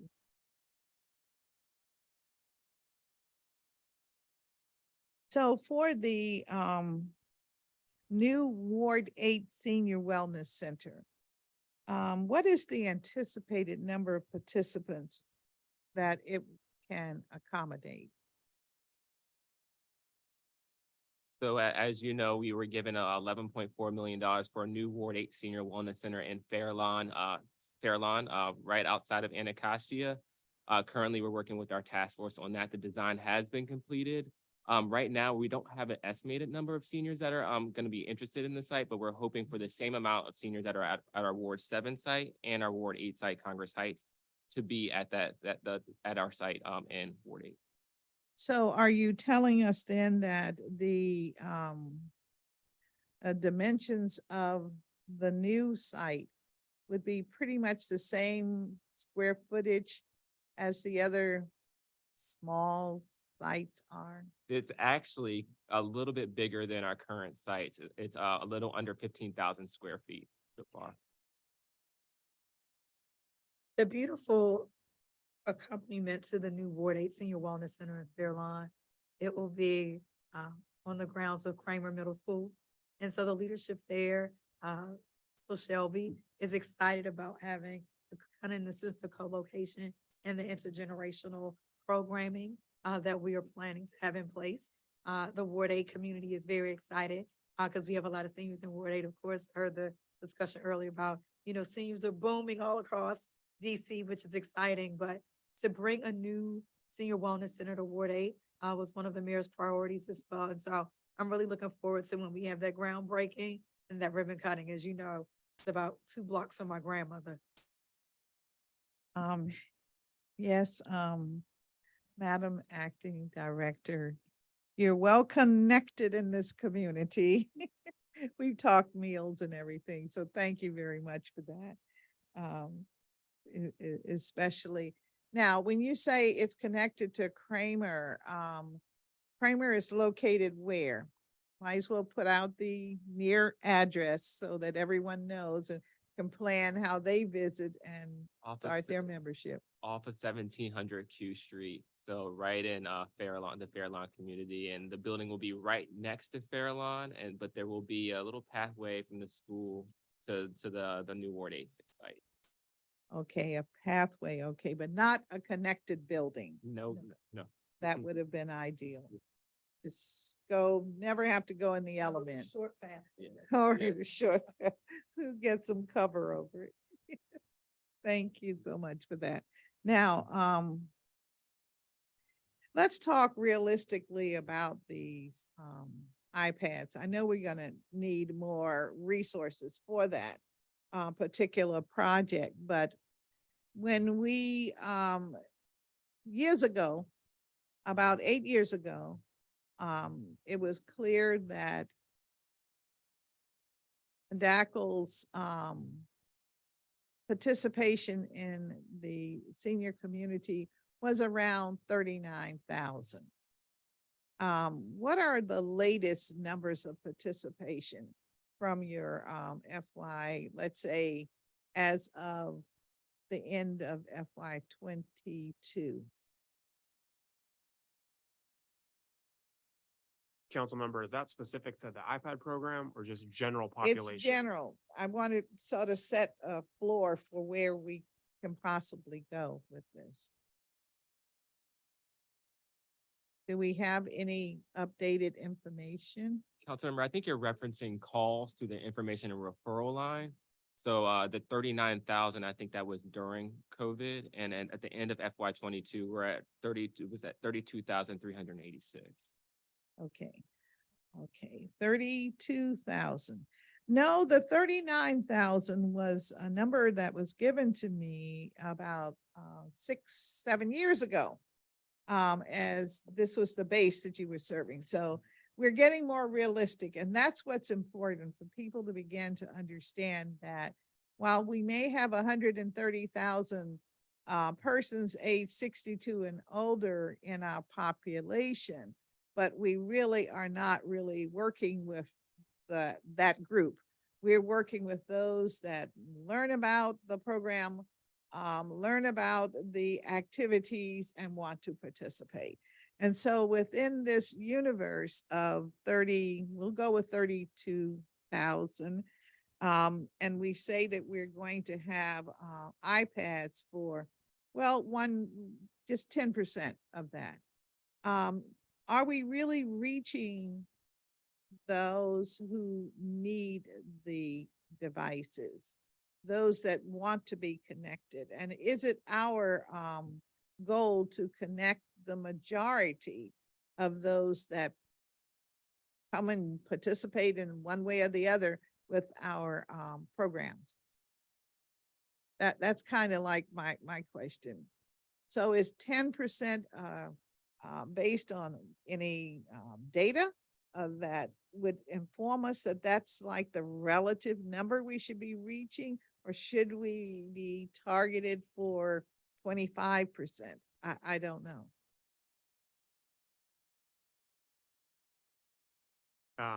Council member, I'll expand a little bit on what the director noted in her testimony. So our focus with the iPad program right now is home delivered meal clients. To your broader question about, do we want to serve more seniors and help connect more seniors to programming to combat social isolation and the like? The answer is undoubtedly yes. That said, there is a cost to each of these iPads that we work to get out in the community. So right now, focusing on the home delivered meal clients, with the enhancement that the mayor provided, we'll be able to get 350 more iPads out into the community early in fiscal year 2024. And that'll take us to over 2,000 iPads out into the community since the start of this program. All right. And is it the intention that of the of this total number of about 2,000, as you indicate, that you will include in, or you have included in your budget, the maintenance of this equipment for at least 2 years, ongoing training? What about replacement if need be? I'm just trying to understand, who are we really servicing? How many are we really reaching with the various programs that we have put afoot? And how do we keep them going? Because we want to keep our seniors going. All thoughtful feedback and questions from you. Of note, we do have a partner who provides training to the seniors. And so between performance oversight feedback up until today, one of the upgrades that WildTech has done It's, in addition to having online training, there's in-person training that takes place at several of our DC public libraries. And they've also started going to some of the senior buildings to provide their training on that.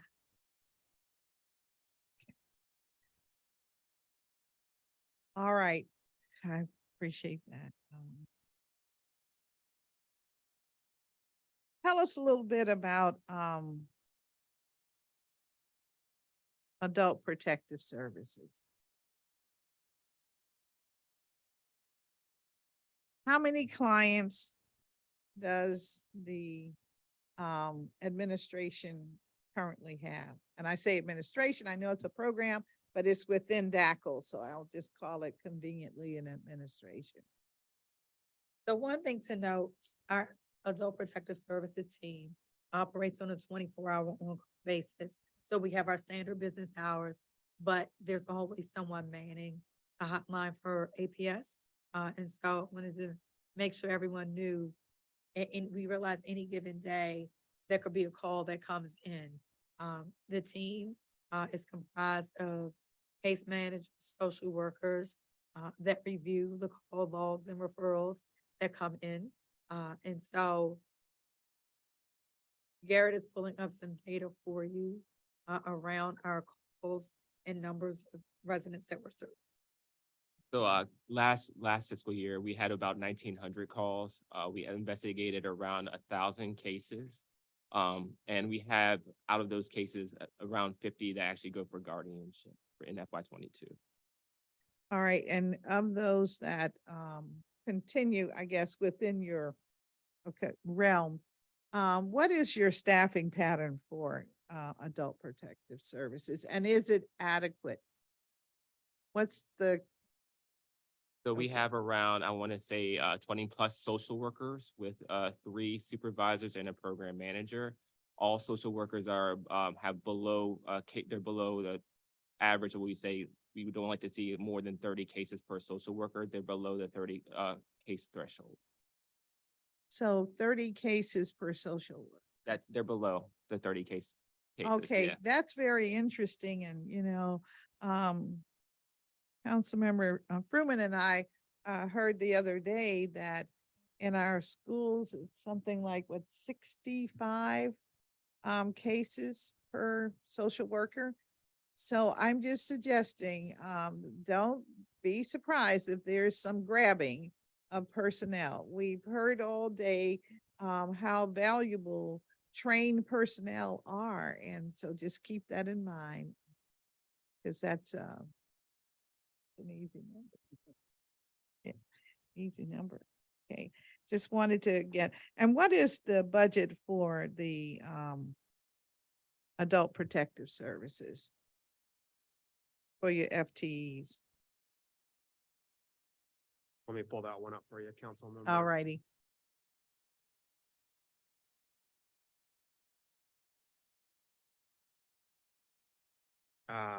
Councilmember, we fund the Adult Protective Services team out of the Home and Community-Based Support program in the budget book. The total budget for that program is $16.7 million, but please note that that also includes case management as well as some grant awards. So for the FTEs that Garrett mentioned, we can follow up and get you a specific number, but I will note it is funded at the same level as fiscal year 23 for fiscal year 24. All right, when you say funded at the same level,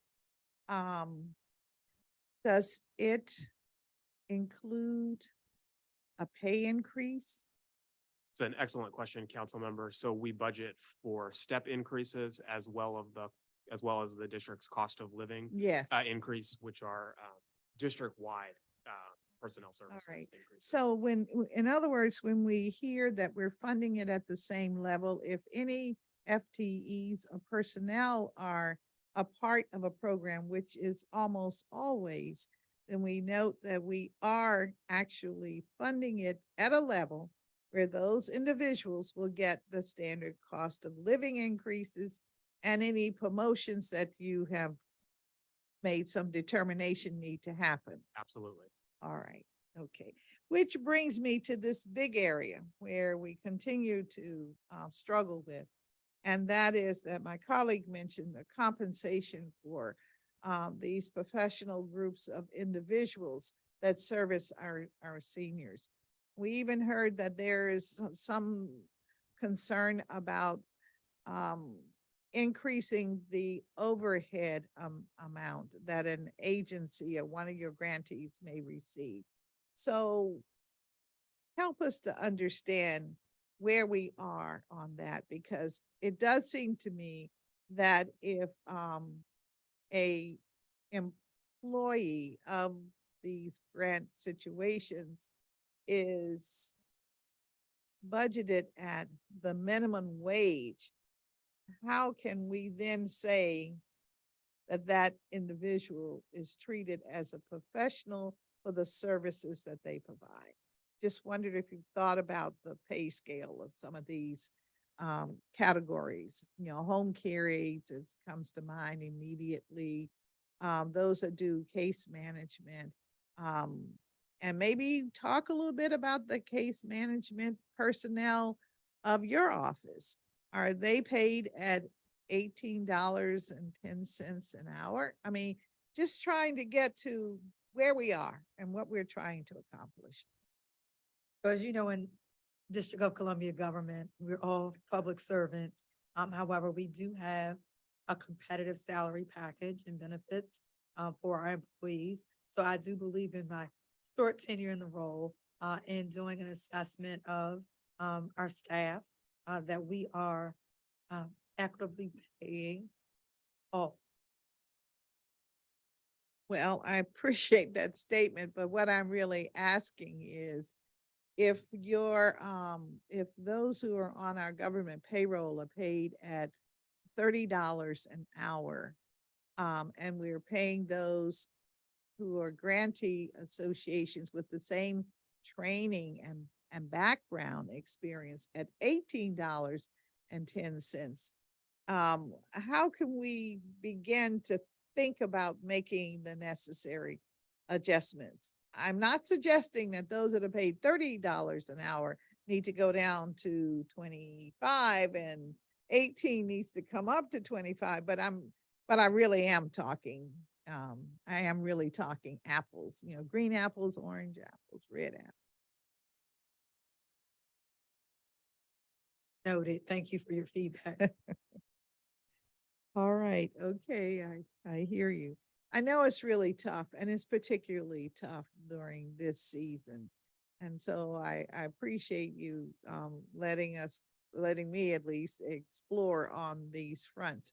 But these are real life situations that we're confronted with as we try to provide the services. You and I know that the advocacy community will say that they cannot find the critical personnel that they need in order to serve our seniors.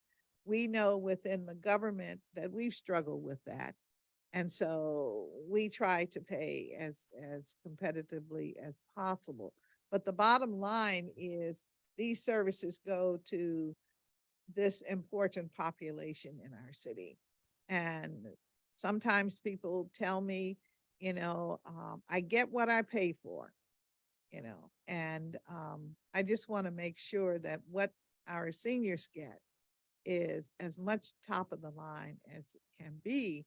And if the issue for service delivery is how much an individual is paid, then we may be in a real calamity here as we're thinking about how do we get the proper services to those that need it. So when looking at the budget, that's what I'm going to be looking at for sure. And how can I get what we need for those who need it the most? Now, have you all identified by your numbers, let's again use your 32,000, you said it's phone calls during COVID more than anything else? It was 32,000 through our information and referral line. Oh, okay, information and referral line.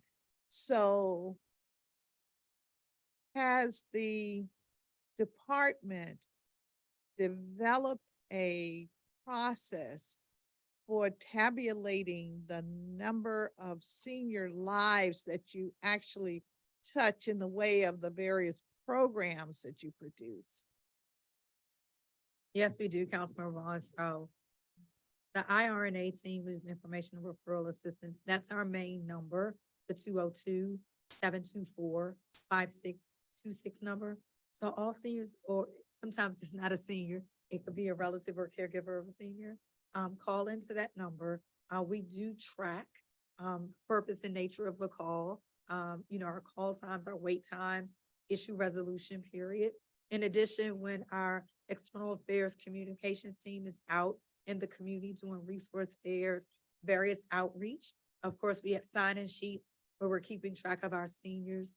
When we think about our APS team, our case management team, our community transition team that works with our seniors who are returning home from their long-term care facilities.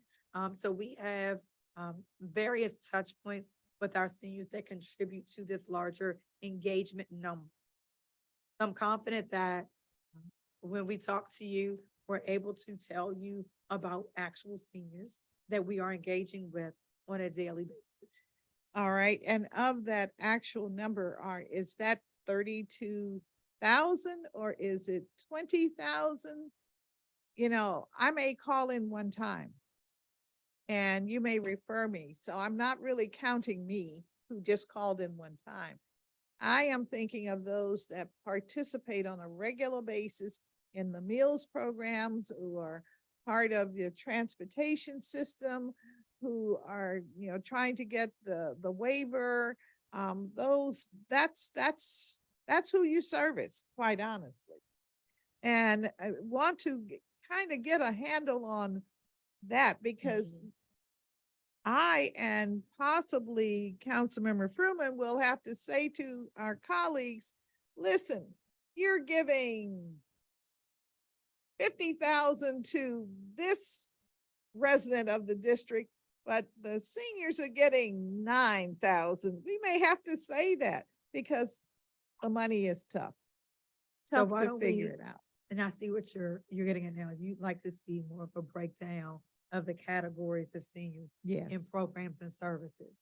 So why don't we put that on our April monthly check-in? Does that April work? will be fine, but we want to make sure that we check it in before we do the final on the Understood. budget. Yes. So I just wanted, I'm going to turn rather quickly now to Councilmember Fruman. He has a couple more questions and I just have one more. Councilmember. Well, I apologize if you just had one more. I have another thing at 2:00 that I'm supposed to go to. I'm going to be along the same theme that Chairwoman Bonds was talking about. I mean, on this, one of the things that we need to do is lift up investment in our seniors. And you hear a lot of conversation about compensation for the people who deliver the care. And we're in a very difficult environment. I have in mind a conversation that I had with the state superintendent of education around the bus issue. And she said that they came forward with raises for their people in order to attract more folks to do that important job.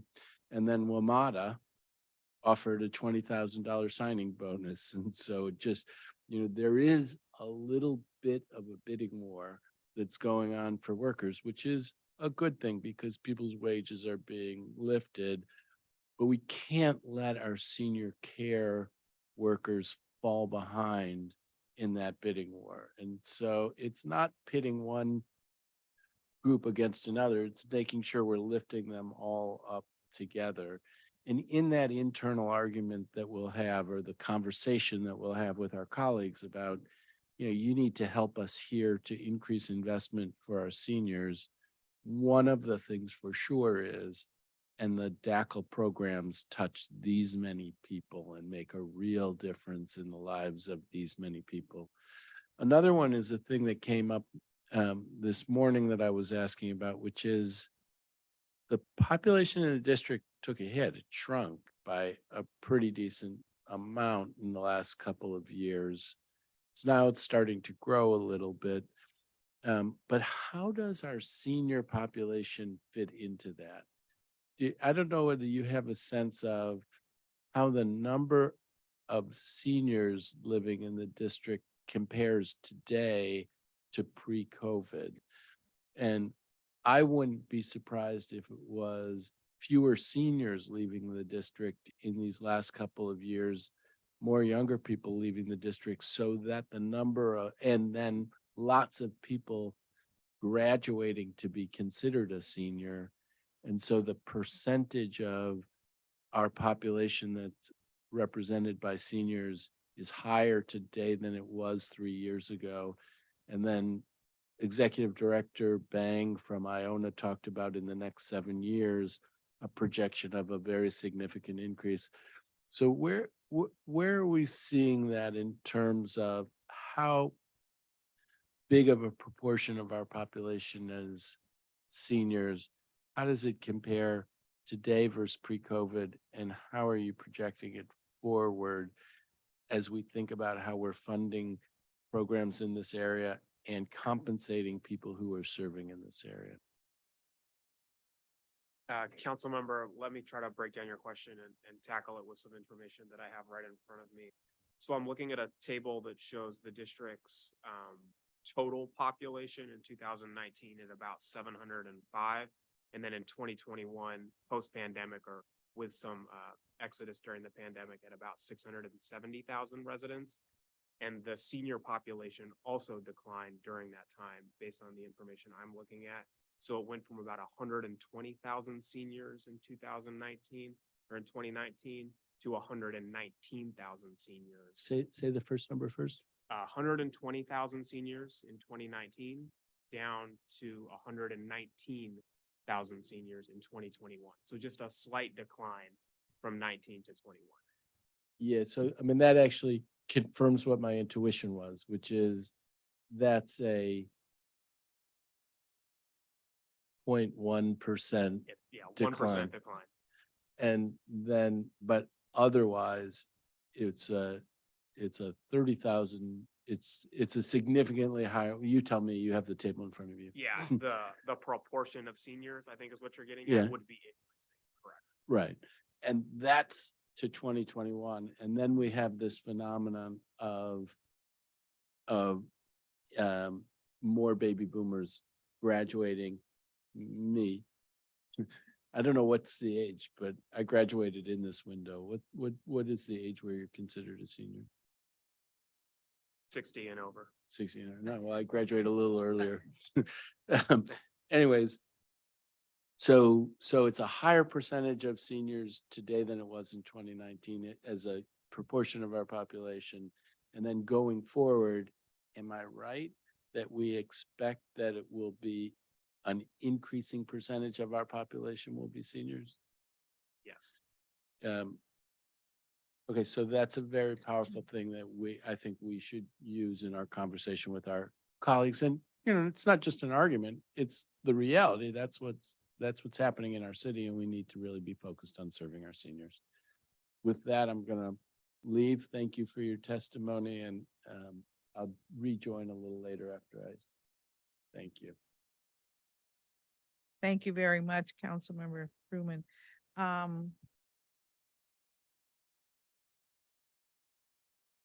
Are there educational programs and training that assist seniors to transition back into the workplace?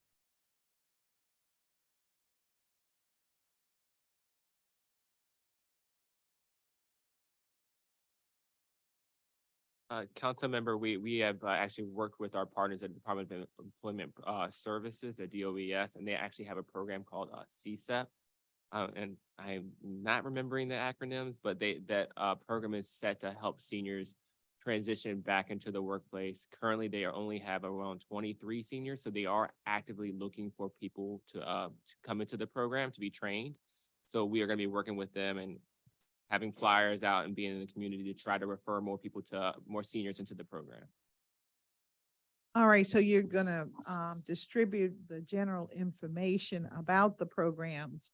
And then I would imagine there's a registration process Will you help navigate them in the event that it's maybe not 67 pages, but whatever the length of the application is, maybe 1 page? Yes, So- we will work on reducing that paper right. barrier for seniors.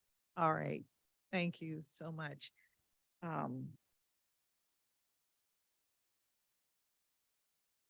I will examine DOES about this program a little later this month.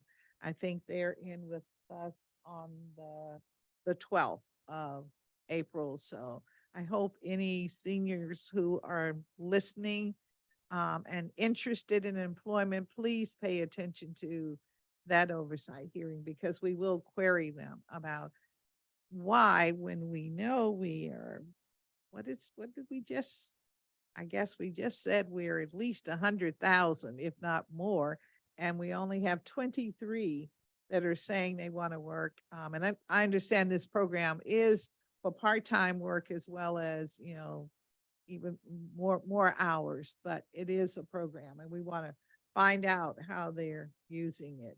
Councilmember, I just did want to give you the title. It's the Senior Community Service Employment Program, CSEP. Okay. Acronyms.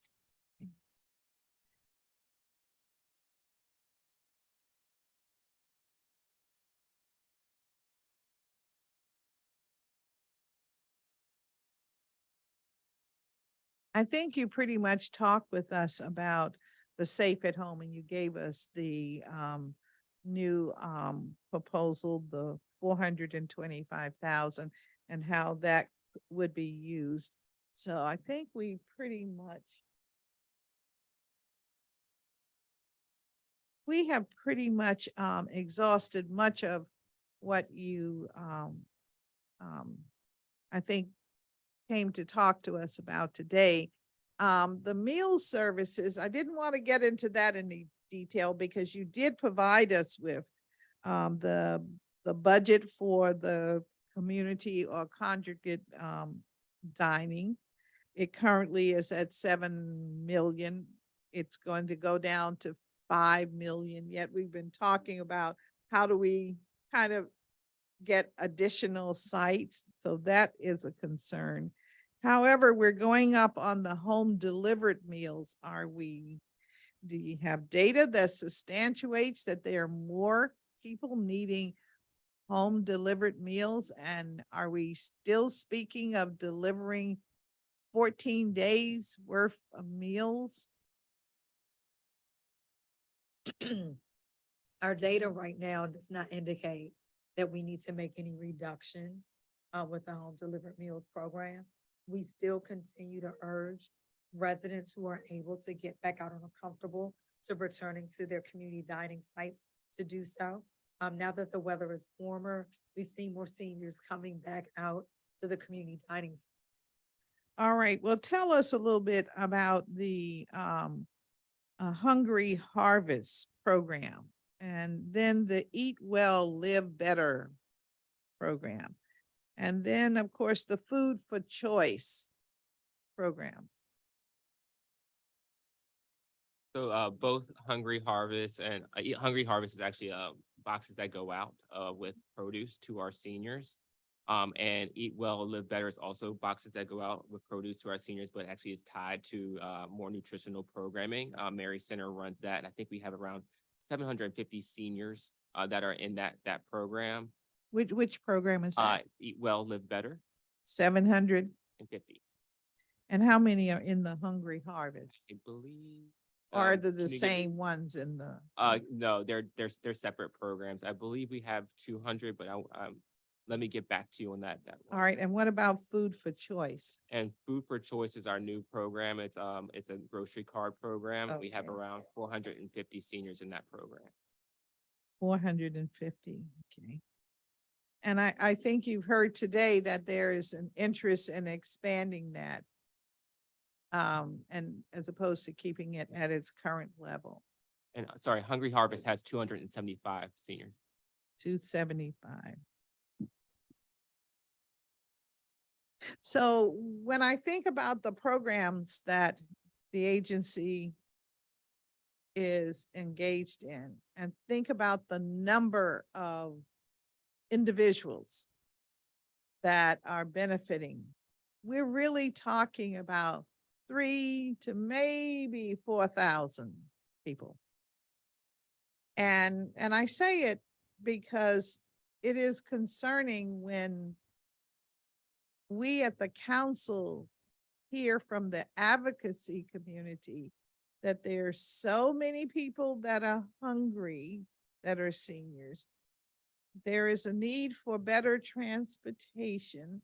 Now, many of the seniors are here today, those that are what we call, well, you know, back in the day, I heard something called the frail and the frisky.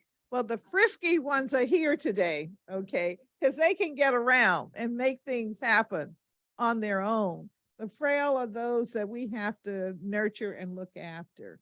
And so the friskies are saying transportation has got to be improved because we want to get around even more. So I understand that. So my question is, when we talk about serving this community, we're just at 4,000 maybe strong. So I'm wondering, have we got to get some data that helps us identify those that need help. And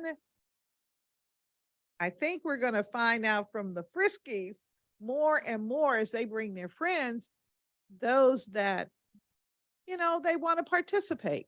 Because remember, we're not an agency for the poor. That is the government's first line of defense, to help the poor, to change that. But this agency is about servicing all of us as we grow older.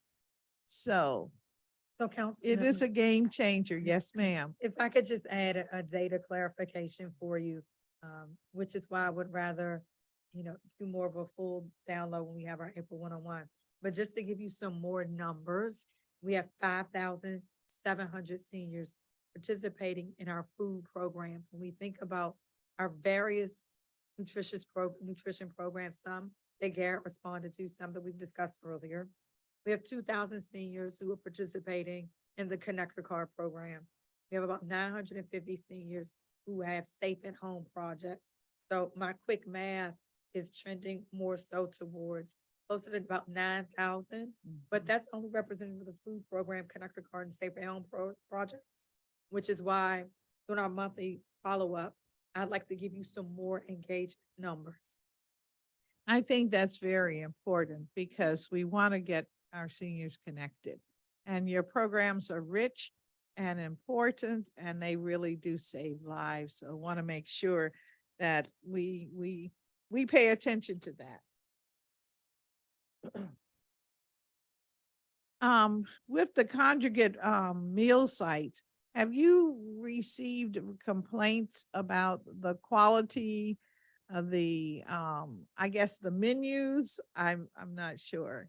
We've heard a few, as you can imagine, and I'm sure that can be attested to throughout the council. So first and foremost, we take feedback and concerns from our seniors very seriously.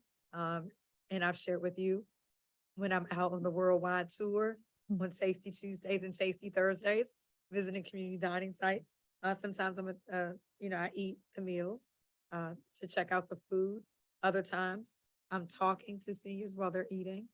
And so, yes, there have been some concerns that they've shared. And internally, we are working on those changes and necessary. All right. Well, thank you. That will help us. And of course, we applaud you for that.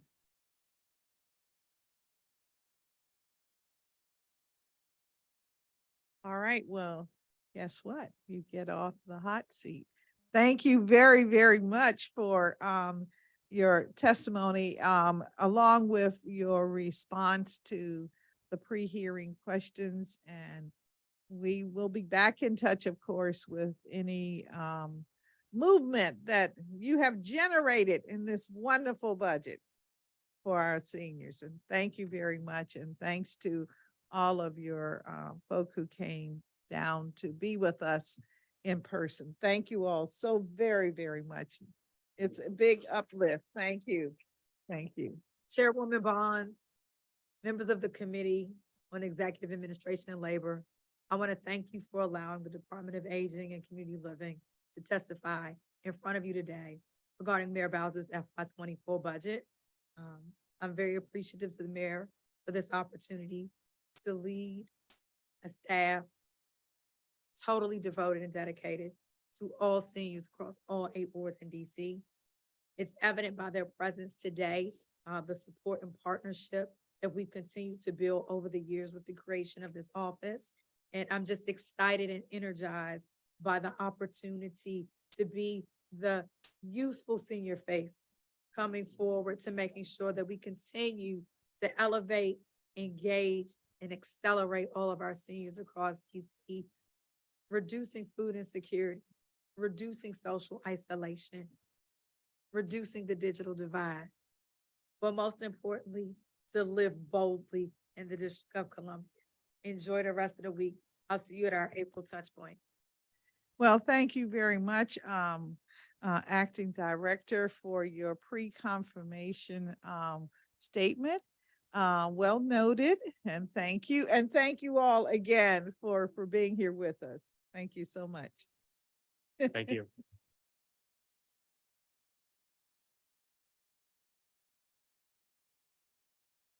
Oh, okay.